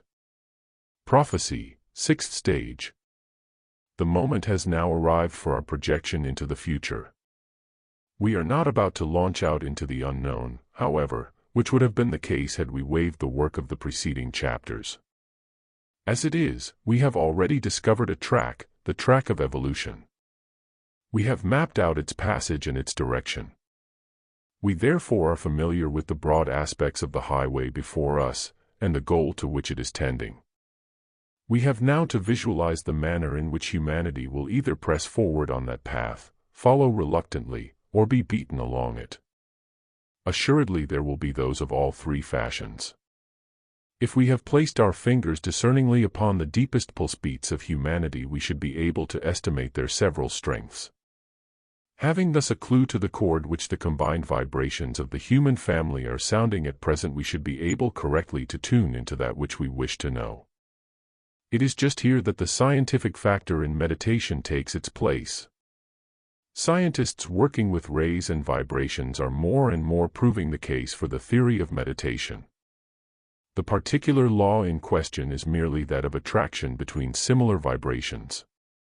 Such vibrations are drawn to each other from anywhere in the universe, with the rapidity consequent on their fourth-dimensional quality.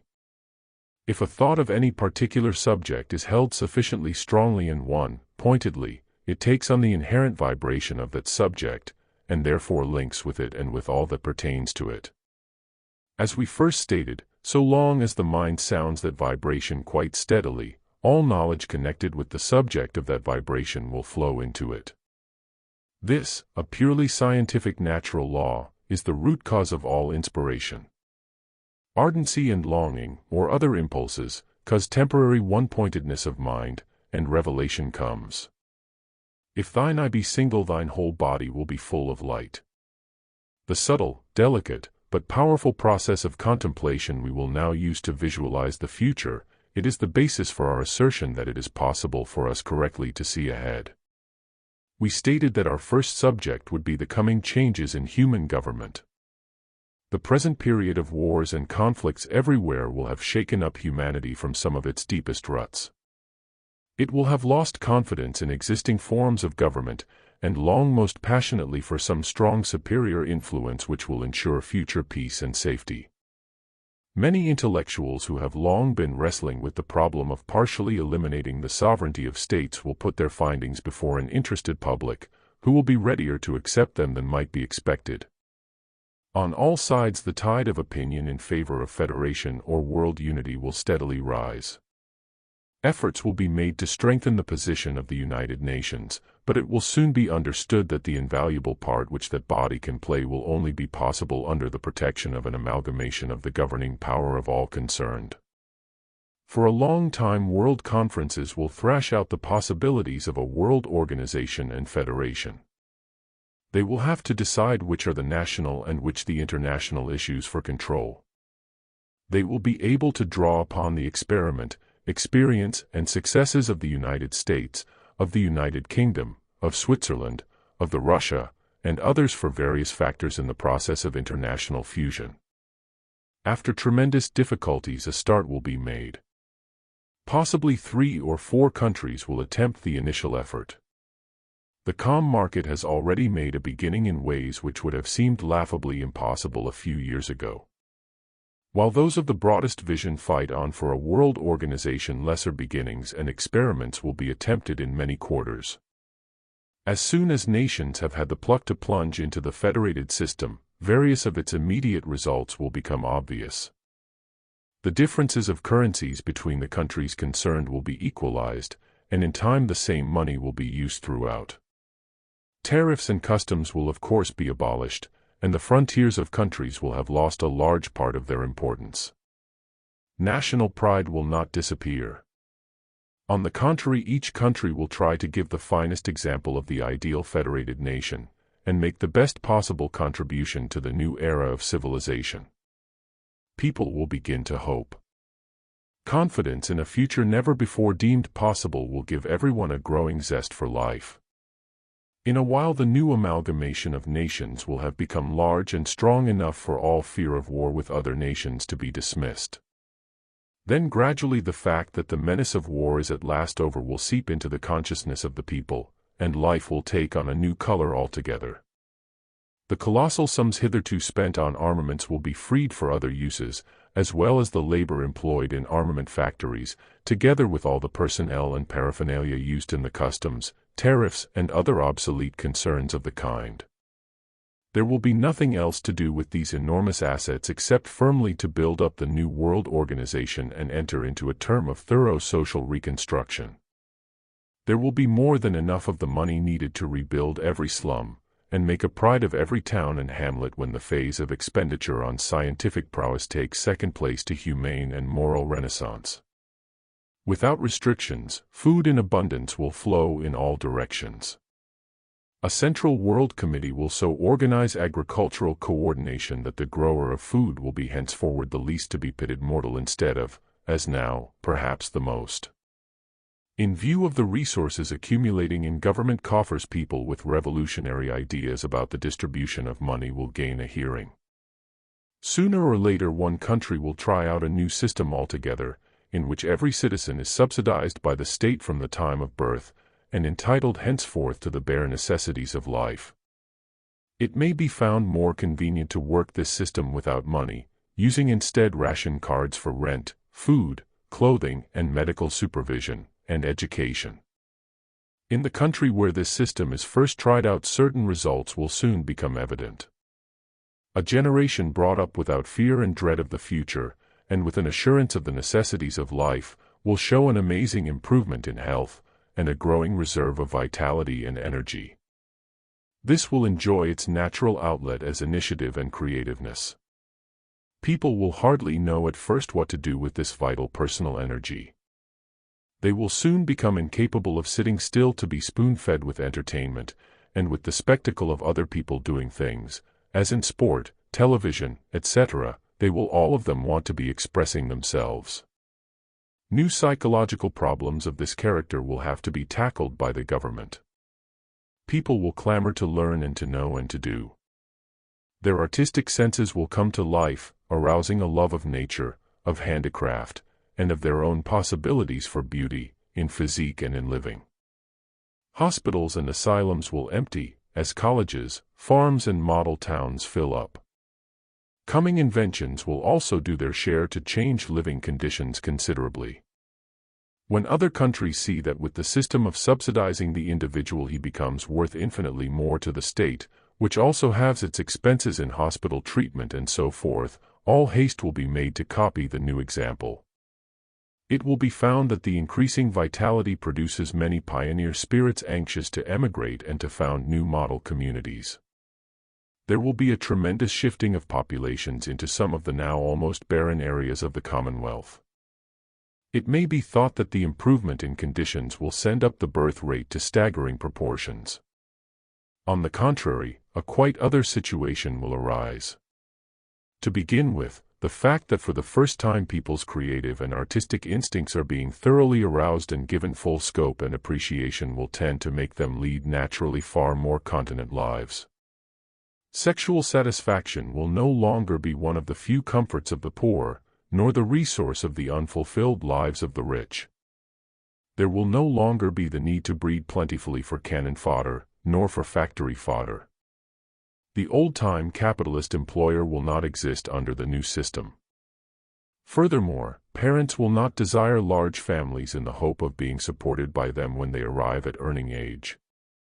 People will be taught and encouraged to have children only for love of them and pride in their upbringing. Subsidized children will do away with much of parental possessiveness and tyranny, and many one-time inhibitions will cease to trouble them. So far we have not touched upon future religious, educational, or medical advantages at all, or even scientific ones. The utopia we have visioned will come about to the degree we have stated through international governmental changes alone, purely through the ceding of sovereign state authority. It will be the result of the first major effort at integration, the casting down of the primitive elemental barriers of national rivalry, self-seeking and brigandage. It goes without saying that such changes cannot come about except under the influence of the highest ideals, the most spiritual confidence, and the most practical of mentalities. They must be the result of true religion and true education. They will work, not as a vicious circle, but as a virtuous circle, the one achievement opening naturally out into another. We must realize also that this utopia will be won only at the cost of superhuman effort, first among the few, and lastly among the people as a whole, when they have been taught to understand the goal in view. There will be, of course, many difficulties along the way, many passages of despair, many deadlocks, and even retrogressions. But the vision has already been seen and grasped by earnest minds in many lands. It will call irresistibly, and men will know no rest until they have brought it to fruition. All those who say that it cannot be, that it must not be, and who fear, dread or deny the possibility of such changes, are merely people still chained to the third-dimensional vibration and all its thought accessories. Those to whom the vision appeals, who have faith in its goodness, and in its inevitability, are the people who are already drawn into the fourth-dimensional vibration of living and have given it their allegiance. Those who, while agreeing that such a utopia would be marvelous, yet declare that human nature will not change, and that it is merely a dream, are existing with a foot in either dimension, and will be very nerve-wracked people. Finally, there are those who not only believe in the coming utopian state, but are energetically planning it in detail. These happy forerunners have already touched with their courageous minds the vibrations of the fifth dimension of living, and are humanity's greatest benefactors. They will soon be busy with much novel work. National and international psychology will constitute one of the new sciences. The development of the ideal of federation will cause the conception of a family of nations to grow, until each nation takes on in people's minds the aspect of one member of a family and comes to be regarded as an individual. The psychologizing of the individual person will be developed to a most interesting degree. The same technique will be applied to the nation as an individual. The especial vocation of each human being will become a growing study, involving an understanding of his particular potential contribution to society, together with the especial virtue which in his case makes it possible, and its complementary vice. In the same way it will come to be recognized which is the particular part any nation is to play, and which should be her unique contribution to the whole human family of nations. Her especial virtue will be acknowledged and she will be put on guard against its complementary vice. In this way each nation, with its unique gift to offer to the community, will acquire its own importance and individuality and the appreciation and aid of the entire world, to a far greater degree than any autocratic sovereign state has ever been able to command. In such ways the lesson will gradually be learned that it is only by eliminating those barriers which were especially erected to preserve individuality, importance, possessions, and power, that these attributes can really be attained. It is only when an individual clings to nothing that he can gain everything. He who loses his life shall gain it. An entity, whether a person or a nation, gains so much extra power, vitality, and interest, the moment fears, inhibitions, and restrictions are cast away, that his presence becomes a necessity to those around him. He need never fear for his place in the sun. He has become a sun himself, because he has thrown off all which impeded his natural radiations, and all will delight in his rays. People have become blinded to these grand simple truths during the long reign of separatism. The manifold lessons which fourth-dimensional activities are bringing home to them will soon accustom them to think in terms of radiations, and then conceptions of life will inevitably change. Students of national psychology will make it clear that nothing can ever destroy a nation, even a very small one. We see such nations still survive after having been invaded, annihilated, crushed under a foreign heel, and lost to sight for hundreds of years. They are liable to rise from their own ashes at any time, and show that their language, customs, and characteristics have miraculously survived it all. The Jew gives us a classic example of the deathlessness of a racial entity, and many other different cases of survival will come to mind. Therefore, those who fear that federation and fusion between states will cause them to disintegrate and degenerate might first study history. They might even study a small country like England, which began life in the usual way as a conglomeration of little warring states, but has been closely welded as a nation for around 1,000 years. Yet her different counties, having existed all the while without the slightest barrier between them, with the populace free to move from place to place as they will, have still preserved their various characteristics, their customs, and their accents, in some places to a remarkable degree, as, for example, the little Duchy of Cornwall, whose natives still speak of those from outside its borders as foreigners. The amalgamation of the nations which is to come will take place in some respects spectacularly, but also in subtle gradual ways, so that many of the most important modifications pass with hardly any notice. At times disturbance, friction, and conflict will appear to outweigh the progress which is being made. But the pioneers will never quite despair. Their inspiration will be fed by the secret drive of evolutionary forces beneath the surface, and in spite of itself, long-suffering humanity will at last become aware that in truth a better civilization has been born than they had ever dreamed of. The future of faith. We are each the result of what we believe. The muddles in the world today testify to muddled beliefs, and therefore to muddled motives. Men have muddled the issues and the clear-cut instructions of the fine religious doctrines which have been bequeathed to them. They have superimposed their own separatist attitude upon them, and flying straight in the face of implicit statements and commands, have rearranged them into a compromise with their preferred way of living. Christ instructed those who would preach his gospel to go forth without money or possessions, living the simple life. Man has replied with such a construction as the opulent Church of Rome. So many and so flagrant are the ways in which men have disobeyed the decrees of their faiths that we need not waste time with a description of them. We are now looking to the future. The past is sufficiently known to us. We have seen that so far men have been largely ruled by their emotions, especially in regard to their religion. In fact, a man's religion has been definitely confined to the realm of the emotions. For him to have considered his religion to be on a par with scientific thought and practical common sense would, for some peculiar reason, have been looked upon as blasphemous. This is because the spiritual life of man has been strictly treated as something intangible, psychic, vague, mystic, ecstatic, the cause of this, as we have seen, lying in the fact that he has been passing through the era of the mystic, the era ruled by emotion.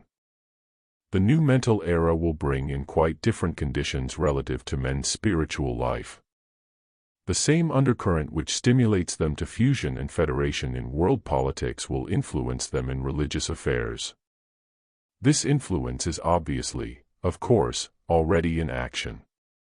The seeds have germinated, producing several movements such as the World Fellowship of Faiths and the Interreligious Fellowship, which have been growing and developing for some years. It is uphill work.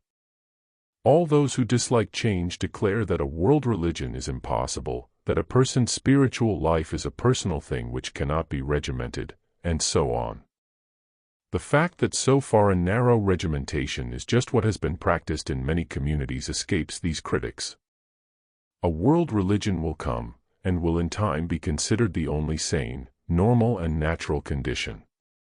Men will look back upon the times when bloodshed, bigotry, irrationality, and corruption sheltered safely under the wing of religion with incredulity.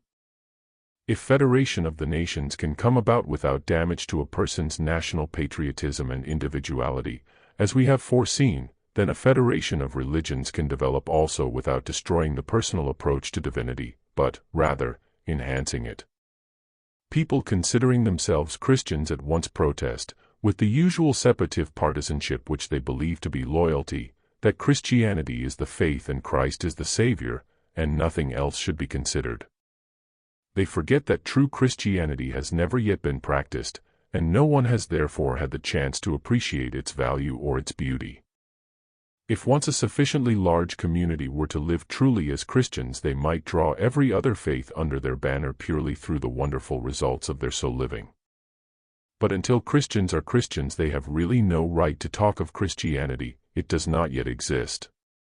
Christ and his teachings exist, but Christianity as he desired it is yet to come. There have been glorious isolated cases of Christian lives, but a truly Christian government, Christian law court, and Christian church has never been established, so how, then, could the people follow? They have only been muddled. The government of a so-called Christian country must at least bow to the 10 Commandments, one of which is simply, "Thou shalt not kill." The government send people out to war, the church blesses them. The law court condemns a man for killing another, and kills him in its turn. The church is against adultery and divorce, while the law condones and arranges it. It is all ridiculous. As soon as the mental era begins to ripen, people will see how ridiculous it is. Many of them see it already, and instead of revolting against inadequate legal and religious attitudes, they revolt against law and religion altogether. They are then called moderns, and people leave it at that. This paragraph will probably be called pacifist, another name meaning nothing much. The question in point is not pacifism, but true Christianity, which is a vital question for everyone. The Buddha preached the technique of being. The Christ added to this the technique of doing. Right action is founded upon right being. The doctrine of Christianity was, in a way, superimposed upon Buddhism, carrying the spiritual development of man a step further. It crowns all former religions, was brought by the greatest teacher of them all, and is still far beyond men's powers of achievement.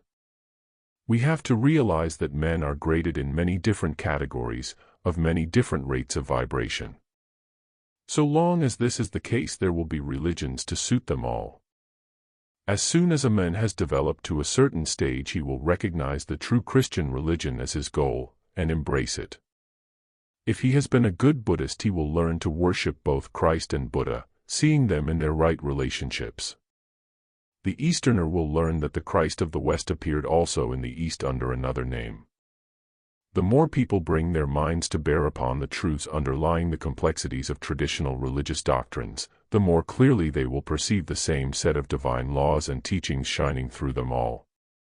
The transition from the era of mystic emotional religion into the coming era of occult or mental religion will show forth Christ and his words in a different light. He will at last be understood as a profoundly scientific and practical teacher, with a mind full of tender humor and logic.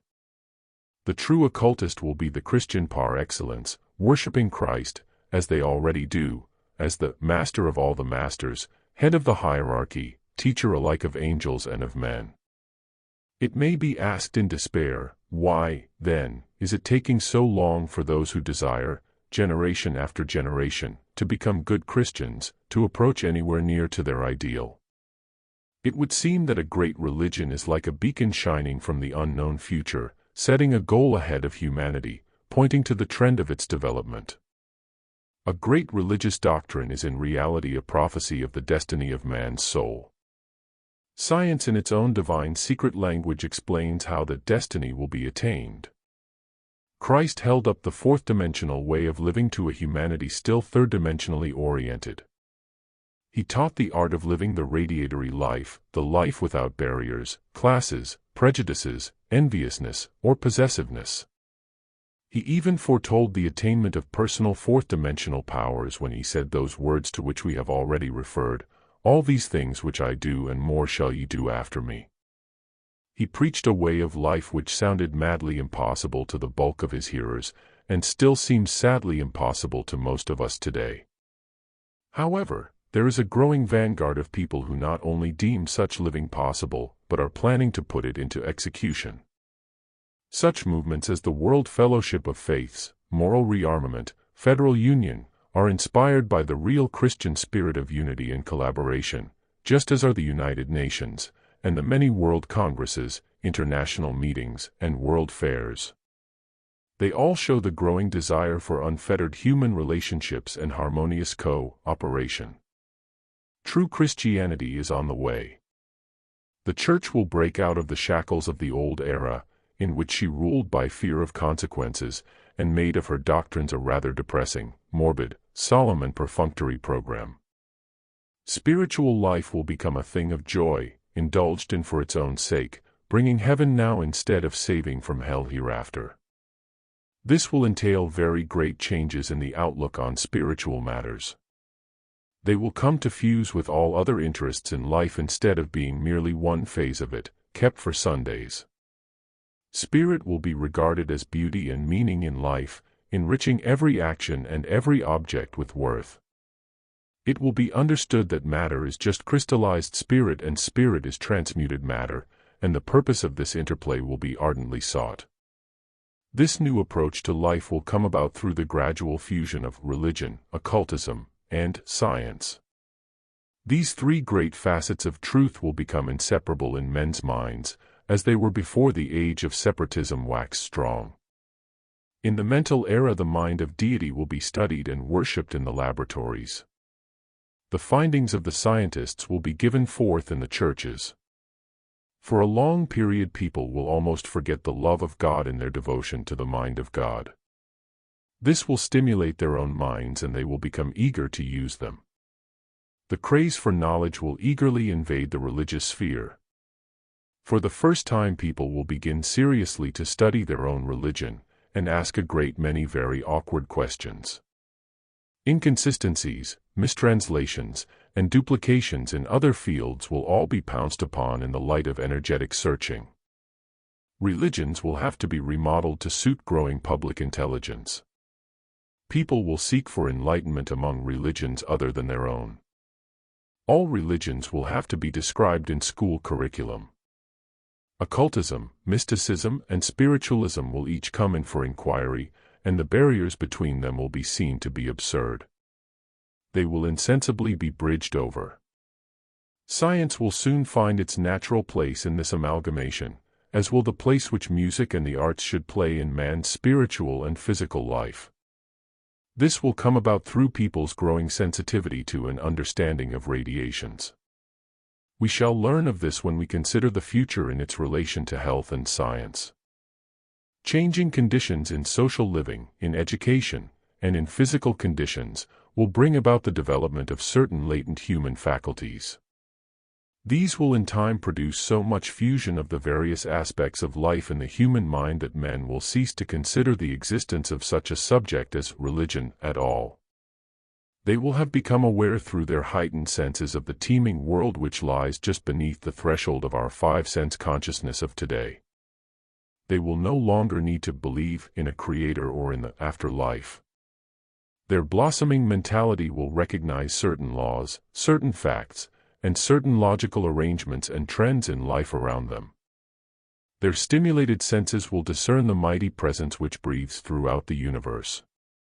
The new conditions of living which we foretold in the last chapter, having set free a great store of vitality, of brain power and of joie de vivre in human beings, they will sense divinity most vividly in nature around them, in the beat of every bird's wing, in the tossing of sea waves, in the atom under the microscope, and in the brilliance of the scientist at work upon it, in the miracle of their own birth, nourishment and growth, and in the potentiality of their own minds.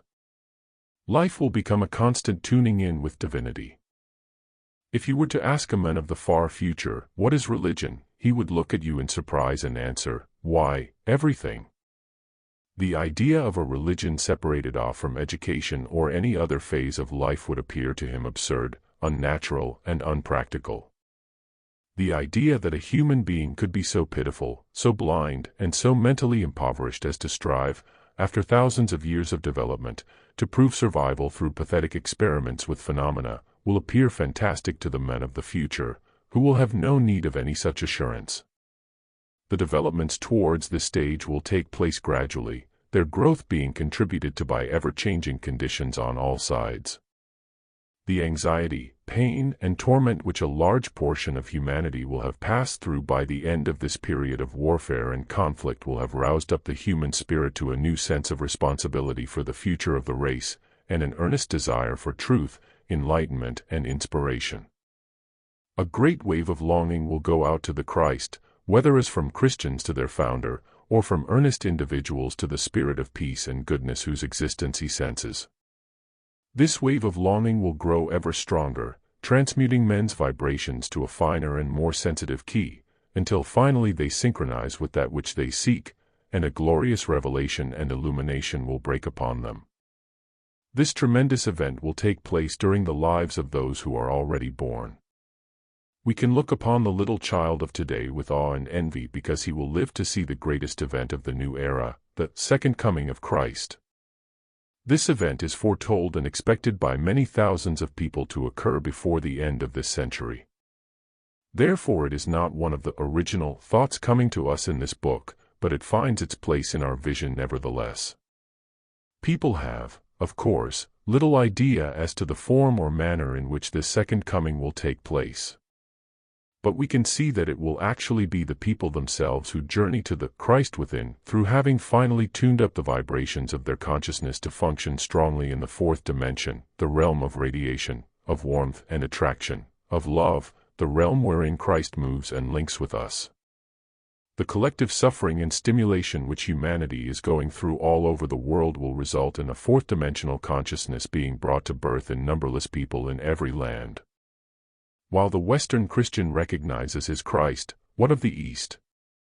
The Easterners, who have still preserved to a certain extent their link with the fourth dimension, their assurance of, rather than belief in, deity, their unquestioning acceptance of survival, and their acknowledgement of rebirth or reincarnation, will surely take easily to the further development ahead of them. In the East they believe in the Lord Maitreya, who is to appear again amongst men. Occultists declare that this is the Eastern name for our Christ, and that when revelation breaks upon both the East and the West they will discover that their awaited lords are one and the same being. If this is the discovery ahead of mankind, then it can clearly be understood how easy the path will be made for the coming world religion. The coming mission of the Son of God, worshipped throughout so many civilizations under so many guises, will be the ultimate fusion of men's spiritual lives into a harmonious whole. How long it will be before this uniting is achieved, and how much of difficulty and conflict will have first to be passed through, need not concern us here. We have glimpsed the glorious vision of the future through the facet of what we call religion. We must proceed to fill in our picture through the medium of other facets.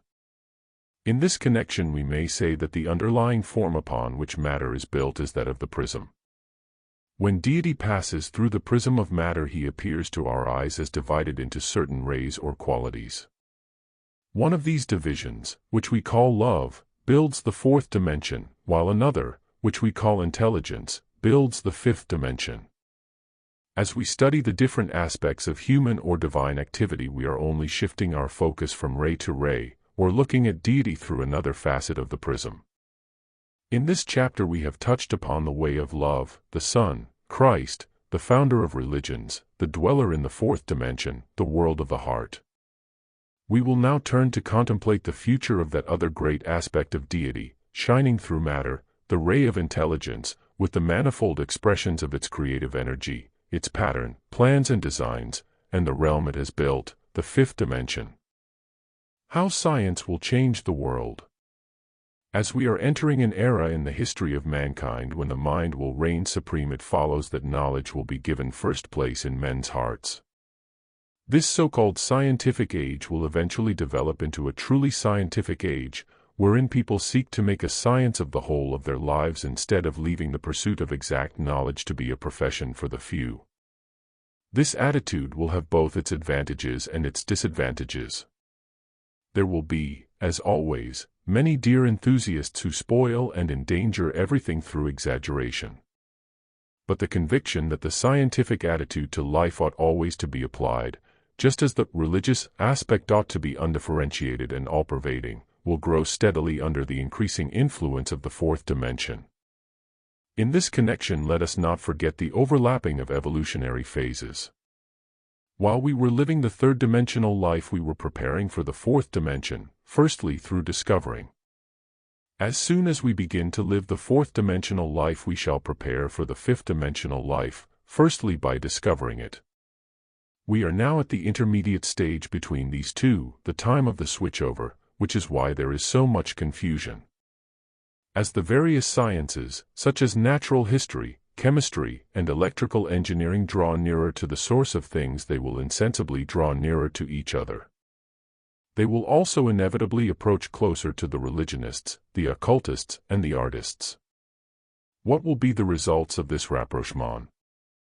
As the whole of scientific interest will be mostly involved with the subject of radiations, it will soon be realized that one of the most potent instruments of radiation is the human mind. As soon as many phenomena of the mind which are now skeptically waved aside are scientifically understood and accepted, an intensive period of mind study and mind culture will make its appearance. The possibility of provision through carefully trained thought and meditation, similar to what we are now doing in this book, will be accepted. The enormous help which certain methods such as this might be to science will become apparent. People who are already trained in thought control and meditation will be eagerly sought out. They will be discovered in the ranks of those who go under the names of occultists, mystics, or, in rare cases, mediums, but whom we can class under the name of mind scientists. Soon these latter will work in close collaboration with orthodox scientists as well as with the advanced creative artists. The result of this fusion will be interesting. The mind scientist, when using his powers of prevision, will be able to indicate to both scientist and artist the trend of evolution, and the discoveries and events to anticipate. By this means the scientist of the future will already know what he is going to discover, he will know what to look for and expect, and he will be saved a vast amount of time and labor and lack of recognition. The artist also will be given inspiring visions for his works of art and will thus be enabled to give forth impelling messages to the public. Scientists will be drawn together, for the same reason that the threads in a spider's web converge to a center. Their ultimate goal is identical, to uncover the forces and the secrets of the fifth dimension. Their approach to this is bound to be along the avenues of radiation, because it is the fourth dimension which links the third to the fifth. Men have only touched the fringe of the colossal world of radiations, a world in which our Earth swings like a little pellet, influenced by the millions of rays of all kinds and sizes which play through it. Point 1 Each time the scientist isolates, studies, and uses a fresh radiation, he opens up new possibilities, new discoveries, and new inventions, any of which may have a profound effect upon the lives of his fellow men. The vista which stretches before us into the future shows the most amazing new world being rapidly opened up by the scientists, and an array of discoveries which changes life like a fairy tale. Indeed, that is a good simile, because the coming age is nothing if it is not an age of magic. We know that magic is supposed to be a power that man wields in his own person, over forces which are behind physical manifestation. The greatest of the coming changes will be in man himself. In a world where radiations reign, he will begin to use his own instrument for their control, the mind. The results of this will be almost beyond our present powers of understanding, so we must go slowly. Where shall we begin in our enumeration of coming wonders? Many of them are not so much new inventions as further developments of existing ones. In photography, for instance, a more delicate lens and developing medium will be invented, with which strange and inexplicable pictures will be taken. By the time this invention is perfected, it will be known that photographs are being obtained of non-solid life, of innumerable strange phenomena all inextricably mixed, which are held in the ether. A vast amount of trouble and controversy will go on over these strange impressions, which will be claimed by spiritualists as their final proof. The scientists will insist that they are purely scientific. At last a system will be perfected by means of which lenses are tuned to a variety of vibrations, and then the fact of the different ethers and their contents will become established. All this while clairvoyance among ordinary people will develop rapidly and will be corroborated by these photographs. The art of psychometry, or the reading of the ethers, will take its place as a serious science. It will be learnt that certain strata of the ethers are impressed with images of places and events of the past, in the same way as would be a photographic film. As, however, these impressions are made on fourth-dimensional substance instead of third-dimensional, or physical, they are necessarily under different laws to those of the photographs we now know. They are under the laws of radiation, and may be of many classes and due to various causes. They may either belong principally to the class of simple images impressed upon the ether from physical forms, or they may be originated from the fifth dimension, rayed out from their source as we have already described, in which case they can be of any size. It will be discovered that a certain combination of atmospheric conditions, of heat, moisture, and electrical content, will enable the ordinary human eye, when just at the right angle, to catch glimpses of some of these etheric photographs. It will be realized that something of the kind has occurred every time a ghost has been observed in the past. It will be learnt that when a person walks along, his image is lightly impressed upon the ether along the whole length of his passage. Attempts will be made to photograph this in the endeavor to obtain an etheric moving picture. These attempts will eventually succeed.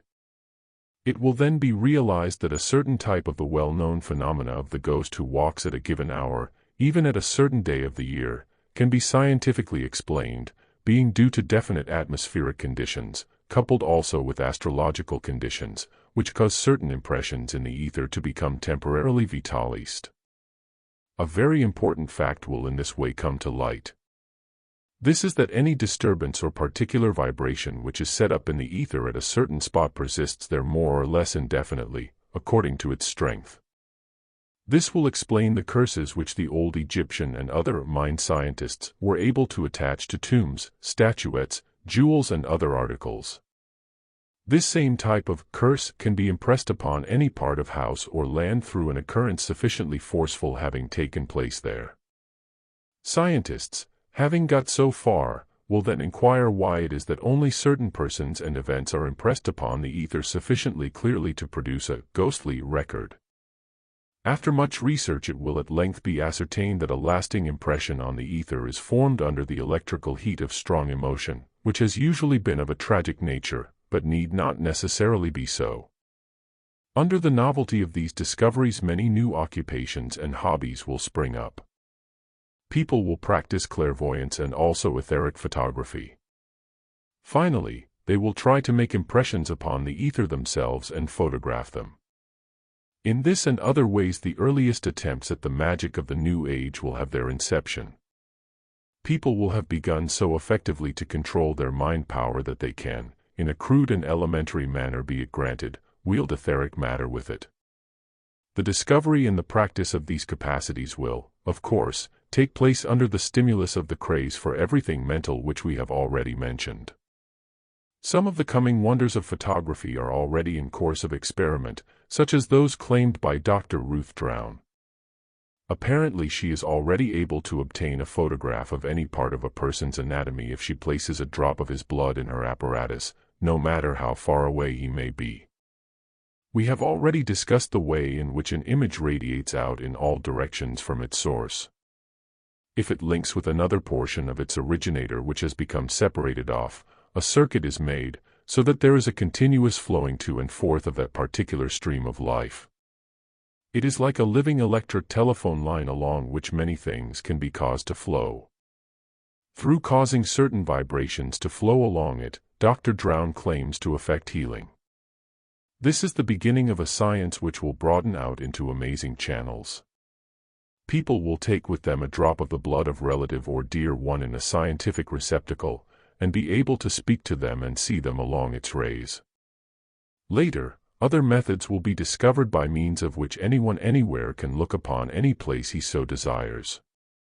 The instrument which we now know as television will have become obsolete. Later on again, people will find it superfluous to carry about the little blood receptacles of their friends. They will learn instead how to memorize the vibrational number of any person and impress it upon the ether to form their mutual receiving station.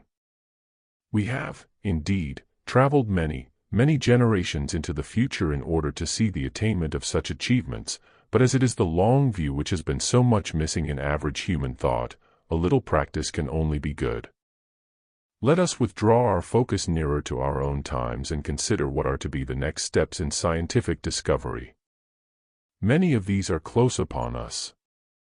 They will mostly be in the sphere of electricity, the phenomenon which has already played such an enormous part in our lives, although no one can say definitely what it is. All we know is that a tremendous storage of power is flowing through life, and that its activities and manifestations have been classed loosely for everyday usage under the name of electricity. One day, quite soon, an entirely different kind of electricity will be discovered which will bring as many profound changes into human living as the first type did. This new electricity will move in a finer ether than does our familiar kind, and thus will be nearer in vibration to the fifth dimension, to the innermost source of things, that realm of the withinness wherein all is held poised by a colossal force, that same force which is packed within the atom. Electricity number 2 will be unthinkably more powerful than our present electricity number 1. At first it will be released at tremendous expense and risk, by methods closely connected with the present-day smashing of the atom. For a long time its danger will outweigh its usefulness. At last a comparatively easy and simple way of releasing it will be discovered, and its uses will come well under control. It will be so cheap and so powerful that the necessity for coal, petrol, oil, and gas will quickly pass away. This will cause a great upheaval in labor conditions, releasing men from much unhealthy and unnatural drudgery. The new electricity will not flow along wires. It will be controlled by the law of vibrations as wireless is. Houses will be tuned up to take it while being built. It will eventually be in use under something resembling thermostatic control, so that it automatically comes into action at dusk. The problem for the inventors will then be, not how to turn it on, but how to be able to turn it off. Vehicles will be able to draw this electricity from the air as they go along. This will arouse profound speculation. In time the insatiable mind of future men, busy with his experiments of mind control, will realize that this new electricity must be flowing through his own body just as every other radiation does. He will learn to store it and control it, through scientific breathing, and thus be enabled to regulate his own temperature and resist the cold to an astonishing degree, much as the Tibetan lamas have always done. This may come to be very necessary, because the planet herself will be going through changes also, which, over the long periods of time we are visualizing, will bring fundamental modifications. Human beings, singly and collectively, are raising their vibrational tempo under the stress of evolutionary processes, and are becoming transmuted, so that in company with all physical matter they are becoming hotter, more luminous, and lighter in weight. This whole process collectively is bound up in our planet, whose total vibrationary rate is also steadily rising. The Earth is thus becoming lighter in weight and hotter. The earliest results of this are not far to seek. They begin with a shifting and a melting of the vast ice fields near the North Pole. Scientists have already observed that this is taking place, and that the climate in the northern regions is definitely growing warmer. As these vast quantities of ice break up and flow out into the oceans, they will bring, temporarily, terrible cold spells in a world because it is growing warmer. This cold will give great impetus to the development of heating power on a big scale from the new electricity. There will be so much money available because of improved international conditions that the new heating, lighting, and power will be applied on a scale which will enormously change the lives of almost everyone. Another of the most interesting of the developments of the near future will be in relation to people's attitude to animals. Various factors will be responsible for these developments. The cessation of antagonism, warfare, and slaughter between men will, within a few generations, set free a deep and natural horror of killing any living creature. Also, the intensive use of the mind in new ways will necessitate new forms of nourishment in which flesh food will gradually cease to play any part. Uncooked seeds and flowers, for instance, will be found to contain many of the elements of nourishment which future man is going to require. There will also spring up a school of thought, the school of distillation, which will distill the essences of many strange things for food. In a comparatively short time, the use of animal flesh for any purpose will be considered low barbarism. Later on, the new processes of ether photography will reveal amazing facts about animals hitherto quite ignored. The effect upon the ethers, and therefore upon the human psyche, of curtailing animal independence will be startlingly exposed. The evolutionary function of men in respect of the animal world will come dimly to be realized. Animals themselves will respond surprisingly to the new attitude taken towards them, as well as to the new living conditions of men. A peculiar rapprochement will take place, and, finally, men and animals will find a method of conversing together. This, my brothers, may sound fantastic, but it is really our total blindness and deafness at the present time to all but a very few vibrations which is fantastic. The tremendous joy and fulfillment which animals will gain out of this future development will be vividly understood by all who love them. The intense, almost heartbreaking, efforts of the advanced animals of today to express their thoughts to us are easily recognized. It remains for us to devise a method of communication. This discovery will be the sensation of its current age. From their animal friends, men will then learn certain things which have hitherto eluded them. In some communities, men will even study with the animals. It will be realized that a true and complete man is the link between the spiritual kingdom and the animal and lower kingdoms in nature. A man must, therefore, be first of all the perfected animal, secondly the perfected human being, and thirdly the awakened Son of God, the consciously spiritual entity.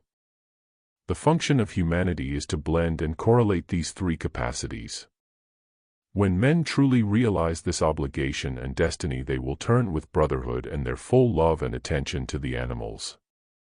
They will endeavor to reacquire all those marvelous animal instincts and powers which have long lapsed and atrophied within themselves. Not only will it be considered essential to develop a body as beautiful, rhythmic, and healthful as those of the animals, but the etheric, or sensitive, side of animal living will be sought after too, their wonderful reactions to a variety of wavelengths, which help them in danger, in their search for food, in their sense of hearing and of scent, and in regulating mating and feeding. Men will practice these arts with the help of the animals themselves. The underlying inspiration of this is, of course, not new. It is many centuries since animals were kept by the priesthoods for intimate study, for instance, as an aid to the practice of yoga. Even at the present day one hears of interesting experiments taking place in Scandinavia, where it has been discovered that a stork will build her nest only at the place where certain vibrations meet in the air, which, apparently, give the necessary stimulation for the production of progeny. It seems that if a hitherto childless woman changes her bed to a position immediately below the stork's nest, and therefore within that fertilizing vibration, that a child is often the result. This brings to light the origin, lost in the mists of antiquity, of the legend of the stork bringing children. In the future that is coming, when intelligent communication is set up between man and animal, it can be imagined into what a surprising new world the latter will initiate him. This will be only one of the important innovations which will be introduced through men's growing intimacy, not only with the physical and chemical aspects of the fourth dimension, the world of radiation, but with the intelligent heart aspect, the radiations of understanding, of unity, and of fusion with all things. For it will be love, the Christ love, which will set men free to roam consciously in the radiatory world, penetrating on the rays of their own hearts into the myriad living types around them, with whom they will find that their true consciousness, escaped from the old shells and barriers, is so closely interlocked. I see the initiation of the world. The health of our descendants. As we consider a future in which all aspects of life are going to blend more and more, it is difficult to arrange our findings categorically, under separate headings such as health and science. There will be much overlapping. The whole question of health will come ultimately to be closely bound up with education, with psychological and with spiritual training, with an understanding of science in its relation to the human being, with the effects of color, sound, and perfume, and with many other factors, so that it will be impossible to determine the limits to the study of health. At the present time, through separative treatment, health has reached the same impasse as economics and other human affairs. But we are already familiar with this subject, and our viewpoint is now to the future. We have noted that health will be enormously improved through the effects of changing international relationships. A number of fears will be removed from men's consciousness, such as fear of war, of want, and of being not wanted. The change that this will bring after a few generations to the standard of health and of mental alertness and initiative will be so great that it is difficult to visualize it. People will no longer need to be distracted from all the worry of living by hectic entertainment and unnatural habits. Everyday life itself will become a continuous joy, to be relished with man's growing store of energy. This will make the consuming of stimulants such as alcohol, meat, and tobacco nauseous and unnecessary to him. The cultivation of health, beauty, and knowledge will become a deep-seated craze. The tremendous part which the cosmic rays with their radiations and wavelengths will come to play in men's lives will gradually make them more and more ray-conscious. As new rays with their amazing powers continually come to light, much will be understood of the secret influences on human health. The rays, which emanate from stellar bodies, and produce strong electrical and chemical influences according to their varying intersections, will be found to explain the secret underlying astrology. The astrology of the future will come into being. As people grow more highly sensitive, they will begin to feel and even to see some of these rays, and understand their own particular reactions to them. They will learn to regulate their lives in accordance with the help that ray influence can give them, just as do the animals, learning to respond, individually, to the best times, for them, for great mental effort, for periods of rest, for mating, for spiritual endeavor, and for many other activities. By these means much waste of effort, straining of nerves and many mistakes will be avoided, and creative inspiration will be the lot of increasing numbers of people. The reason why night is meant for sleep will be another of the more important discoveries made. People will come to understand how the electric polarization changes as day passes into night, and how they shorten their lives and undermine their health by keeping late hours and fighting against the tides of nature. Night life will come to be deprecated not only as suicidal, but as a sure way of degenerating mental capacity. To miss sleep will be known to be far more important than to miss food. People will cherish the tremendous feeding power of sleep. They will learn, also, of other strange and beneficial things which happen to them during slumber, which activities will come to acquire as much importance as the things which they do by day. They will become sensible to the influences which play through them during all the 24 hours, and they will learn which parts of the day are more suitable to various of their activities. All these growing awarenesses will do much to lift humanity out of the shocking conditions of bad health, shortened lifespan and impaired intellect which are so oppressively prevalent today that they are accepted as almost the normal and inevitable conditions. Many present-day diseases will pass away, but others will take their place. These will mostly be diseases of sensitivity and of overstimulated mentality. Mankind will have overcome the grosser physical diseases, but will become prone to the attacks of mental microbes. Men will have to battle with the strange and embarrassing afflictions which their growing response to subtle forces will entail until their organisms have had time to adjust themselves. The influence of fourth-dimensional living upon the treatment of health will bring in many radical changes. It will be realized that a competent community should be able to prevent disease rather than have to cure it. As so much reorganization will be going on in the world, it will be quite natural for the medical system to come in for its share. In conjunction with the beginnings of world government control, some kind of an international health control committee will be set up. In time, the very obvious solution to the problem of human health supervision will be grasped in all its simplicity, and great innovations will be made, to the interest and delight of a public becoming determinately health-conscious. It will be realized how pathetically inadequate is the present-day system of the management of health and disease. The fact that a doctor has no right to examine his patient until he is sent for because of some obvious and advanced symptom is ridiculous. Under existing arrangements, often a doctor is only brought into contact with his patient when it is already too late to effect a cure, or at any rate a permanent cure. Many diseases which take years to develop are never brought to the notice of a doctor until the disease is in an advanced stage. The doctor has then to resort to some violent methods which may only repress the symptoms of the disease and drive it to change its course and develop into something else. People are so accustomed to the prevalent general feeling of ill health because of their way of living that they may carry quite a serious disease for some time without becoming aware of it. It will be realized, also, how unfair it is that, although the state does to a certain degree provide free treatment in hospitals for a large number of the people, yet those people are entirely at liberty as to when they choose to use these advantages, and may double the cost and time of cure through ignorant delay. It will be regarded as wrong that in most cases the life and death of a human being is placed in the hands of one man only, his doctor, and that the doctor's success is jeopardized by the fact that his patient can send for him or not at his own whim. The inadequacy of present arrangements will not be fully perceived until the whole system has been completely revolutionized. Large institutions will be set up which will take the place of hospitals. They will be built principally for prevention instead of cure. After they have been successfully tried out, such clinics will be erected at set distances apart, to cater for a given number, until every individual of every class has his district institution, or health house. Attendance at this health house will be strictly compulsory.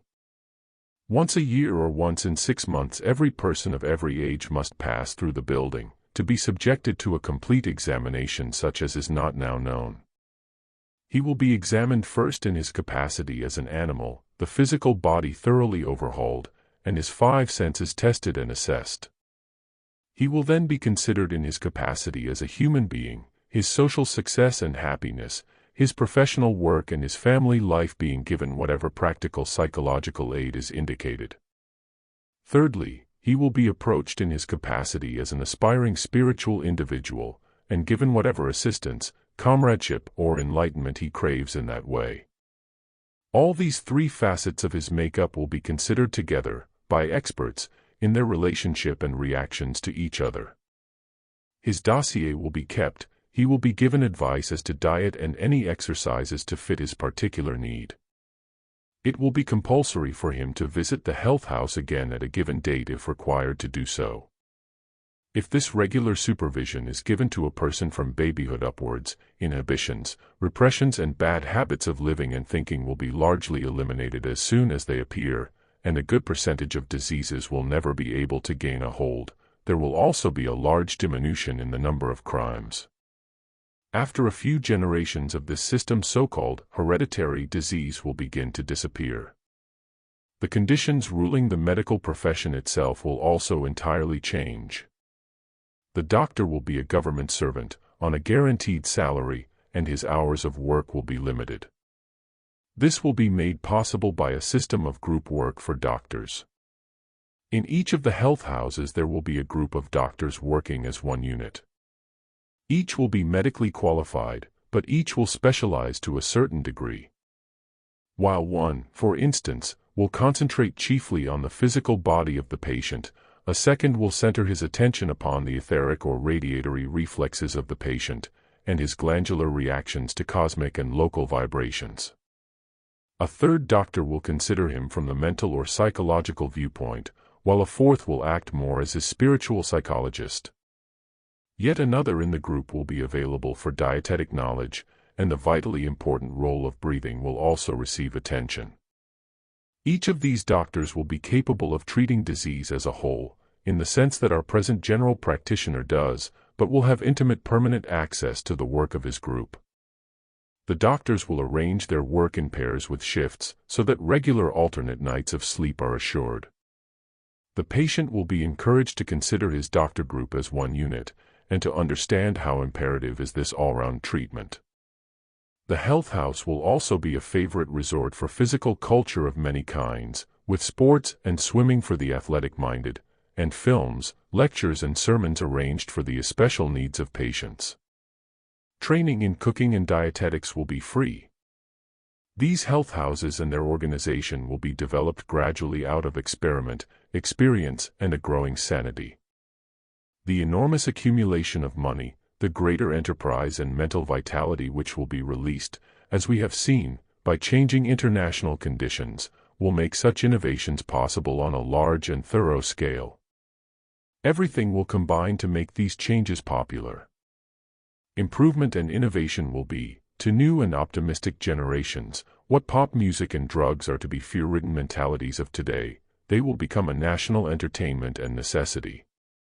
A citizen of the new era will go into his health house with interest, with hope, and with the joy of being thoroughly understood and helped.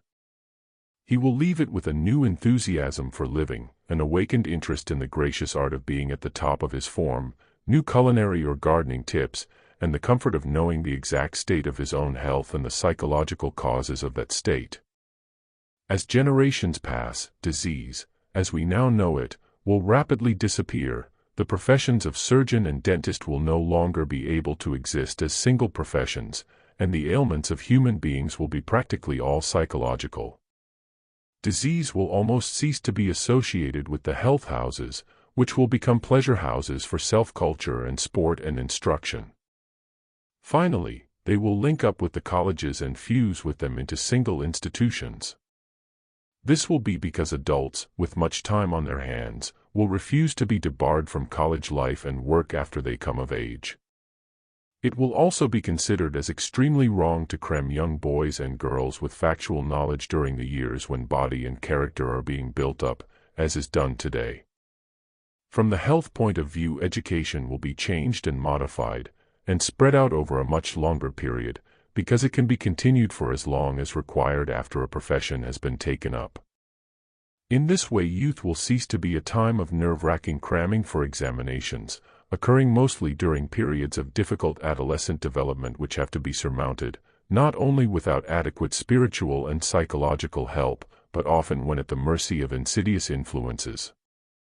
These changes will do much to raise the quality of health and timbre of living far above the level it has reached at this day. It may seem strange to describe such idyllic conditions of health and living during a time when a large portion of persecuted humanity is forced to roam without education or care of any kind, and when many thousands are enduring an existence similar to that of the pariah dog, right in the midst of so-called civilization. But here again we must take into account the law of reaction, remembering that the worse any given conditions become, the nearer and more possible is a complete rebound, the swing of the pendulum, and the impulse for reconstruction and regeneration. The present-day hush-hush policy in relation to illness will soon give way to a more scientific and practical attitude. This will largely be due to a growing public interest in astrology. At present this science is very imperfectly understood, is mostly given out as cheap popular entertainment, and has not yet linked up with medical knowledge. But the study and practice of radiology, the growing knowledge of cosmic and other radiations, and the science of diagnosis and curative treatment through the medium of vibrations are all moving to the point where they will be available for general medical practice. The next step will be to isolate the rays coming from certain planets, determine their chemical influences, and the alterations of these influences according to stellar movements. There, from the medical and orthodox scientific point of view, you will have one aspect of astrology established. Concurrently with this development, the public will have passed from its present superficial amusement with newspaper astrology to an independent pursuit of the subject on its own account. As people become more health conscious, so will the health indications of astrology gain their interest, until their findings will coincide with those reached by different methods in medical circles. The hush-hush system will thus naturally be broken down, doctor and patient being able to discuss the condition of the latter on more equal terms, which will make for a more intelligent cooperation. The progressive heightening of sensitivity among a great many people will bring increasing numbers of cases of second sight, principal among these being the power to see the magnetic field set up by an individual, together with the manifold radiations which stream from it, and the various phenomena emanated in the ethers by living beings, often classed under the name of the aura. Auric vision, or etheric vision, will soon be on the increase, and will be accompanied by many ocular afflictions until succeeding generations have become more adjusted to it.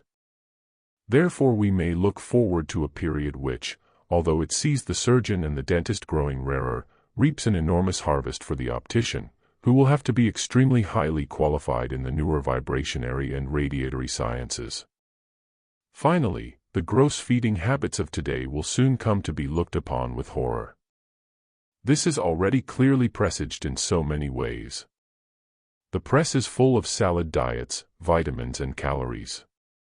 The exemplary diets of those who have had strength to make themselves felt in the world, from dictators to film stars, are becoming such an intrinsic part of their publicity that little imagination is needed to fill in the picture of the future in this respect.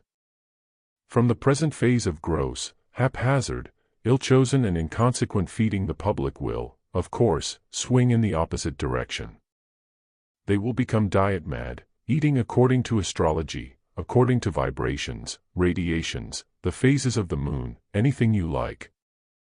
Out of all this experience will come, and people will learn to eat according to the purpose of their lives, and to their especial types. Coming sciences will help them tremendously better to understand this vital subject. The food of the future will be light, delicious, fragrant, largely uncooked and full of sunlight. It will be the fruitarian's dream come true, but with many peculiar additions brought in through radiatory knowledge. The essences of metals will play a considerable part in it. The actual isolation and breathing in of the mineral constituents of the cosmic rays will eventually become one of the higher scientific practices, and this, together with revolutionized astrological knowledge, will open up possibilities to the human being which would only sound like a fairy tale to poor present-day men. Future education. As a foil to our vision of coming changes in education, we will take a rapid glance at current methods of upbringing. The object of education up to the present time has been to produce an individual who will be an asset to a sovereign state, or to a country conditioned by a world of sovereign states. He must be reared so that he can be controlled to do the will of his country only, and unquestioningly. It has not been considered safe for him to be acquainted with any point of view outside of and opposed to his own country. Men have, therefore, been brought up in an attitude of bias. Difficult and wearying conditions of living have forced them to accept ready-made ideas. Life, particularly in recent times, has not produced the conditions necessary for individual thinking anywhere. It has been the case of mental survival of only the very fittest. This has meant that at the most 1% of the public ever achieves an original thought. People have been brought up with a set of taboos, ideals, and ideas automatically stamped upon them. Almost every individual has been subjected to this same stamping process. Firstly, he was colored by the tradition and attitude of his family, possibly by family pride, exclusiveness, greed, possessiveness, ambition, and narrow-mindedness. They made of him a little replica of themselves in as far as they were able. Even the nicest families have their share in the above frailties. On top of these powerful influences, the child was hampered not only with inherent health deficiencies, but with those habits of living and feeding which produced them. Secondly, he was given into the hands of orthodox education. This has been so far completely organized to foster a somewhat blind patriotism in the interests of the state. An extremely biased history was taught, in which the rest of the world serves only as a foil to the virtue and prowess of his own country. He was imbued with a belief in war, and was trained to consider all people outside his own frontiers as his natural enemies, as foreigners, people intrinsically different from himself. In these ways the attitude of separatism has been built up, and is constantly added to. The individual is asked to subscribe to 100 loyalties. There is loyalty to his family, to their particular religion and all their fetishes, to his school with its attendant rivalries and separatisms from other schools, to his country as it is represented to him, to the power behind his job, whatever it is, to his club and his social circle, to the exclusiveness found even in the realm of his hobby or sport, and to the political party with which he takes sides. So, loyalty within loyalty crowds his life, until his every thought and instinct is bound and defined ready-made by one of them. What actually are all these loyalties? They are grooves of thought planned and built up, even if unconsciously, by those people who wish to gain and keep a hold upon the individual, either for his vote, his labor, his money, his influence, or his support. Some of them may be right and worthy, some of them not so, but the fact of their purpose and effect remains. So, firstly through family influence, and secondly through educational and propagandist influences, his attitude of separatism is strongly built up. The third influence is that of economic necessity. The individual of today is brought up in an atmosphere of fear and apprehension. He is faced with the prospect of earning his own living in a world which, although it claims his every loyalty, may nevertheless have no use for him. If he belongs to the few who are born with good incomes, then he still may be in perpetual apprehension as to his ability to keep it, his fear of making false moves, or of managing his family life unwisely, or of parting with too much of it to the myriad demands made upon him by those anxious to get it away from him for good reasons or bad. Added to this, the affairs of the world are now in such a chaotic state that no one can be sure of his financial future any longer. Therefore, from the highest to the lowest, the life of the individual is influenced by fear or dread, which naturally inhibits him in all phases of his outlook. This fear usually persists throughout life, because in any case it becomes part of the fabric of his character. This terrible heritage of fear is due also to the crime of separatism, and the fact that life between nation, between class and company, is competitive and rivalrous, producing an uneven sharing out of land and of material and of opportunity in a world of plenty. The individual is, therefore, brought up at present in the thrall of a vicious circle. His upbringing prevents him from being capable of constructive clear thinking, and his world is in a mess because of the need of such thinking. He has been firstly educated to regard himself as a member and a perquisite of his family, then as a member and a perquisite of his country. He is never represented to himself as a member of world humanity, with the freedom of the world as his heritage. Patriotism has proved to be a wonderful inspiration throughout history, ennobling life and urging men to progress and fulfillment. But, after all, patriotism is actually devotion to an ideal. Whether the devotion is to one's country or to one's continent, or to all one's fellow men does not make such a difference as we at first sight might suppose. The difference is that the scope is larger, the vision greater, and the possible results relatively grander. The fact that the taint of possessiveness which marks national patriotism would be missing in world patriotism, as would also be the vice of separatism, puts world patriotism nearer to true Christianity than the lesser attribute which has served us until now. The development of education will move forward under the same influences which bring such radical changes in other walks of life. Men's interests will be focused upon world unity, synthesized economics, international fusions, and amalgamations of 100 kinds. In measure as it becomes demonstrated how much social conditions are going to benefit from the new enterprises of breaking down international barriers of all sorts, it will become necessary to educate people to support these activities. World history, world economics, and international relationships of every kind will be studied. The mark of a good education will be to show the capacity for liking, understanding, and valuing any and every nation. The future type of patriot will desire his country to play an exemplary part in international living.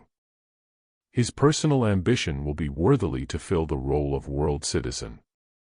An international language, to be learnt as a child, as well as one's native tongue, will, of course, become the obvious necessity, and will almost certainly be the English language. Probably the most popular study in colleges will be that of international economics. This will include the many problems engaging the minds of branches of the international governing bodies, such as that of the control of food supplies, now freed from any tariffs or customs, their growth and distribution, so that everyone obtains fair treatment, and all that is required. To this end the study of solar, lunar and planetary influences, and of recurring cycles in regard to crops will play a big part. Another popular study will center round money and currencies, which will be subjected to many drastic experiments, the final aim being to substitute barter or exchange of goods in as many instances as possible. Profit and interest on money transactions will become unpopular, and a new system of commerce quite different to anything before tried will come into use.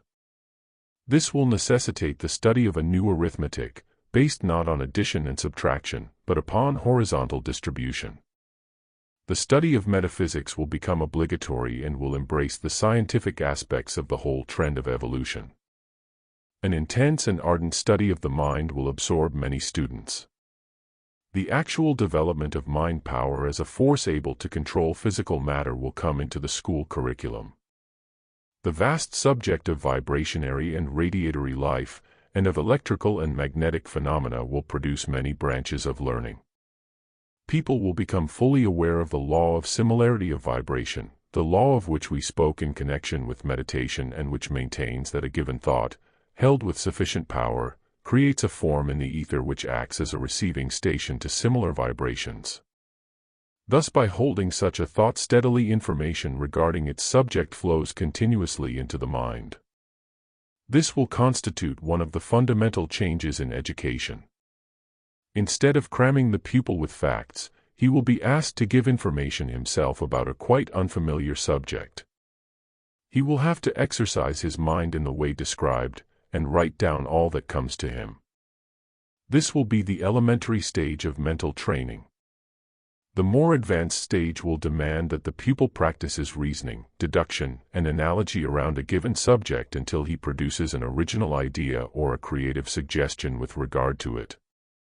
Creative thought will take the place of memory by degrees, until mental capabilities develop to results which we of the present day could hardly understand. There are many experiments moving in these directions already extant, such as Pelmanism and some of the newer forms of education. Actually, it will mean that the mind will be brought into use, instead of the brain, as it is today. In time, general creative thinking will be achieved, so that every individual can play his part in world affairs. Some of the mental exercises will be fraught with danger, as for instance that of keeping an open mind. An open mind can not only receive anything, it can also lose everything. The old danger of the separatists' closed mind will give place to a condition which may be carried to excess with equally stupefying results. The growing interest in second sight, or the capacity to see the activities of the higher dimensional worlds, will reach such proportions that it will acquire the nature of a craze, an obsession, or a vice, playing somewhat the part that alcoholism now does. Educational authorities will have to tackle this matter very seriously, training the young to get their values right and to have a legitimate scientific interest equally in all the spheres open to their senses. It is indeed difficult to talk of many of men's future interests, as they are hardly imaginable to us today, involving, as they will, the development of responses to stimuli so delicate, and colors so translucent, and vibrations so subtle that scientific instruments are not now able to detect them. Telepathy and thought reading will be studied as a matter of course. Children will at an early age be able to send and receive telepathic messages. There will come a time when men's thoughts may with difficulty be hidden from their companions, but at that far distant age morality will so have progressed that dissimulation would have little purpose. Men will become so absorbed by the growing comprehension of the potentialities of their own minds that outer forms of entertainment such as we now enjoy will largely lose their appeal. The all-absorbing occupation will be, what can I do with my mind? Can I revive dying creatures with its radiations, or make my flowers and plants to prosper, or to take on new colors? Can I link with any of the hidden mentalities who are busy with the Creator's work and plans? Can I stimulate the mind of my dear neighbor which is not as strong as my own?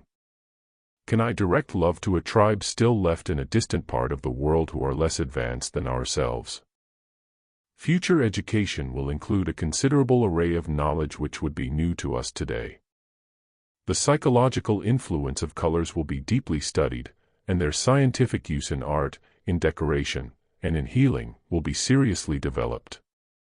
The art of the future will be created by mental sensitivity to affect mental response, instead of, as hitherto, being created by emotional feeling to create emotional reaction.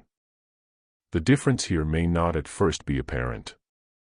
Emotions react to the third-dimensional life, that of body and brain, and to outward beauty, to love, to suffering, to bravery and all the other animal attributes. The mind, on the contrary, responds to fourth-dimensional and even fifth-dimensional life, to the causes instead of the effects, to the underlying forces at work, to the problems, wonders, patterns, ideals, plans and organizations which build up the universe. The mind appreciates color, not sensuously, but as a certain force or quality possessing many attributes, and giving the key and the clue to the purpose of various manifestations. The same developments will take place in the realm of music. The new music will appeal to the mind instead of to the emotions, and will portray the life which underlies physical form, and the entities and forces which are at work and at play in fourth-dimensional radiatory matter. A foretaste of this music has already been given to us by several composers such as Ravel. The very obvious musical forms, distinct motifs in separative compartments, which have described third-dimensional life up till now have clearly given way to a fusing, blending, accidental type of musical form which describes the radiatory world, the elements, the elemental creatures of nature, and the intersecting of many rays, cosmic, macrocosmic and microcosmic, from the thought of a god to the passions of forest creatures, from the beams of a planet to the radiations from a mortal being. The music of Wagner will live longer than most other music of the third-dimensional age, for the reason that he did try to depict cosmic happenings, and to bring a conception of the vastness of the universe and the panorama of evolution onto his musical canvas. Most astonishing of all, perhaps, will be the developments with regard to perfume. Some remarkable discoveries will be made in relation to this phenomenon which will be enhanced by men's growing sensitivity to it, and the strong reactions which it will evoke. The science of perfumes will become a profound and a popular one. The fact, already known, that a certain note of music has a close relationship to a certain color and perfume will be the foundation for the future science of the senses. In time, music will be performed in company with its color and perfume complements. The practice of listening to music in a blaring, crude, colored, brightly lit concert hall as we do today would be dismissed as a barbaric impossibility. The blending of certain perfumes, colors and musical tones will be used therapeutically, as anesthetics, for healing, for muscular development, for the expansion of the mind cells, and for many other purposes. Already today kindred methods are being successfully tried out. Future education, largely concerned with such delicate and delightful studies and experiments, will have much of beauty and of joy in it. The study of rays, of their interaction, of crystal and other pattern formations brought about in the ethers, and of their respective planetary influences, will be a favorite one.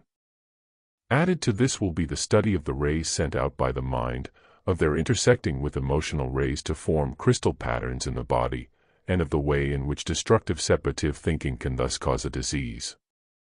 It will become possible to film the reactions of dislike and fear upon the body cells.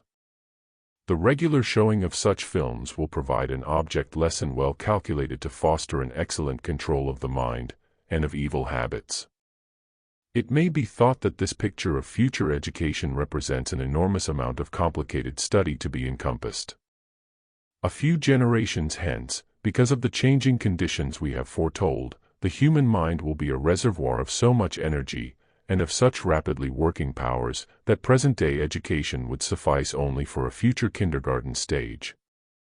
Besides which, the whole methods of teaching and assimilation will be entirely different.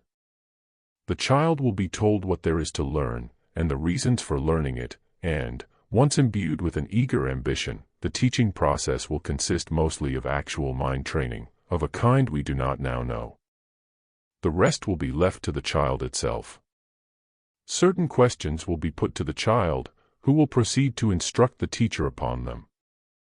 And the teacher will actually give profound attention, in the hope of gaining new information, should the child's capacity for mental tuning in prove to be stronger than his own.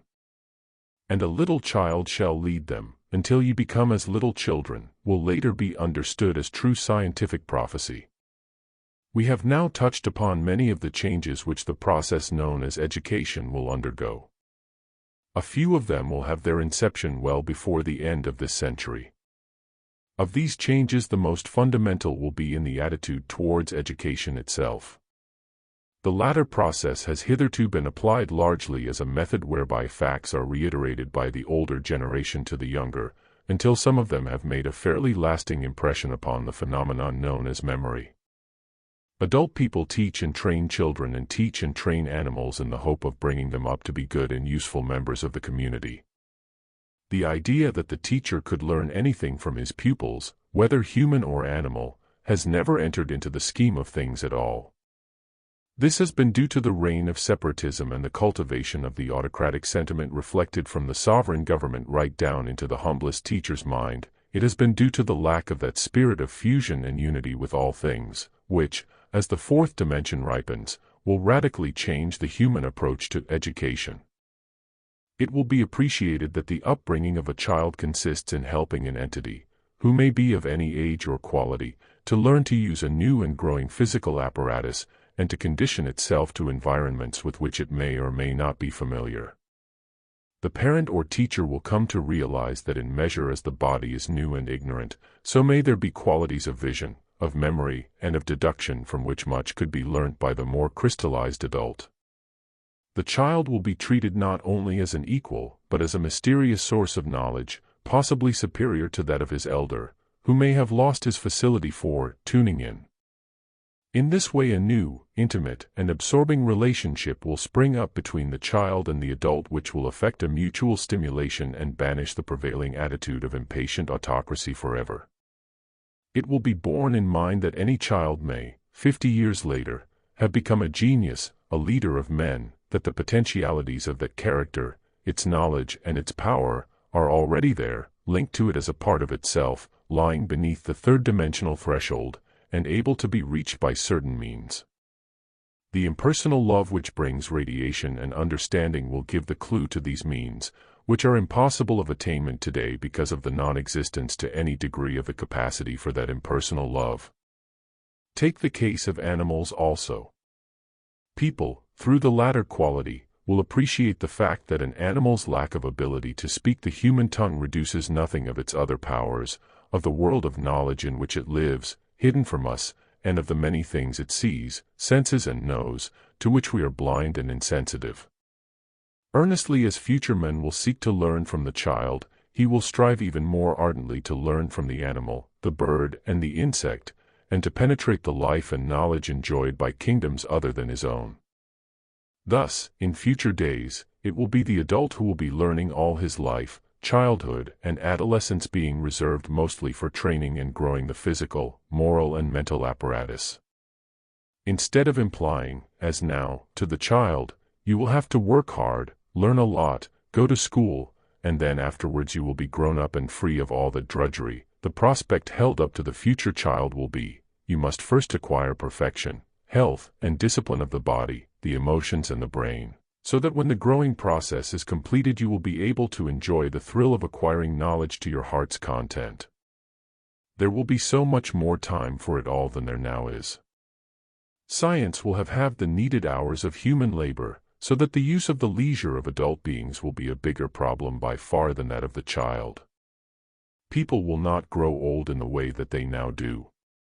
They will come to believe that the course of education and development will be unbroken by physical death. So the incentive and capacity for study and creative work will remain undimmed throughout life, and there will always be enough time for both study and professional work to run concurrently. It can thus be seen that in the future the influence of radiation and synthesis will affect education so that it ceases to be a separative section of adolescent life, but merges with the entire existence of the adult, finally blending, as we have seen, in our consideration of the health house system, with his health culture, and with what remains of hospital and medical treatment.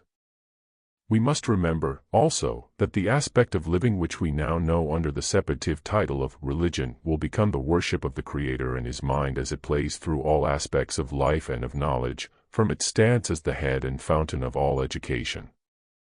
For of course the new education will finally be able to come completely into line with the emerging true Christianity. It will at last be sought fully to obey, not only the 10 Commandments, but their amplification through the injunctions of Christ himself.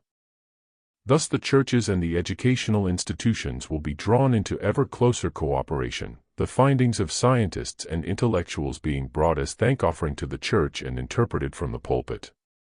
If we are able to vision church and college working together in this way, teaching a mode of life from which dogma, bigotry, nationalism, class consciousness and all separativeness is banished, and the new genius of group work has entered in, we shall appreciate the amazingly different conditions upon which future generations will be able to build their lives. The pre-Golden Age. We cannot be definite about the time it will take for the Golden Age, the flower of the new civilization, to mature. Much history, on a small scale such as that of the last 1,000 years, will continue to be made, so that the broader changes taking place will be veiled by smaller detail. Perhaps if we were to look clearly ahead into the Golden Age itself, most of what we saw would appear incomprehensible to us, because of our ignorance of the developments which led up to it. Let us therefore attempt to vision a period midway between the present day and the full flowering of the future civilization, and obtain an idea of the development of average living conditions.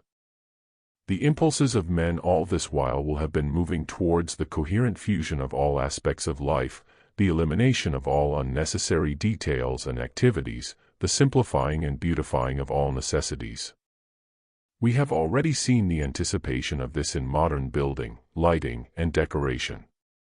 All the fussy detail, dark heavy coloring and infinite complications to be found in the homes of the passing age have made way for a new spirit which craves bare plain surfaces, delicate luminous colors, simple labor-saving arrangements, scarcity of ornaments and mystery and discretion in lighting. This new spirit banishes sentimentality but not sentiment. To the emotional it appears hard because it throws the cold light of reason on inherited inhibitions and habits and says, why must we have this and that? It is the first sign of the genius of individual mental activity coming into being, the genius of the instinct to expand, to broaden the capacity for vision and knowledge. The passing age was not ready to take in broader vision, so it restricted its focus by hemming itself in with myriads of little details and possessions. Humanity was still a child, afraid of growing up. But the coming of humanity's adulthood is upon us. It will bring a complete volte-face. Clear the way. We are taking on responsibility now. We want to see exactly where we are going. And so away will go all the old ruts, habits, separatisms, possessiveness in all aspects of men's lives, the change showing most clearly in his conception of house and home. The house has already largely given way to the fiat building. People have been unbelievably ready to give up the sovereignty of the detached house and join in a life which is becoming ever more communal. They share heating, water, service, gardens, and other amenities between quite a colony of families in the large apartment buildings. This is only the prelude to what is coming.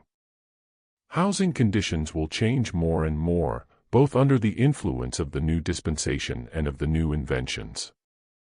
Heating and lighting facilities will be utterly different as soon as the new electricity is under control.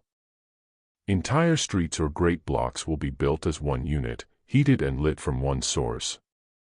Refuse, laundry, milk and other of the common services will be run pneumatically through passages in the walls. Much traffic will pass deep underground. Roof space will be flat, and comprise the whole top surface of the block. This will all be utilized as children's playgrounds, sports grounds, pleasure grounds, and salad gardens. Bridges will communicate from roof to roof, so that the acreage of the town will be duplicated. A group of these blocks will house a community as nearly self-supporting as possible, and be surrounded by a considerable portion of cultivated ground. Big cities will be converted into linked garden towns, each supplying sufficient work for its inhabitants. People will be encouraged to live within walking distance of their work. The present-day unhealthy habit of rushing through miles of tube railway or congested streets to one's daily work will be entirely abolished. Coal and other forms of smoke-producing fuel will no longer be allowed. The atmosphere in towns will be clean and pure, so that intensive vegetable and salad cultivation will be possible on a large portion of the town roof surface. Sunlight will no longer be kept out by tall buildings. They will be manufactured out of a material like glass, allowing the passage of the healthy sunlight rays, yet being opaque to the vision. Into this building material a newly invented substance will be introduced which absorbs sunlight by day and radiates it back softly after dark, thus ensuring a minimum light and warmth during the 24 hours. There will be no such thing as a dark somber room either by day or night. Houses will glow like the inside of a flower, or a seashell, in the sun. This effect will be so beautiful and so stimulating that little in the way of furniture or ornamentation will be needed. The mode of having dozens of upright chairs and tables in a room will pass away. The tables and seating accommodation will be part of the room itself, supplemented by hassock cushions upon the floor. There will be no need to move the chair near to the fire or window, as light and warmth will be all-pervading. Habits of hygiene will improve in measure with other things. It will not be allowed to step from outdoors into a house without changing the shoes. Usually a very light sandal will be worn, and this will be exchanged for a house sandal on entering the home. These sandals will be constructed of synthetic material, and will be beautifully made and decorated by a member of the household. The craving for articles of quality and workmanship will grow ever more imperative. Creative handicraft will come right to the foreground of domestic life, to the benefit and joy of everyone concerned. People will take pride in making beautiful things of everyday use and in exchanging them for the work of their friends. For a variety of reasons, furs will lose their popularity. The thick fur coat will appear too clumsy to the future lovers of form and color, and too heavy for their more highly toned bodies. There will be other and more subtle reasons also, having to do with future relationships with animals and sensitivity to certain vibrations. People's sense of values will change very decidedly. They will care for what they can express with their person or talents more than for outward show of opulence. Their pride will not be in possessing a Rolls-Royce or the entrance to a snobbish club, but in expressing original and perfect taste and sense of beauty in every single article of apparel or of use with which they are equipped. This will be the natural result of unharassed leisure and warm vitality. Such things as cheap wholesale manufactured goods would be abhorred. There will be an intelligent and practical preference for a single fine handmade long-wearing article instead of for one of inferior cheap quality which has to be replaced a dozen times. Garments will have an astrological basis for their color and design and express the intrinsic character of their wearer. The soothing influence of handicraft will allay the unappeased feverish restlessness which lack of creative work entails in all people. The love of speed and noise will thus die a natural death, and everyone will begin to savor the delights which lurk in all the little humdrum duties of daily life. Much less food will be eaten, but its understanding and preparation will become a fascinating art. People will want to participate in the growing of the things they eat. This will become a psychic necessity to them. In these ways town and country will draw ever closer together, the towns becoming countrified, and the country absorbing more and more of town amenities and culture. Traveling facilities will of course increase with future inventions, distances being successively annihilated by various means. One of the later discoveries will make it possible for a person to fly without an aeroplane or any visible or cumbersome contraption. The bombardments of radium and the disruption of the atom will have something to do with this invention. A man will have a small container attached to him, which includes a mechanism by whose means he can set a chemical action in process which will release electrons from disintegrating atoms at such a speed that the power set free will be sufficient to propel him through the air. But it would be a matter of a hair's breadth for the energy released to blow him into 1,000 pieces instead. So terrible dangers will have to be lived through before this invention is well under control. Men will learn a vast amount more about the cosmic rays. Their growing powers of communication with animal life, which will of course be within the realm of vibrations, something resembling semaphore, helped by telepathy, will give them a clue to possible means of communicating with beings of whose existence upon or within some of the planets they feel convinced. The hope of setting up communications with life outside the Earth's radius will become an ever-growing desire. Many experiments will be made, many false hopes raised, much exploitation will prosper, before men's understanding will reach a point where they will be better able to encompass this desire. No instruments or machines will avail them. They will finally realize, after many generations have been practicing various forms of mind control, that if a group of people could project their minds together as one mind to the particular planet they wish to contact, the channel formed would be strong enough to act as a television, allowing them to gain admittance by mental wireless, as it were, to the planet, and impress their own visit upon the life there as well. This magic of the future will become so absorbing and dangerous a game that many will unfortunately lose their minds over it, thus adding to the subtle mental diseases of the day. Like spiritualism, this practice will be bitterly accused because the wrong people are able to take part in it. As the wonders of life open up before men, the possibilities brought to light will somewhat overbalance many of them. Instead of today's appalling death rate from such monstrosities as cancer, strange new nervous diseases will make their appearance due to people's inability to adjust themselves to the higher tempos of life and to the changes taking place within themselves. Most of the mental diseases and nervous disorders of today are due to fear, restriction, disappointment, and boredom. Those of the future period at which we are now looking will be due to exactly opposite causes. The lack of fear and restriction will sometimes bring on a type of nervous abandon unknown to us today. The glorious spiritual vision and certainty which will open out before men will often be too much for the physical brain to stand, while the tremendous mental stimulation under which they will exist will frequently make a too intensive demand upon the channels of nerve force. The endocrine glands will be intensely affected as they respond more and more to the subtler vibrations. All of them will undergo new interactions and readjustments and developments. The adrenals will have to cope with a tremendous acceleration of energy traffic. They will have to develop a much more intensive interaction with the thyroid and particularly the parathyroid glands. The solar plexus responses and reflexes will take place consciously instead of unconsciously, that area becoming like a telephone exchange to all the cosmic vibrations to which men will become individually sensitive. The solar plexus will come into much closer cooperation with the pituitary gland. This latter will produce increasingly conscious reactions to certain sections of the ether to which we have already referred, those strata which reflect images from many sources.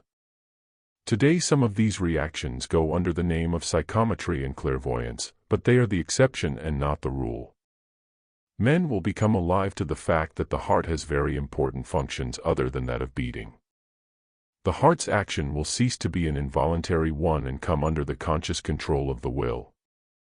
The close connection between breathing and thinking, as well as the great variety of chemical reactions produced by different types of breathing, together with the all-important channel of thought which resides in the heart, will become part of man's conscious equipment. An intensive interaction between the heart and the pineal gland will be developed, leading to spiritual vision, knowledge, and first-hand experience of the hidden worlds, which will utterly change the focus of men's consciousness and of their life motive. All these potent and startling developments will produce a temporary strain upon humanity which will be a heavy one to bear, bringing about many peculiar aberrations. Extreme exhaustion and overstimulation will result in states of coma, complete immobility, trances, split personalities, various severe eye troubles, and finally a curious disease in which the patient is continually confused between two worlds, that of waking and that of sleeping. None of these afflictions will be considered, as they would be today, to be symptoms of insanity or mental inefficiency. They will be understood for what they are. They will be intelligently cured by a system of mental massage and gymnastics designed to soothe and to strengthen those particular organs of perception which are overstrained. Finally, a law will be passed enforcing a period of isolated rest and seclusion for every individual once a year. This will be taken in specially constructed rest homes upon islands reserved for this purpose. Before long, the responses to this treatment will be so remarkable and so inspiring that many people will look upon it as the great treat and opportunity of the year. The heightened sensitivities of the masses will cause them to feel completely stifled if herded in large crowds as they are today. Instead of feeling that a great concourse is an ingredient of festivity, they will discover that only in small gatherings can they sense and enjoy their own reactions. They will not care to be lost in mass hypnotism and reaction, preferring to respond on their individual initiative. The mass response will gradually become mental instead of emotional. This will result in a gradual dying out of partisanship, of prejudice, and of fanaticism. The general attitude to the matter in hand will be that which is only attempted at the present day by the magistrate and the judge. People will feel convicted of mental inferiority if they cannot completely identify themselves with the point of view of each opposing faction. It will no longer be considered the thing to have an opinion. A dislike, or a definite opinion, will be regarded as a restriction and a limitation, because people will come to realize that their real aim is to know truth, and that the truth about anything or anyone is a fluid quality. It differs according to the angle of viewpoint, according to person and circumstance. It changes continuously and for everyone. Therefore, to have an opinion, in the sense in which that is done today, will be considered static, stagnant, mentally unclean, and unimportant. To have knowledge, on the other hand, to respond to truth, and to hope to acquire wisdom and identification with reality, will be the earnest ambition of the average man. The conditions of living in a world which is no longer possessive or opinionated, and in which class and age set up no barriers, are hard to picture. We may say, oh, this savors of socialism, equality for all, which can never succeed because there must always be the intellectual and the laboring types, the leaders and the followers. Indeed, this will continue to be so, and each man will be given work suited to his type. But no one will be only an intellectual, or only a laborer, or only a leader or a follower. The intellectual will have a part of his time spent on manual outdoor work, the secondary work of the laborer will be concerned with art or literature. The leader of men will always procure for a hobby something for which he has little aptitude and where he is under another's command. The lowliest laborer will be encouraged to excel in some little hobby, and, through it, teach or lead others. In these ways wise authority will provide against any member of the community leading unfulfilled, unbalanced, or cramped lives. The laborer will never be discontented or stupefied, the leader will not grow autocratic. The niche which each one fills will have its charm and its importance. As we earlier saw, this principle will also be applied to nations who, although federated together in a unified life, will have each their special qualities and capacities brought out to the utmost. Rivalry will not exist, nor competition, because the contribution of each nation will be found to be intrinsically different, and essential to the whole. A citizen of the future will not vaguely feel, as would his counterpart today, that a person of another nationality is a foreigner, a chap who is somehow different or somehow rather the same as himself. He will seek with understanding to enjoy those particular racial gifts which are different to his own, realizing that he depends upon them to fill certain gaps in his own life, and that the intimate exchange of friendship between nationals of different countries actually provides a subtle kind of nourishment unobtainable in any other way. Men will learn to appraise each other and work together from the standpoint of their astrological or vibrationary makeup. In the same way, the stellar rulership of nations will begin to be understood, and their individual genius and destiny thus revealed.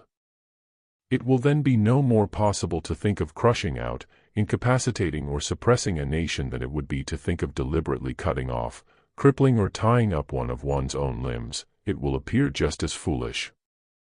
Thus the laws of fusion and unity will gradually filter into men's consciousness, and into their outward living, bringing not the bugbear which we now fear, loss of individuality and initiative, but a freer and a heightened individuality, unwarped by our famous inferiority complex, dignified and natural in the expression of its own acknowledged genius and essentiality. So far we have visioned a future expressing changes which are hard for us at this day to picture or to savor. A world from which fear, want, physical disease, partisanship and enmity have largely disappeared is difficult to imagine. A way of life in which love plays the chief part and governs the world opens up before us. But it is to be an unemotional, impartial, impersonal, all-embracing love, of a kind which we do not know and could hardly understand today, the real Christ love of identification with all of life.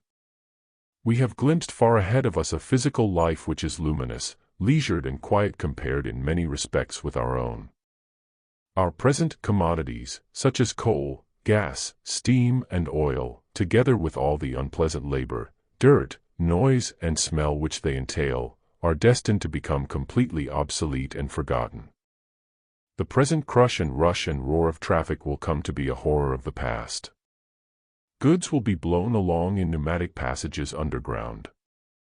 Passengers will be very few in number, as walking will be preferred, or else riding upon something which will resemble a very light electric scooter, and which can be folded and carried upon the arm like an umbrella. As for umbrellas, they will have gone out of fashion. All clothes will be weatherproofed by a new process, and people will have learnt to value the beautifying and tonic properties of rain.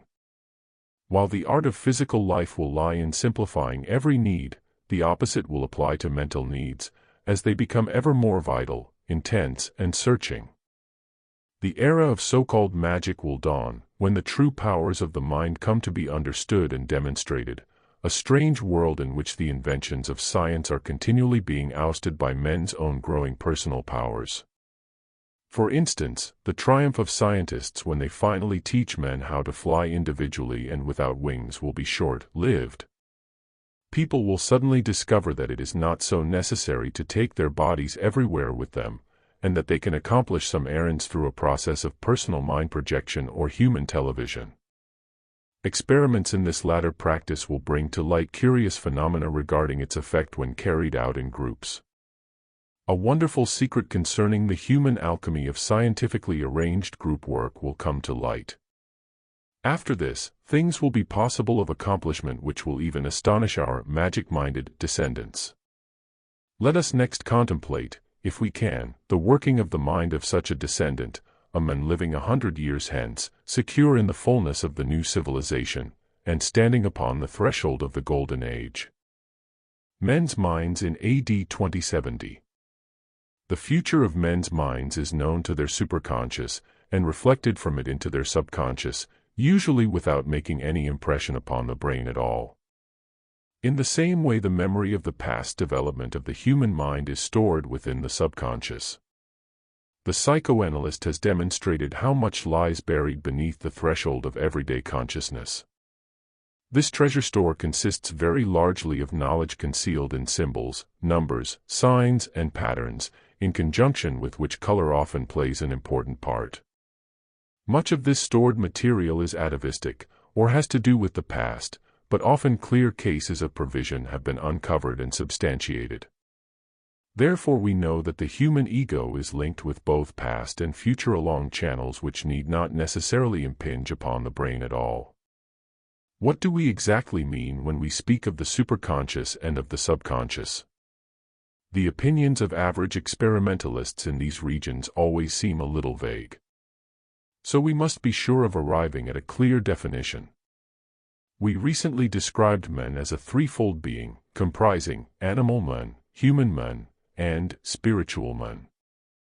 I should say that the so-called subconscious comprises the knowledge and memory of all that appertains to animal men, that the average brain consciousness embraces all that concerns the life of the human men, and that the superconscious is man's channel or link with the spiritual realm, or world of causes, wherein is pictured the plan and purpose of world history from the beginning to the end.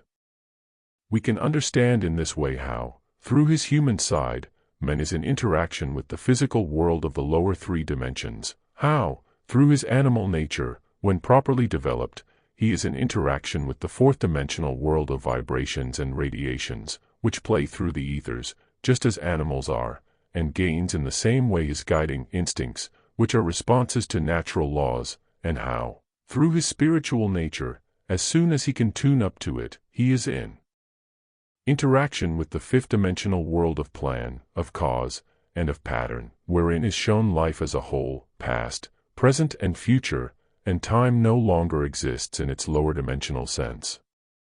In this realm, time, instead of spreading out through space, is converging into the great withinness of which we spoke, and thus past, present and future have come together, presenting one completed picture. When man can link successfully with his superconscious, he obtains infinitesimal flashes of this completed picture of truth, which result in what we call intuition. We now come to an interesting point. So long as man remains pre-eminently human man, he has to rely for his knowledge upon memory, that is to say, upon those facts which have been imprinted upon his physical brain since birth. His knowledge, therefore, consists of a mass of facts, statements, and ideas communicated to him through other human beings.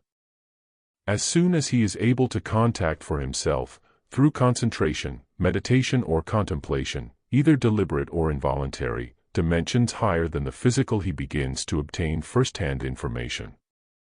He obtains this information in a realm not constricted to words, nor conditioned by time. This means that he can learn to obtain information instantaneously, and eventually upon any subject.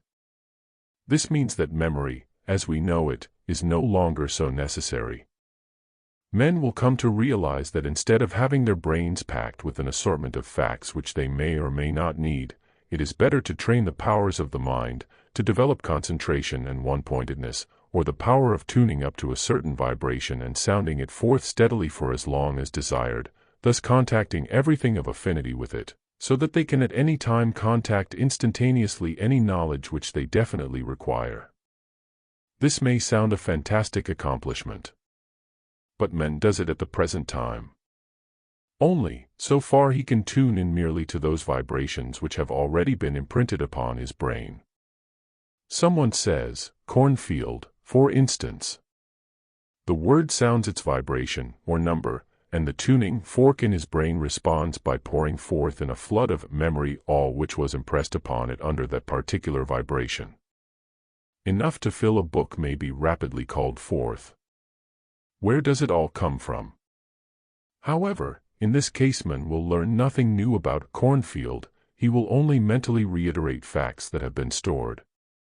Whereas if, instead of using the receptive attitude, he learns deliberately to set up a certain vibration and hold it poised long enough, he will be able to draw to him, which is a positive and not a receptive action, much knowledge which is new to him. This practice will constitute a large part of men's future mental training, and will take the place of memory. This is one of the fundamental differences between the mind of the future and that of today.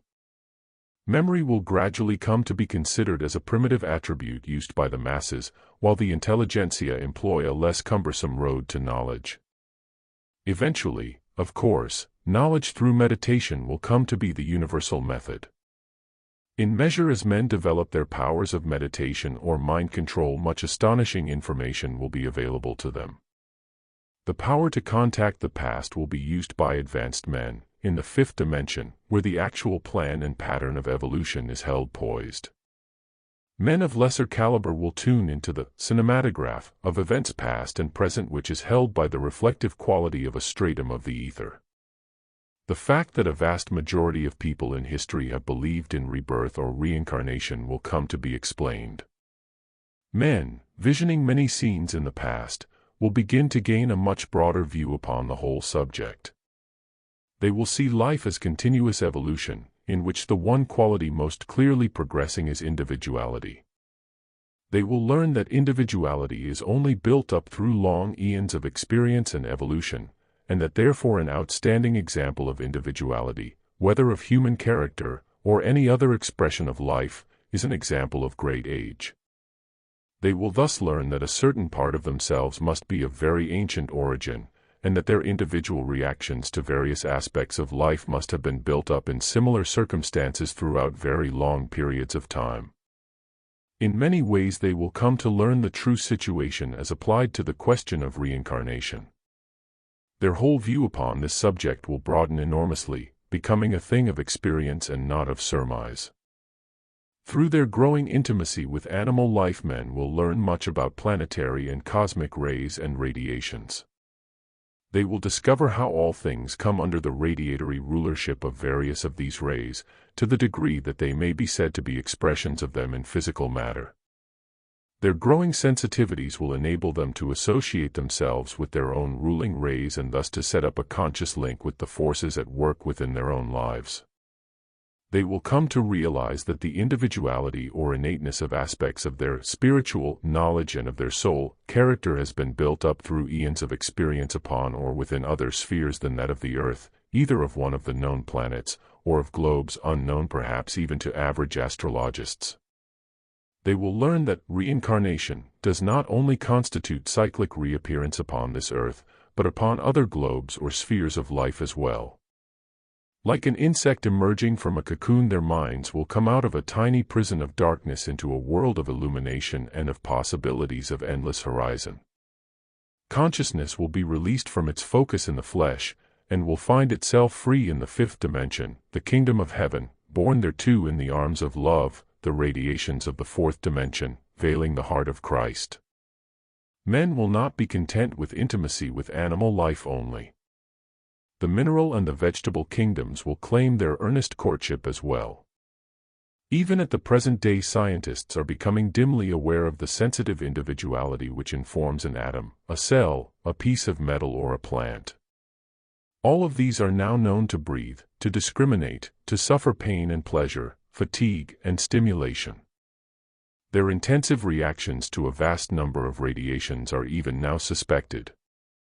The supposition that the amazing instincts which guide beast, bird, and insect may in reality be conscious intelligent responses to information conveyed by radiations, sometimes over immense distances, has already been put forward. It has been suspected that living wireless receivers to these radiations are carried by all creatures in the form of hair, feather, and antenna. The next step will be a strong realization of the creative, intelligent living consciousnesses which move, thinly veiled, beneath the physical forms of animal, vegetable, and mineral life. As soon as the existence of these brilliant intelligences becomes established in the consciousness of men, they will never rest until they have set up some communication with them. This they will succeed in doing through the medium of radiations. They will discover and locate certain of the radiations which creatures in the lower kingdoms use for intercommunication. They will endeavor to send messages to them, and to receive some of their own communications. These will at first be picked up on fine instruments, which will later be dispensed with as man himself grows more radiatorily sensitive. From sources such as these, men will learn a tremendous number of illuminating facts about the varying contents of the atmosphere around them, and the possibility of drawing certain types of nourishment from it by employing various rhythms in breathing and in posture. They will learn why a snake coils, why a bird sings, and why he stands on one leg to sleep, why a flower wears a certain color, and what are the rays which inform a diamond. They will learn that each of these mysteries bears an application to themselves which can enhance their own powers of living. They will come to believe, also, in the vital and honorable part which mankind is called upon to play in regard to the lower kingdoms. Men will begin to regard themselves as occupying a peculiarly responsible position in the makeup of the universe. They will consider themselves as the great link between divine and material manifestation, the interpreter and mediator between one kingdom and another, standing as pupils and aspirants to divinity, and as teachers and deities to the lower kingdoms. The complete interdependence of this design and plan will become apparent to them. Henceforth a thinking man will hold himself with the same dignity, care, and responsibility as a king or president must do vis-a-vis his dependent subjects today. He will come to consider himself as an infinitesimal creature bearing yet the germ of a growing God within his breast, who must one day rule a planet or direct a constellation. In this conception man's courage must equal his humility. When men reach the stage of having their great destiny thus revealed to them, it will be because humanity has at last left its adolescence and has passed into adulthood. At that stage they will discover for themselves the existence of a vast community of beings sharing with them the building and development of evolution on this planet. These beings, great and small, belong to what is known as the Deva kingdom. Their existence and their work is complementary to mankind's, and co-operation with them brings great bliss. How different will the mind of future men be to our own, when it is reared in such lofty conceptions? How fascinating will his interests be, and how little will petty personalities and importances have power to move him. Living with his angle of vision focused upon life from the fourth and fifth dimension, and with his interest concentrated in life as it is expressed in radiations, vibrations, and the interplay of energies, his mind will reason in numbers and symbols rather than in words. His communications with the lower kingdoms will develop this habit of thought, which to us seems terrible now. But to him radiations will express the living moving love of Christ, and numbers and symbols the mind and the plans of divinity. In those days a man's visiting card will be his horoscope, which will be summed up by the recipient with the sole object of discovering and ministering to his particular need. As Christ came to show us, service will be acknowledged as man's greatest privilege and destiny. Even such high ideals, however, if seen through the lens of selfishness, can be distorted and misused. Naturally, unbalance, or sin, will continue to play handmaid to humanity's progress, or a static condition would ensue. Indeed, the more mental power that men gain, the more dangerous and dynamic will be that power if misused. They will no longer commit crude physical crimes, such as theft, rape, and murder. Their sins will take a mental or radiatory form, and be the more far-reaching for that. The weapon of the controlled mind will become a terrible temptation to those who still harbor the germs of power, lust, and personal ambition. They will be largely safeguarded by the fact that dissimulation will no longer be possible to any great extent among their highly sensitized companions. Thought, reading, and telepathy will have become very prevalent gifts. In measure as communication through and interpretation of numbers, symbols, and radiations progress, and as the power of telepathy strengthens, so will the use of words decrease. The vast sea of repetitive and automatic conversation in which we are engulfed today will disappear with other wasteful horrors of these times. Words will be used sparingly and with power. As men develop their concentrated mental faculties, the words they utter will automatically be imbued with force, and productive of strong chemical and electrical influences.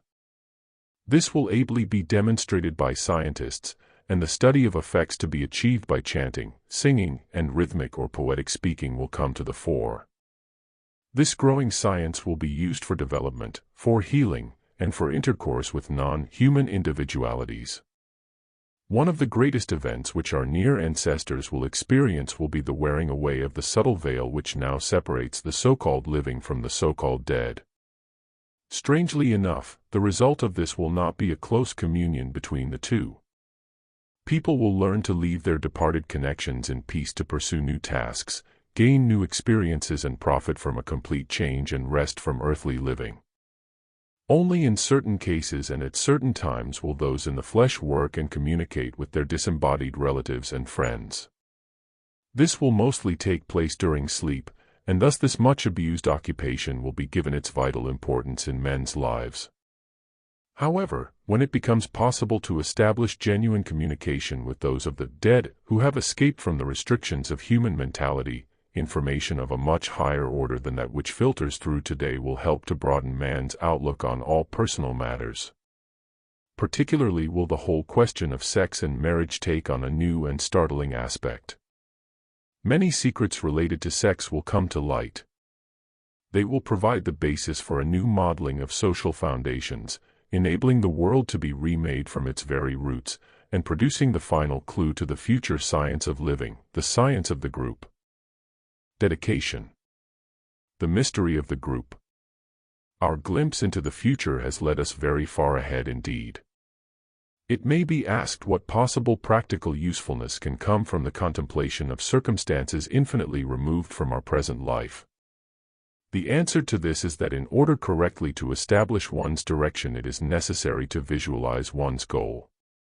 The shorter the focus of this vision, and the nearer the goal, the more will time and attention be given to unessential details, and the more likelihood there is of being deflected from the path.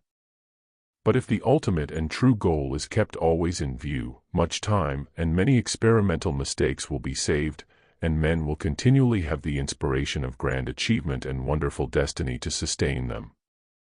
Having pictured the coming chapter of humanity's existence in its broadest outlines, we can now approach nearer home and consider the first steps which will be taken in the building of the new civilization. The fundamentals of any civilization rest upon the conditions of social living, and upon the personal relationships existing between units of a community. Most people will say that the relationship of the sexes is the most powerful factor in the building up of the social framework. But sexual life has always been subordinated to existing social conceptions and taboos. So we must first consider the more vital of the coming changes in the life of the community, and then we will have ready the framework into which future sex relationships will have to fit. In our contemplation of the human family, we are going to seek to unravel the mystery of individuality, to find the pattern and the plan which underlies the medley of crowded, mixed, and varied types, the apparently haphazard and inconsequent assortment which comprises the population, to determine why they are all so different and what these differences mean, and why, nevertheless, they fall into definite classifications: the stupid and the intelligent, the coarse and the refined, the followers and the leaders.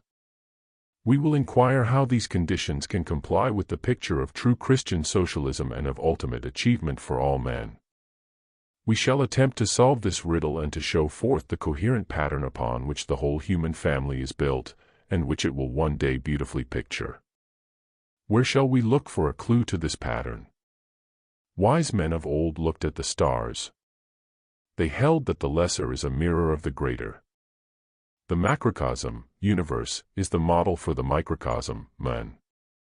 Wise men of today look within the atom, reading there the same story. They see our solar system as a group of varied planets around a central sun. They see the atom as a group of electrons around a central sun. They see our solar system as one of a group of solar systems around a still greater sun. The pattern of the group around a leader builds the universe from atom to constellation. The immutable laws which build creation and hold it in manifestation are known to us. They are pictured in our religions and they are demonstrated in our laboratories. The primal impulse of life, the One, the Creator, spoke the word. This first and major vibration produced the initial pattern and the initial division into two: the father-mother, positive and negative, electricity, male and female, spirit and matter. Thus was the world built upon the fundamental law of love and of sex. Love came with the sun, the consciousness produced by attraction and interaction between spirit and matter. Thus we have the primal division of the Trinity. The process of division continued, the three dividing into seven, the seven great energies imbuing matter, the seven spirits before the throne, pouring their forces through the seven major planets of the solar system. Thus we see the great pattern of life set up before us. We can conclude also that the initial division of positive and negative electricity shared in this process of radivision also, producing seven types of electricity, the discovery and understanding of which lies far ahead. The scientist uncovers the same pattern in the world of atoms and elements, stating that in the beginning there were only two elements, two gases, hydrogen and helium, from which all the vast array of atoms came forth, built from the results of division and blending. He knows that the number of seven governs his tables of elements and atoms to a certain degree, but it is not the only key number. Nor is seven the completed cosmic number. It is the number which rules many aspects of physical life. But a more complete cosmic number is 12. For there are really 12 planets connected with this solar system, and the division of the heavens is into the 12 signs of the zodiac, ruled, according to esotericists, by the 12 hierarchies. From this great primal pattern, and by a process of subdivision, the universe was built into physical manifestation. The 12 grouped around the Creator gives us the cosmic key number of 13. This design evidently gave the correct number and arrangement of complementary forces suitable for the wielding of power and the act of creation. Thus we see the pattern of potency and of completion set up before us. We see the social organization of the hosts of heaven, the stellar bodies veiling stupendous individualities. When Christ came to dwell among men, and set us a model of living, he pointed out the significance of the number 13 by placing himself at the head of 12 disciples. We do not know the birth dates of these disciples, but they are held to represent the 12 signs of the zodiac, the 12 phases of cosmic and human development. As such, they would each embody a different definite astrological type representing a certain admixture of planetary chemical and electrical forces, a reflection of that admixture or alchemy which goes to make one of the 12 divisions producing physical manifestation. If each of the 12 divisions were represented in the person of a disciple, then the 12 disciples brought together as an integrated group would reproduce the alchemy of creation, and with their spiritual leader would represent in miniature the potent ingredients of creativity itself. This scientific model which Christ set up for us as an example has yet to be understood and followed. The significance of what he did will only be brought home to us when the secret language of science is uncovered. Christ showed us how to work with power, and though his material included illiterate fishermen and seemed a strange admixture, underlying it was the deep astrological knowledge which knew how thus to produce out of frail, faulty, but properly blended material, a power and a vibration which should outlive the centuries. The divine division of the 2 into 3, 7, and 12 has, of course, always been known. But Christ demonstrated to us the significance, for us, of that last division, our nearest link with the creative pattern. This lesson was one of his greatest bequests to us, with its final symbol of the Last Supper, wherein even the betrayer was included. Christ taught the significance of the group, of group work and of group strength, and gave us a working model of it. He implied that all men who were his followers were to do as he did, and more. Thus we see mirrored the pattern of a future Christian world. In the later chapters of evolution, men will have come together in their natural groups, astrologically complete. Their capacity for working thus with potent mental powers, in ways which we could not now appreciate, will then be set in miniature model of the divine Creator. Thus will men have attained to a fuller knowledge and a sharing of the divine mind itself. During the life of Christ, behind his group of 12, stood the women. While the men were given the instruction and trained to be positively active, the women were always there, ministering unto them in their faith and silence. They were usually the first to perceive and to believe. They were the last at the cross, and the first at the resurrection. Whereas the male disciples represented the positive electrical aspect of spiritual living, the female disciples represented the negative hidden spiritual reservoir, the true anchor of action. In producing the perfect unit of a human group, there must be not only the correct planetary or zodiacal representation, but also a workable balance between positive and negative, male and female aspects. These aspects are not represented by physical form alone, but may focus their power through the subtler parts of the individual. All of these factors will be embraced by the scientific knowledge of the future, and their right application will bring unimaginable powers and experiences to mankind. At present, such groupings take place involuntarily or not at all. When a prime minister forms a war cabinet today, he is working blindfold and hampered by ignorance. If the cabinet turns out to be a potent unit, there has been an instinctive coming together of those whose egos will in the far future combine to form a dynamic astrologically perfect group. As the sun of the new era slowly shows his rim above the horizon of present history, we can see coming into growth around us the seeds of the new group spirit. Since the beginning of this century, groups have sprung up in ever-increasing profusion. They are immature, adolescent, and faulty, but the new impulse is at work already throughout the ranks of humanity. Finally, we are hearing talk of the most ambitious group of all, world government. This will also be an infant body when it does appear, and will have to be nursed through adolescence for many generations. When it reaches adulthood and coming revelation, it also will be built upon scientific human alchemy, and represent the 12 creative hierarchies and signs of the zodiac in miniature. Humanity will gradually build itself up into the repeated pattern of groups within a group. It will be realized that through this means the ultimate fruition of individual character development throughout the ages is obtained. For although we will no longer see the isolation of any one ambitious powerful ego, because fusion and sharing with others will be the rule, yet actual individualization will be more emphasized than ever, producing, as it will, correct manifestation and understanding of a given astrological force and expression. It is as well to press this point continually home, because fear of loss of identity seems to be the bugbear which prevents many people from facing the greater laws of life. The coming into existence of real group living will have fascinating results. It will do away with much of the spiritual and personal loneliness from which many people now deeply suffer. For the bond which will exist between those who have come together to fit into their true place in life's pattern in an astrological group will be a bond existing in the highest dimensions, and therefore more profound and satisfying than any other family or social tie.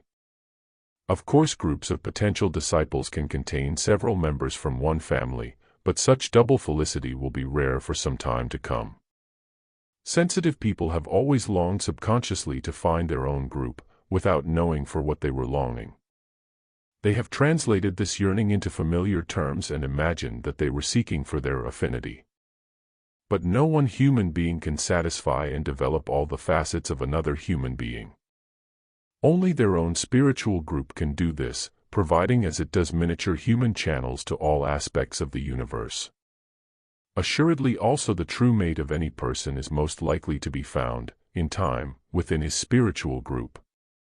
The absorbed and self-sacrificing devotion which many sincere people like to give to their partner in marriage or to a certain member of their family or close friend, is in reality misdirected. It is really just that quality of humility and obedience which is man's rightful offering to the Creator and His plan, as served and mirrored in his own group, of which the Creator's representative is its leader or teacher. Future spiritual groups will be modeled upon that of Christ and His disciples, expressing the closely integrated love and brotherhood which He commanded. Thus, group living will ensure loss of loneliness, a completion of the love and friendship aspect in life, a definite and permanent goal, a fount of trusted instruction, loss of uncertainty and of confusion, and a great combination of strength upon which all the members may draw. Within a completed group must always be found the betrayer, because the Saturnian, or Satan, influence is a part of the whole. In immature groups the betrayer, after causing havoc, will be cast out as a factor with which the members are incapable of dealing. But as the groups become more advanced, their attitude and capacity will change. They will recognize that the evil one among them is offering them the greatest service, the service of the test and the trial, without which none may progress. They will stand the test, and in thanks for the service they will identify themselves with the evil member through that love which absorbs and shares. The evil thus divided will become negligible, and the evil one redeemed, through being so fused with his group, through their love, that good and evil are blended and lost in each other. If Christ's disciples could so have acted with Judas, there would have been no betrayal, because Judas, through sharing his doubt and misunderstanding with his zodiacal group, would have had it clarified and resolved. The lesson of fusion as contained in the establishment of the divine group in social living will be one of the great landmarks of the new dispensation. All thinking men will be trained to consider life from the angle of the great group patterns. The student will see his goal ahead in 3 phases of group integration. The first phase will be to achieve mastery or mastership of his own person, of the group which is contained within his own organism. The cosmic pattern of sun and planets is repeated in his own body as centers of revolving force which produce heart and glands. Man's own solar system is closely affiliated with and in process of expressing the greater solar system, in terms of quality and function. As soon as man has been able completely to coordinate and rule the group within his own periphery, and has achieved a measure of personal mastership, he is ready to meet and enjoy the brotherhood of his own group, and the teaching of the master of that group, or his representative. Thus man, after having disciplined his own body, becomes himself the disciple. The third phase is reached when man achieves the quality of teacher on his own account, and becomes himself the head of a group. He then finds that many of his past associations and relationships had witnessed the gradual coming together of those who were to form his own group. Even deadly antagonisms and enmities had concealed the interactions of this development. Throughout many vicissitudes his group inevitably grows. He remains a member of his own spiritual group under his teacher, through whom he gradually contacts a higher group of which his teacher is a member, with a leader more advanced than himself. So the pattern builds up, there being a place awaiting every person of every grade of attainment. The design is there already, and the people are there. They have not yet acquired sufficient spiritual sensitivity to work consciously in this way, although many of them are linked subconsciously, and working superconsciously together at this time. Thus future man's attitude will undergo a profound change to many aspects of life. He will feel peculiarly responsible towards his own body and his own disposition and will become eagerly disciplined. Every active relationship between himself and any other person will be a subject of keen speculation and consideration with him. He will willingly care for his words and actions. For his ambition will be a mighty one, although it will embody humility and service.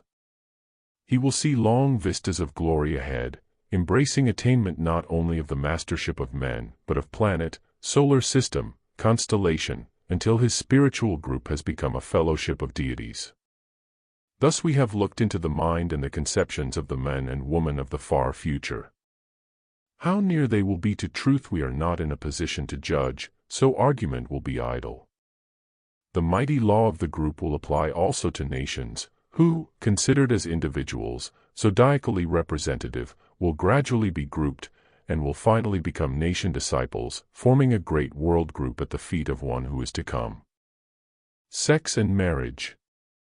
Our next step will be to seek to discover how the new dispensation will affect that all-important question of the relationship between the sexes. We must remember that upon this aspect of life the same new influences will be impinging, working to break down the old habits of separatism and of possessiveness, as well as of concentration on the third-dimensional or physical aspect. The changes which are to come about in sex relationships will, therefore, be just as revolutionary as those in other spheres. We must bear in mind that we are not simply considering the trend of evolution, which is a slow process. We are contemplating a great changeover into a new way of living together, the beginning of a new chapter in human history, and the closing of the old chapter which has lasted several thousand years. When people say, human nature cannot change, they are referring to this great passing epoch wherein the same major influence has ruled all the time. They are unaware that this is only one distinctive chapter in human development which is now about to close. All over the world and throughout history there have existed in various tribes and communities a variety of conceptions and habits relating to sex and marriage. These, although so different, have seemed adequate to meet the needs of some particular community. But in the main they have been swamped and lost to sight beneath the major conceptions and influences which have ruled the West, the advance guard of the last epoch, and with which we are familiar. We have already given an introductory consideration of the tantalizing subject of male and female. According to both religionist and scientist, the motif of the sexes runs through all of life from the marriage of the atoms to the magnificent consummation of constellations. The primary division of the one into the two marks the beginning of descent into matter, or the slowing down of vibrationary rates. As we have seen, the formation of the Trinity brings the Son to birth, representing consciousness, set up by the interaction between positive and negative, or active and receptive, energies. These are the initial steps towards creation. When the span of world history is over, all will return to whence they came. The many will be resolved back into the one, and in the last act of world history we shall find the two once more. 2 is, therefore, the nearest number to divinity, and is reflected by humanity in mating. 3 is the number which links matter with spirit. Humanity reflects it in parenthood. For long have human beings blindly and ignorantly prostituted their most divine privileges. The coming days of revelation will close the pitiable and difficult chapter. Remarkable developments will come about in people's attitude towards sex. Some of these will appear directly to be brought about by changing social conditions. Nevertheless, inner spiritual awakening will be fundamentally responsible. We have seen how future living conditions will become far more pleasant than those of today, so that no longer will a stupefied and deficient population rush to sex for the imperfect comfort, forgetfulness, and defeat of loneliness which it may bring them. People will come to share so many joys that their needs will subtly change. We have also seen how the development of individual creative arts and handicrafts will feed people's creative urge, giving the natural result of habitual continence. It is already accepted that the indulgence in absorbing sports and hobbies curbs and satisfies many cravings and impulses. Human beings today are suffering grievously from a variety of moral, mental, and physical deficiencies. Deficiencies create cravings. One craving creates another. In the desperate effort to satisfy these cravings, one excess leads to another, and peace is never found. The vision we have beheld of coming changes leading to a saner way of living will wipe out many of the causes of deficiency. The normal and satisfied human being thus produced will become as sane and natural in his physical living as is a healthy animal. He will learn to be conscious of his natural instincts, which will not allow him to overeat, oversleep, or overindulge in any of the appetites.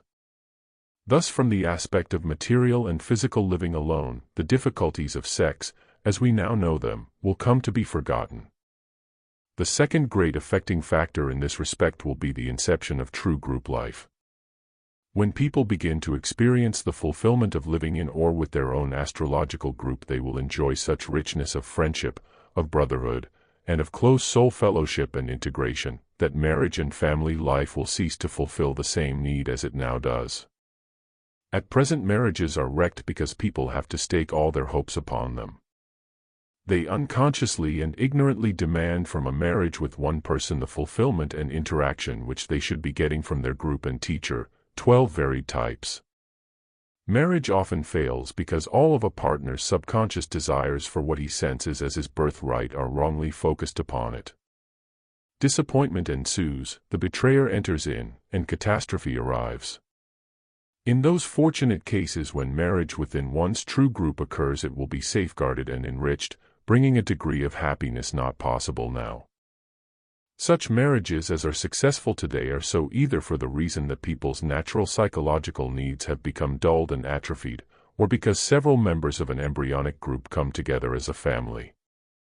In this case, the variety of types and the astrological complementaries can already be discerned. Those conceptions of life which are today labeled as esoteric will be held by increasing numbers in the future. This will come about through a growing clarity and force in thinking, and through much that will be revealed from the inner dimensions. The belief in reincarnation or successive births of the ego will be widely held, but in a less childish manner than that obtaining today. It will be believed that every ego is tested throughout the complete gamut of human experience, that each must know motherhood, fatherhood, failure and success, prominence and obscurity, pain and joy, wickedness and understanding, self-indulgence and self-discipline, and that this entails constantly changing relationships between those groups whose destiny is to develop together, as well as frequent changes of sex. Sometimes connections of this kind are very numerous. This is because the astrological group of 12 is always the core of a much larger grouping. A man will, under these conditions, be able to consider that his wife may have stood to him as sister, father, tutor, or even enemy at a former epoch, and that he himself has not been free from feminine frailties. This understanding will draw the sexes together in closer sympathy, and sex antagonism will no longer find a foothold. It will also destroy the barriers of inhibition which now exist between parents and children. Marriage as an institution will undergo profound changes. Whom God hath joined will no longer indicate those human beings who have themselves decided to marry under the roof of a church. It will be known that such faulty human impulses have little to do with divine planning, and that although they sufficed for an ignorant and infant humanity, they are obsolete for a people reaching adulthood and becoming sensitive and aware of their inner divine nature, and the laws of astrological affinity which control their destiny. Men will learn to develop an inner touchstone where mating is concerned. They will know that marriage with the true mate is a luxury seldom allowed along the stern path of potential discipleship. So they will take second best without illusion, and with the knowledge why and how to make the best of it.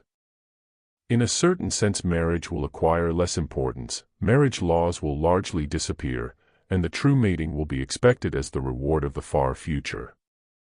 However, as the all-absorbing interest of these mentally polarized people will be in the education and upbringing of the next generation, children will not suffer from these changing conditions. They will constitute an ever greater need and interest. Although the personal possessive attitude of parenthood will disappear, together with its lack of understanding, an intense interest and comradeship will take its place, together with a type of love with which we are not yet familiar. Curiously enough, the laxity and carelessness in sexual morals which obtain today are the first results of an inner revulsion from the restricting egotism and self-centeredness which has ruled sex life up to date. They denote also the first blind movements towards the coming changes. The powers of telepathy and thought reading, as they grow, will alter the relations between people very considerably. The mask which so many habitually wear, the picture of themselves which they desire to present to the outside world and even to their own conscience, is known to us as the personality. This was derived from the Greek word persona, meaning mask. The persona will begin to fail in its purpose as people become telepathic, and will cease to be developed to the extent which it now is. The personality has become, in some cases, quite a hard outer shell, made up of mannerisms, inhibitions, shyness, rigid static ideas and dissimulations. So concrete does such a shell become in the ether surrounding a person that radiations or impressions can neither pass in nor out. Such a personality has become a useless instrument to the striving soul within, which is cut off from growth and development, and from intelligent contact with its fellows. Such conditions render quite impossible the task of recognizing and attracting the right mate, and allow for the gravest mistakes to be made, because they entirely prevent the flowing back and forth of radiations, that power of reaching out on those radiations and identifying oneself with another living creature which produces true understanding and sympathy. This radiation and identification with life holds the secret of the new love which is coming into the world, the love which is Christ. We can hardly understand it as yet, because it is not a personal love. It allows a person to quit his own personality and become the one or the thing beloved, sharing the other's restrictions, qualities, and outlook. Christ demonstrated this love in many ways. He wept at the tomb of Lazarus. He, knowing immortality, aware of the little, fugitive evanescence of human suffering, yet wept, because he identified himself with the pitiable ignorant grief of those around him. When the sick came to be healed, he identified himself with them also, looked into their warped or sinful minds, and seeing there the cause of their disease, said, "Go, and sin no more." Or, seeing the growing spark of spirituality within, said, "Thy faith hath made thee whole." Often his powerful radiations broke the hard shell of some persona, and the true character was set free or converted. This power and sensitivity of radiation, the Christ love, is the new quality coming to birth in mankind, which will establish the conscious link between Christ, men, and the rest of creation, and make possible the second coming. It will change and heighten the quality of love between men, and especially the love between man and wife. In a community where thought reading is becoming habitual, the personality can no longer veil, and dissimulation is negated. It is obvious that the choosing of a marriage partner will lack the guesswork, uncertainty, and mixed motives which ruin men's chances of happiness today. In a community where a person's visiting card is his horoscope, hypocrisy will have little place. That ingenuous frankness about the self which has already appeared in somewhat crude form in the advance guard of the new race, on the continent of America, will be the average attitude. People will look upon their own faults, not as something to be ignored, denied, and hidden, but as the signposts to their potential virtues. With such conditions of frankness existing, especially within a group, people will be able to help each other enormously, and do powerful team work. Especially will such candor enrich and beautify the marriage relationship, making possible a mental and spiritual intimacy and comradeship even between couples who are ill-suited and ill-matched from present standards. Today even affinities may marry without consciously discovering each other deep buried beneath the shells of personality. It may be thought that with the disappearance of personality much of the romance and mystery of life will be lost too. The mystery here referred to applies, however, only to little etheric obstructions veiling the reality of the tiny spiritual germs which we call human beings. The true mystery is attached to the individuality, which lies back of the personality and persists while the other changes. The real romance of life grows with every fraction of the plan of creation as it unveils before us, both in regard to ourselves and to the universe, and can always be ours irrespective of place or person. The sooner we can switch the focus of our vision from off our little personalities, the sooner shall we revel in the grandeurs of cosmic all-pervading romance and mystery. We know that a sorrow shared is a sorrow halved, and a joy shared is a joy doubled. But spiritual understanding shared brings a bliss which transcends all qualifications. This bliss will be the new quality entering into the average marriage of the future. The men of those times will have explanations for many circumstances which the men of today cannot explain at all. He will not be dogmatic or intense about his conceptions, and personal matters will not have the same kind of interest for him that they do today. At present a man is hard put to it to reconcile some circumstances of his life with his religious conceptions. Possibly he may have had several wives and loved them all dearly. He is puzzled why this has been possible, and as to what the situation will be when he has to face them all on the other side. He cannot even be sure which was his true mate. He is quite at a loss. In such a situation the men of future mentality would feel that he had been offering the relationship of a husband to several members of his own true group, possibly not one of whom was his ultimate soulmate, but all of them his dearest and eternal friends, under which bond a temporary physical relationship was, although serving its purpose, purely incidental. Various other intense relationships would come in the same category. The psychologists of the future will have acquired some fairly clear-cut ideas as to the divisions which go to make up the complexities of human disposition. They will understand that a man has a coherent body, vehicle, or instrument of action and perception, for use in each of the dimensions. His physical body of the first three dimensions is, of course, the one with which we are the most familiar. Invisible, so far, to most of us, is his body or vehicle for use in the ethers, known to esotericists as his etheric counterpart, through which electrical messages and impressions of many types are sent, including those of pain, pleasure, and the other physical sensations. This vehicle will be considered as also in the realm of the physical. His medium of expression in the fourth dimension of radiation, ranged in the class of vibrations which the esotericists term astral, is a very vital body, inhabited in the case of the unadvanced man by his emotions, and in the case of the advanced type by the activities and radiations of the awakened heart.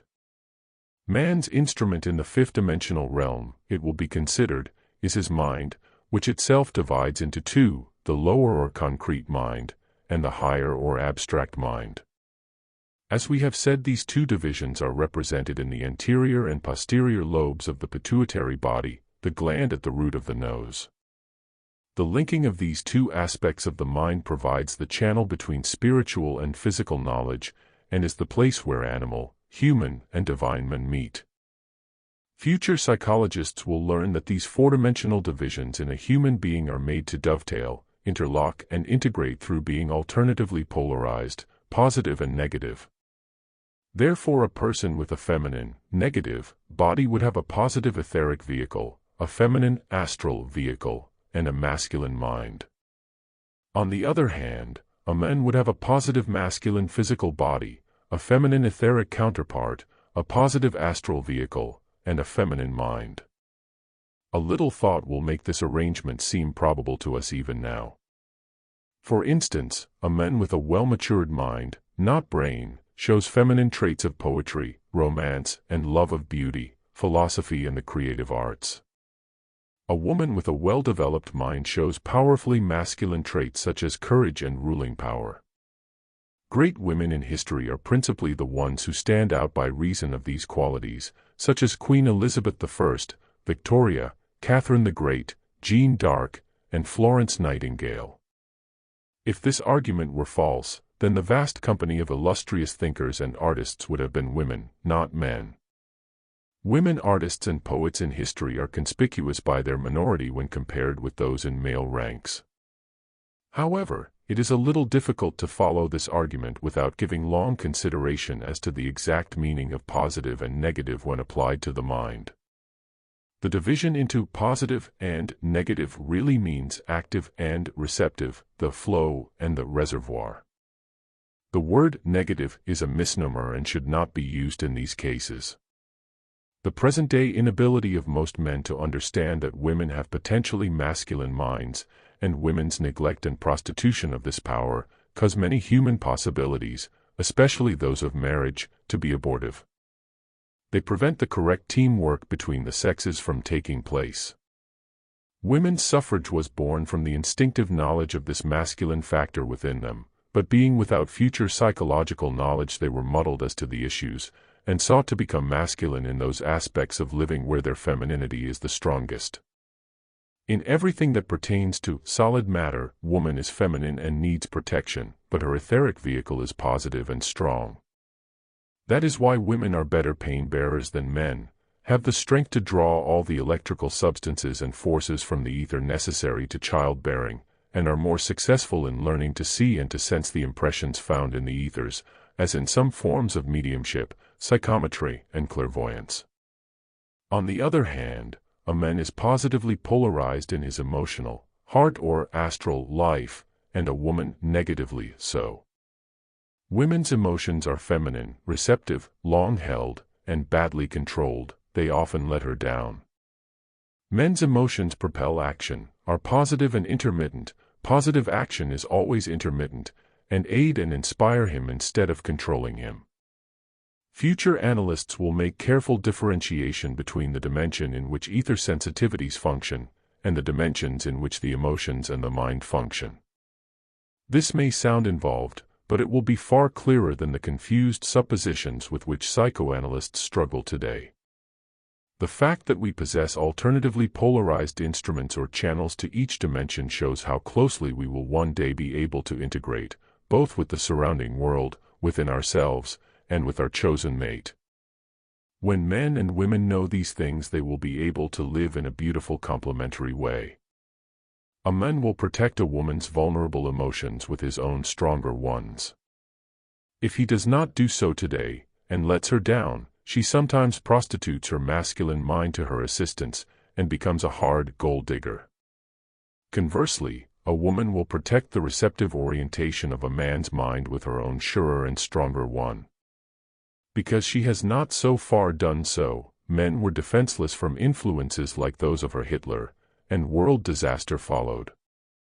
The subtle, powerful, and beautifully designed relationship between the sexes is, indeed, the true foundation of happy living individually and collectively, whether or not marriage is entailed. Its understanding will be an extremely important part of future adolescent education. Its practice will lay the foundation stones of a new civilization of supermen and superwomen. Power. Our experiment completed. We have now finished our lightning survey of the future. We can begin to sum up the results of our meditation and contemplation and discover what we have achieved by it. We began our approach along lines of scientific thinking, although they were unlabeled by orthodox scientific terms. From a purely rational and almost mathematical angle of vision, we proceeded to build up a picture of the universe, piercing through from outward manifestations and effects to inner powers and causes. Helped by logical reasoning and deduction, we constructed our scaffolding, and then watched it come to life as a true edifice. We took the broadest and longest view possible of evolution, visioning its stages in periods of many thousand years, thus seeking to focus our viewpoint more nearly in the manner of those who planned it. Having sounded the note of our conceptions and inquiries, we held that vibration, steadily and persistently, with concentration and poise according to the methods of meditation. We then wrote down the vision which we were drawing to us. We have put down our impressions exactly as they came to us, and although we believe them to approximate to the truth, they must now stand or fall on their own merits, and on the merits of their readers. Assuming that some of these readers are inclined to accept, as I do, this picture of the plan and the future of the universe, we will now summarize what we have learned, and from it deduce our implied course of action. Remember, our prime purpose was to discover the clue to the present state of world affairs, to uncover the secrets of the evolutionary process, and to determine what should be men's next steps towards the refashioning of their world and the achievement of their destiny. We have seen that creation is evolving through a process of transmutation. The heat of desire, aspiration, or love, whether burning in an atom or a man, causes disintegration of the heavy vibrations of the lower dimensions, a raising of their tempo and key, and then transmutation into the scale of vibrations existing in a higher dimension. The higher the dimension, the more movement and the more power. Humanity as a whole is passing, at present, from under the rulership of the third dimension and the separatism associated with physical form, into the period ruled by the fourth dimension and the fusion associated with radiation and love. We have seen that the crisis through which civilization is now traveling denotes the passage from one great chapter of evolution into another in which the fundamentals are reversed, and the entire motif of life will be changed over. Therefore the present confusion and difficulty give no cause for wonder. This great changeover is the point where, in the parable, the prodigal son, humanity, turns to return to his Father, his source, the One. The descent into matter of the Spirit is now over, matter has responded, and the return journey has now to be made. The lowest materialism, both chemically and consciously, has been gone through, so now the process of transmutation can be speeded up. The plan is clear before us to this degree. Humanity is to break free from the third dimension, live the fourth-dimensional life for a period, while training and preparing for the coming fifth-dimensional period, or, in other words, humanity is to break free of materialism, live the life of true Christian love, sharing the heart of deity, while preparing for a future of creative power and the sharing of the mind of deity. What are the immediate prospects? The inevitable changes which are already upon us will involve the breaking down of all barriers of all kinds throughout life, and the integration of all its aspects, racial, governmental, religious, scientific, social, into the gradual formation of one coherent, beautiful, symmetrical, and powerful whole. If we bear this last sentence continually in mind, it will afford us the clue to any aspects of the situation which come up. We have seen that the great changeover will ultimately produce some form of world government, of universal religion, of master science, of practical health control, and of education for world citizenship and for potential group life and discipleship, and that finally religion, science, and education will themselves fuse until they are no longer recognizable as separate units. We have seen that the passage of human consciousness from the third to the fourth dimension will bring it into the realm where it can contact the Christ life, and that herein lies hid the mystery of the second coming, and of the foundation of the kingdom of heaven upon earth. May I digress for an instant to mention that Sir Ambrose Fleming once made the inspired suggestion that heaven might possibly exist in the fourth dimension. How encouraging it is that the time has come when a scientist dares to say a thing like that. We have learnt that the greatest event of this new period will be the advent of the group genius upon earth, the understanding and following of the model set us by Christ. People will have evolved to the stage where they recognize and join their true destined group, wherein they are all astrologically complementary, and form together a unit of potent creative power. We have studied the mind of future men, and we have seen that all the factors mentioned above will have radically reversed his entire approach to life. Relieved of countless fears, inhibitions, and other stultifying influences, a vast amount of vitality, time, and resource will be set free, both individually and collectively, and the true spirit of creativity and aspiration inherent in men will come to life. We have visioned the great changes which will be brought about by the action of the radiatory world upon human life and the human psyche, and how an extension of the five senses to the perception of higher vibrations will open up a new world to men's understanding, a world wherein they can share and exchange knowledge with the other kingdoms in nature. We have seen many other wonderful things, all of which point to one fundamental difference which will appear in men's lives. I think this is best summed up in the word power. Energies, wasted hitherto, will be conserved, higher vibrations will be developed and wielded. Knowledge will grow. The right cooperation of the sexes will give added strength. Men will become stronger morally, mentally, and physically. Finally, the controlled and concentrated mind will be used as an instrument to wield and change physical matter. The adolescence of humanity with its terrible initiations will be forgotten. Human beings will stand self-acknowledged as potential units of creative divinity, welded together in the insoluble and eternal friendships of fellow, discipleship and astrological destiny, as embryonic solar systems spawned by their parent planets, able only as yet to glimpse the fringe of future possibilities, but freed forever from the hard school of ignorance, materialism, and isolation. The assumption of potential deity may appear presumptuous to those who forget that it has always found place in religious teachings. Observe how far we have progressed already.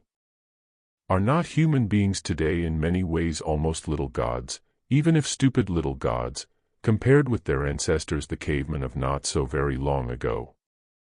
In my last book we began with describing lofty spiritual conceptions and brought them down to tally and dovetail with the findings of modern science. In the present chapters we have begun with practical scientific thinking, and it has led us through to dovetail with the same spiritual laws. The ultimate diamond of truth is identical, no matter through which of its facets one penetrates. Nevertheless, we kept to our scientific outlook for as long as we were able, which was until we came to study the mind of future men, and saw that it was a blend of religion, esotericism, or occultism, and science, and included a very broad conception of the principle of rebirth in other spheres and dimensions as well as on this planet. We have seen that man's ultimate way of approach to divinity and to fulfillment will be through group formation, through finding and taking his place in the intricate zodiacal pattern of the universe. It follows that if we wish to understand life we must understand the design which runs through it from constellation to atom. We must realize that the process of physical creation is that of crystallization from the one of highest completest vibration into a series of rates of lower vibrations, by means of which the one manifests by becoming the center of a group of forces which are expressed in physical form as sun and planets, protons and electrons, heart and glands, leader and group, evangelist and disciples. We must understand the different key numbers which build up group forms and cohere all groups, the 2, 3, 7 and 12, and the place and purpose of every expression of a zodiacal sign, and the character of the ray which flows through and from it. Let us consider for a moment the 12 zodiacal signs around the sun in relation to their reflection as a perfected group of 12 potential disciples around their leader. The 12 signs are alternately positively and negatively polarized, one ray and one planet ruling 2 signs, one of each. The human group will have positive and negative equally represented, usually by containing 6 men and 6 women, in pairs, each pair working for the aspect of life ruled by one particular ray, its planet, and its positive and negative zodiacal signs. These aspects may be stated as power, love, intelligence, harmony, religion, art and organization, although dozens of other terms are applicable to them. Power, of course, is the aspect of the sun, the incarnate, or discarnate, leader, or the spiritual force behind the group. In time world government will take the form of such a group, which will be repeated at the head of all lesser organizations. Until such group formation is understood and put into practice, humanity will continue to suffer from the unbalanced judgments, ill-calculated administrations, and tyrannies which inevitably take place without it. A true group formation will always balance up one-sidedness and absorb and negate a power complex. The world's beautiful music is built up from the group of 12, the octave of 7 white notes and 5 black ones, underlining still further the creative completeness of that number. As for colors, most of us are only able to see the initial 7 of the rainbow, but those with extended visual perception see 12 colors. When humanity has the intelligence to organize itself according to the models shown forth so plainly in nature, it will express in living the same harmonious fusion as we enjoy in melody and in the rainbow. The understanding and appreciation of these beautiful laws lies far in the future. It is the rare privilege of the pioneers alone of any age to sense things far ahead. The true pioneers of today will be those who, anticipating future developments such as we have outlined, have begun already to work towards those ends, thus inaugurating on Earth the blueprint of the plans waiting poised in the fifth dimension. Too little is, as yet, understood of astrology for much to be done from that angle, although potential groups already exist, even if unorganized and unaware. When the right note is sounded, many of them will be drawn together. How should we recognize those pioneer spirits already in existence who can feel the call of fusion and integration? A doctor of such a type would readily agree that he will learn more about healing if he consults with a pioneer type of priest, a musician, an electrical scientist. An agriculturist of such a type would be ready to organize his work in conjunction with an economist, an astrologist, a dietitian. A musician of such a type would consider collaborating with a psychologist, a color visionary, a perfume expert. All those who have grasped the secret of the essential interplay and interdependence of all life will be ready to attempt to work in this way, and will expect to receive unique inspiration from so doing. They will not be disappointed. During the passing period of separatism, before group work of the kind we have foretold could take place, any great creative output necessitating a zodiacal, or complete, outlook on life, had to be achieved by one man alone, who therefore had to combine almost the whole group quality of expression within himself. The group genius had to incarnate in one man, future head of a group, thus producing a giant intellect and a character of many talents and facets who, in thus expressing a divine principle, showed forth in many cases the gifts of the Holy Ghost. Such men usually drew to them their future group in embryo, in the guise of satellites or apprentices. Such groups would grow, obviously, through the process of reincarnating through both good and evil lives. As examples we may mention Paracelsus, the Prince of Physicians, precursor of therapeutics, who introduced mineral baths, and was said to capture celestial rays in dew, invoke spirits and raise the dead, Roger Bacon, the all-round genius who reformed the calendar, and worked on lenses, spectacles, telescopes, gunpowder, flying machines, microscopes and other scientific inventions in the Middle Ages, and was an astrologer, alchemist and magician. Democritus, the great philosopher and anatomist, and father of experimental science, who practiced divination, prophecy, and magical healing, Pythagoras, who gave us the laws of mathematics, astronomy, music, geometry, and much else, and who believed in rebirth and astrology and healed with music, colors and herbs, Wagner, with his stupendous cosmic conceptions and vision, Swedenborg, with his scientific genius, his art, his literature, and his mystical life and prophecies, Leonardo da Vinci. With his art, his engineering, his flying machines, and his magic, and Shakespeare, with his astonishing knowledge of magic, Freemasonry, astrology, and its expressed human types. So many of these great representatives of future collective genius have shown forth those gifts which developed mental and spiritual powers bring. Of such are provision, healing, wisdom in spiritual law, scientific knowledge, and an interest in the practices of alchemy and magic. When they have surrendered their stewardships to their ripening groups, those groups will collectively possess those powers and interests too. Thus the ultimate world government itself will possess collectively provision, and an understanding of the divine plan. In measure as men become able to respond to the group genius and to group work, so does the necessity for great solitary creative geniuses pass away. That is why those who have been the pioneers of the dying age of art and separatism need no longer stand out among men and bear the burden of publicity, but may retire to their rightful place behind, or within, the shelter of their maturing groups. Therefore the day of Michelangelos and Wagners is long over. The outstanding men of these times belong in a different category.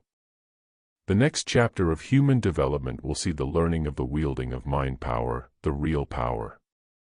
Many of the leaders of these future power groups are alive today and have begun their work. This work is still in primitive, in crude and seemingly ugly form, but it presages a great future. The use of power is dangerous and difficult for men to learn, so that is why it constitutes a later lesson than that of art or of love. Men begin the power lesson in the physical world, with the controlling of money, property, and labor. Later they gain power over the emotional world. Both these phases are unstable. Finally they gain power by using hypnotism, or the mental rays, thus beginning to employ either black or white magic. One then sees the results of the development of the human power to draw upon cosmic forces. This latest innovation is powerful enough to upset the entire human family. It was the secret underlying the Hitler regime, and explains its extraordinary influence. The same new force had been slightly drawn upon in both Italy and Russia.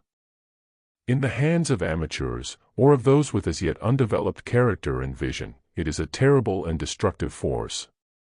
But let us look more deeply.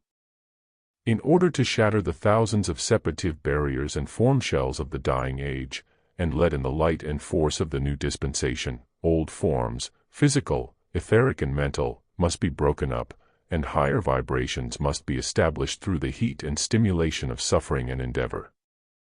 Man must pay his entrance fee into the wonderful future life of power. Therefore those outstanding egos who are performing this ugly task of destruction for humanity, and arousing the human family in spite of themselves to true universal responsibility, are contributing a great and thankless service. To do this service some have foregone even their own spiritual life for a time, and allied themselves with Saturnian work, passing with their groups through a very purgatory. Let us not criticize in horror their work of barbaric destruction, but rather be ashamed that there has been found no other way to arouse us all to a shouldering of true Christian responsibility. How incalculable a service is any which speeds up human destiny and initiation. Let us pause, therefore, always when upon the brink of condemnation. Could we but pierce the veil of time and perceive the eternal threads upon which certain big lives are strung, how differently we might regard them. Who were and are Mussolini, Hitler, Stalin?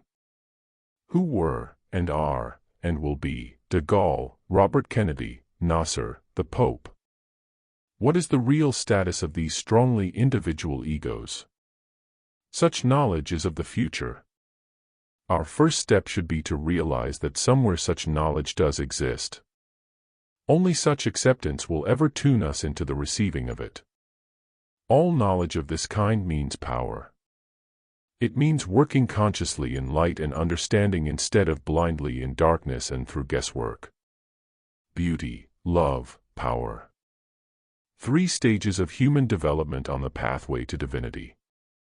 The pagan and Grecian gods gave us beauty in the 3rd dimension.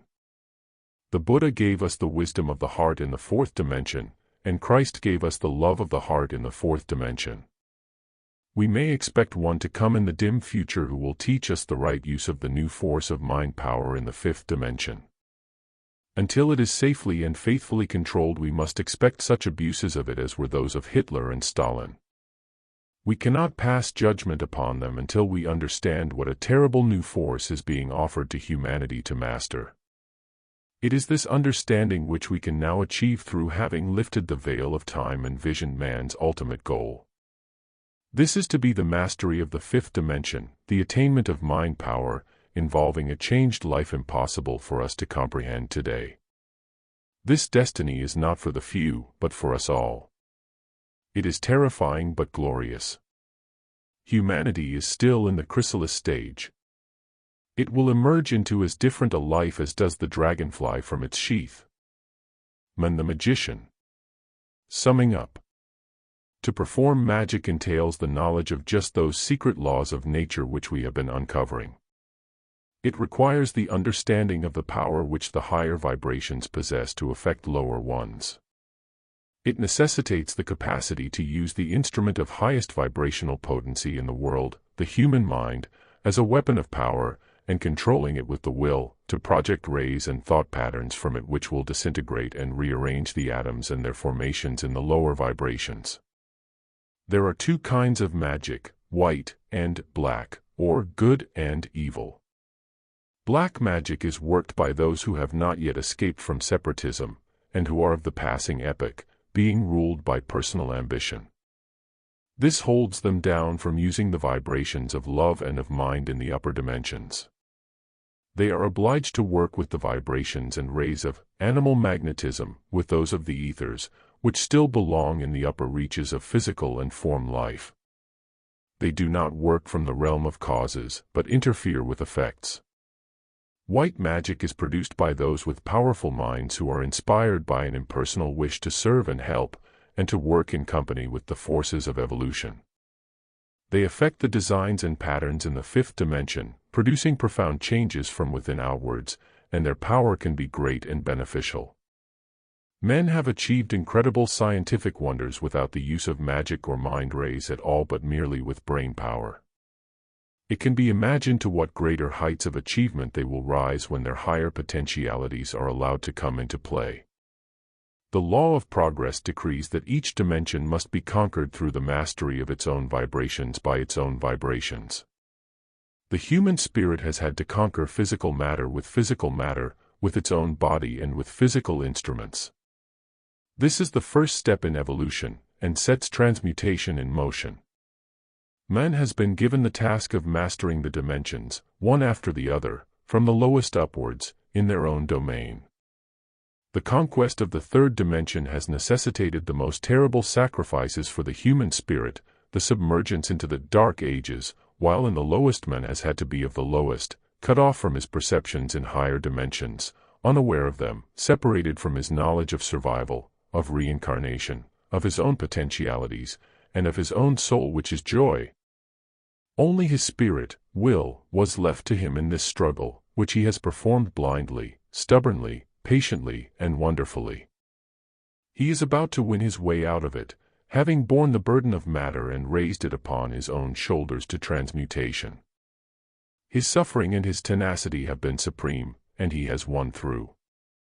The weary battle is nearly over, and he can look forward to new life and new work, as his next task comes into view. This will be the mastery of the fourth dimension in its own realm. This means the conquest of all things through love, radiation, and identification. It means the fusion of soul with body, the linking of man with Christ. It means the coming of joy into human life, calm, natural, permanent joy, very different from the artificially stimulated intermittent pleasures which we struggle for today. It means the loss of half our desires and needs, because they are fulfilled from within. It means true happiness, the happiness of those well content to strive and to suffer because of the glorious goal ahead. It means power, the power of partial freedom from the bodily shell and from the confines of time and space. It means magic, the use of the warm radiations of love, and the power to see and feel much that before was hidden. The struggle to master these novel conditions will be a keen and difficult one. It will be a conscious struggle, without the blindness, despair, and melancholy of the fight with matter. Its burden will be tension and exhaustion. Human beings will become like overcharged batteries. Not all of them, of course. Progress is never equalized, and folk focused in various dimensions must dwell together, as they already do. There will be many already matriculating, as it were, for the third epoch, the conquest of the fifth dimension.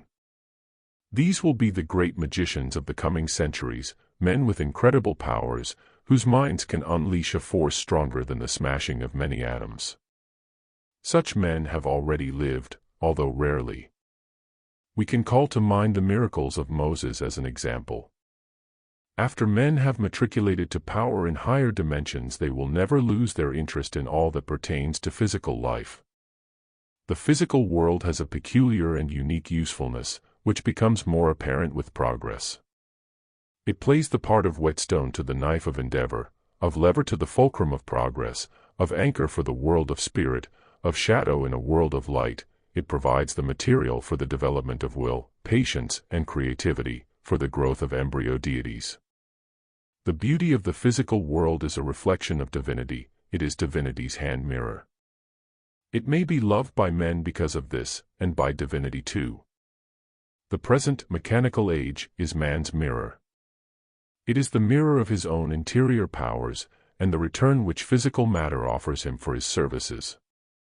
It is he, personally, who is the potential independent flying machine. Television. Telephone. Bomb. It is he personally who will eventually produce heat and light sufficient for his comfort. It is he who will consciously help to run the universe and evolve the plan of creation. How differently all of us will feel when we have earned the right to know what we are and to perceive our destiny.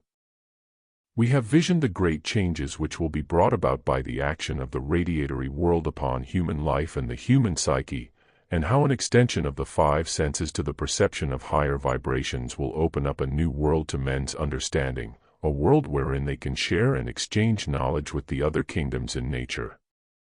We have seen many other wonderful things, all of which point to one fundamental difference which will appear in men's lives. I think this is best summed up in the word power. Energies, wasted hitherto, will be conserved, higher vibrations will be developed and wielded. Knowledge will grow. The right cooperation of the sexes will give added strength. Men will become stronger morally, mentally, and physically. Finally, the controlled and concentrated mind will be used as an instrument to wield and change physical matter. The adolescence of humanity with its terrible initiations will be forgotten. Human beings will stand self-acknowledged as potential units of creative divinity, welded together in the insoluble and eternal friendships of fellow, discipleship and astrological destiny, as embryonic solar systems spawned by their parent planets, able only as yet to glimpse the fringe of future possibilities, but freed forever from the hard school of ignorance, materialism, and isolation. The assumption of potential deity may appear presumptuous to those who forget that it has always found place in religious teachings. Observe how far we have progressed already. Are not human beings today in many ways almost little gods, even if stupid little gods, compared with their ancestors the cavemen of not so very long ago? In my last book we began with describing lofty spiritual conceptions and brought them down to tally and dovetail with the findings of modern science. In the present chapters we have begun with practical scientific thinking, and it has led us through to dovetail with the same spiritual laws. The ultimate diamond of truth is identical, no matter through which of its facets one penetrates. Nevertheless, we kept to our scientific outlook for as long as we were able, which was until we came to study the mind of future men, and saw that it was a blend of religion, esotericism, or occultism, and science, and included a very broad conception of the principle of rebirth in other spheres and dimensions as well as on this planet. We have seen that man's ultimate way of approach to divinity and to fulfillment will be through group formation, through finding and taking his place in the intricate zodiacal pattern of the universe. It follows that if we wish to understand life we must understand the design which runs through it from constellation to atom. We must realize that the process of physical creation is that of crystallization from the one of highest completest vibration into a series of rates of lower vibrations, by means of which the one manifests by becoming the center of a group of forces which are expressed in physical form as sun and planets, protons and electrons, heart and glands, leader and group, evangelist and disciples. We must understand the different key numbers which build up group forms and cohere all groups, the 2, 3, 7 and 12, and the place and purpose of every expression of a zodiacal sign, and the character of the ray which flows through and from it. Let us consider for a moment the 12 zodiacal signs around the sun in relation to their reflection as a perfected group of 12 potential disciples around their leader. The 12 signs are alternately positively and negatively polarized, one ray and one planet ruling 2 signs, one of each. The human group will have positive and negative equally represented, usually by containing 6 men and 6 women, in pairs, each pair working for the aspect of life ruled by one particular ray, its planet, and its positive and negative zodiacal signs. These aspects may be stated as power, love, intelligence, harmony, religion, art and organization, although dozens of other terms are applicable to them. Power, of course, is the aspect of the sun, the incarnate, or discarnate, leader, or the spiritual force behind the group.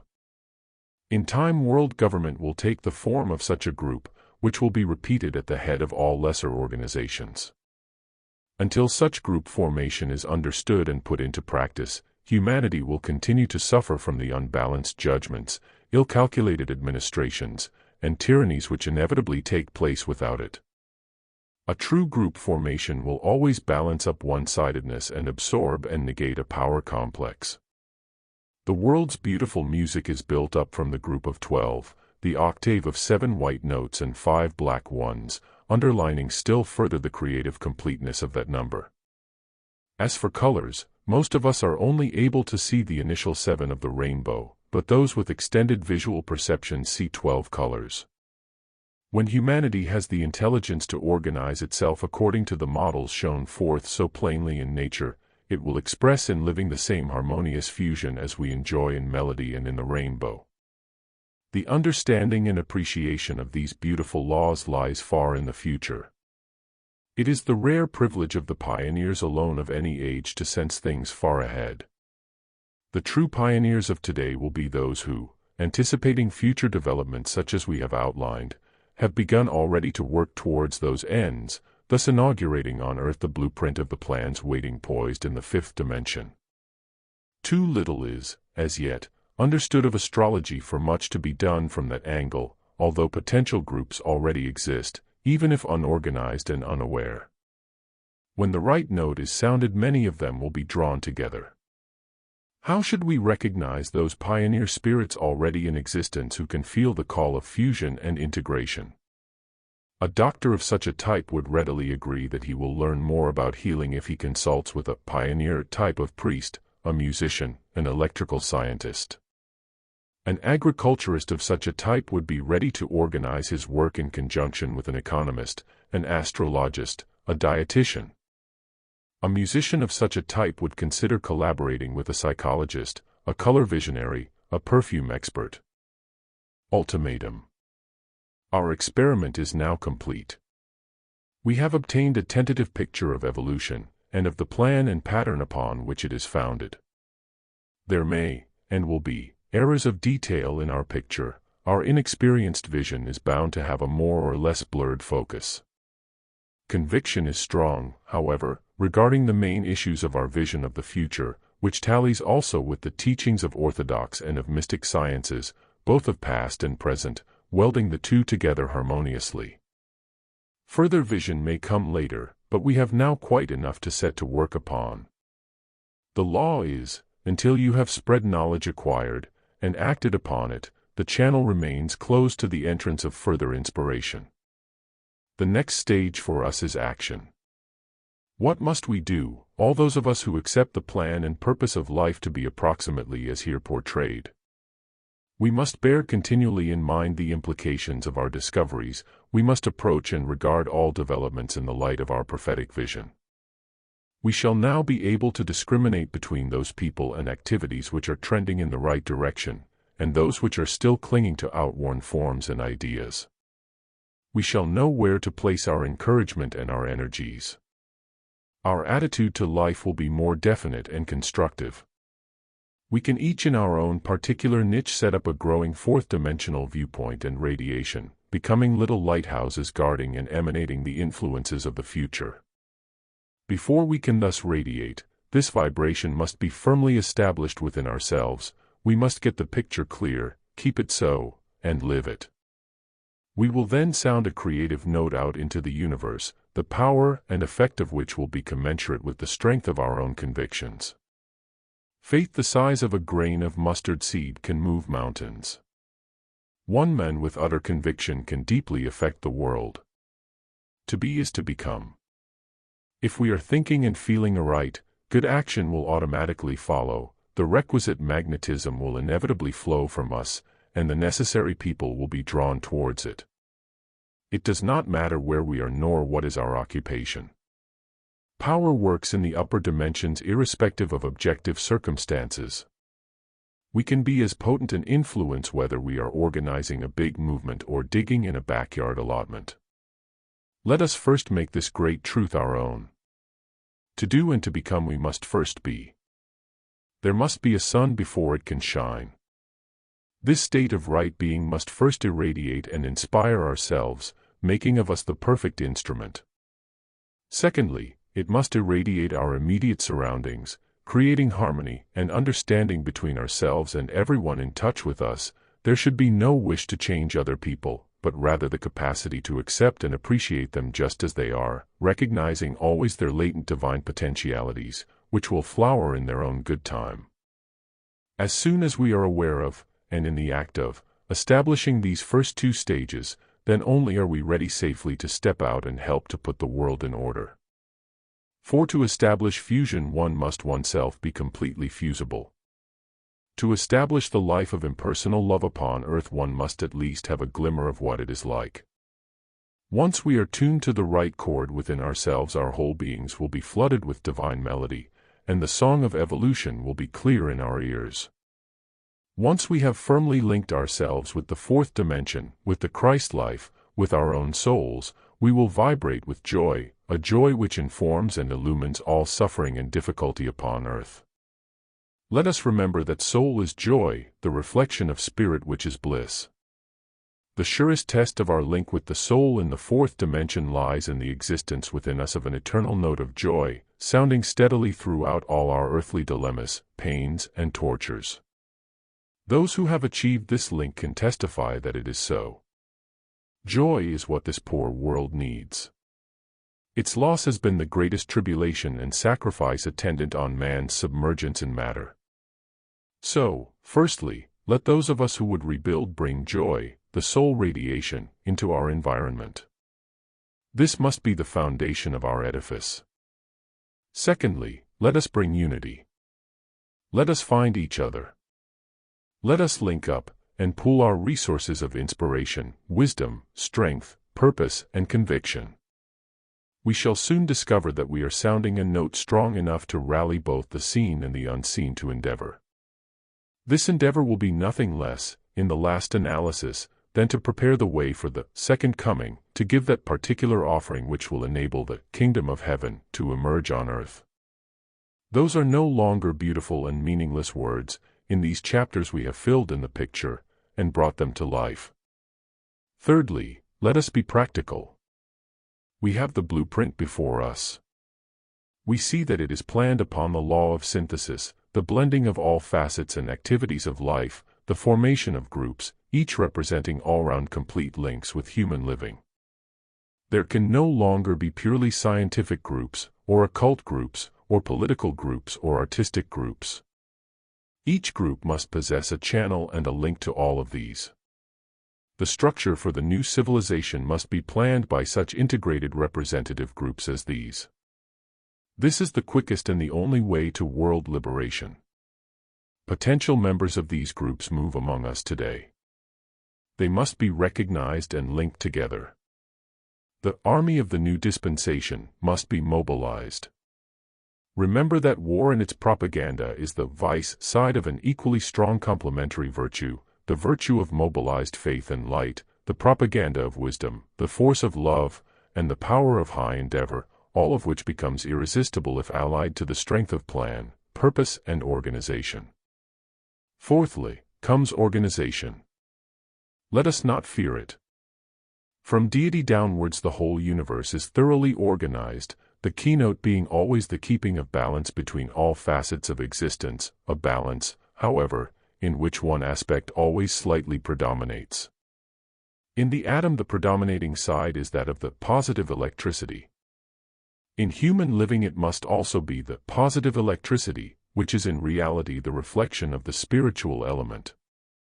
It is to be hoped that when pioneer spirits are linked together in this way they will lay the foundations of future group work, building up a central radiation and a plan of procedure and collaboration, so that those foolproof projects for world order throughout all branches of living, for which we are waiting, will be steadily brought into being.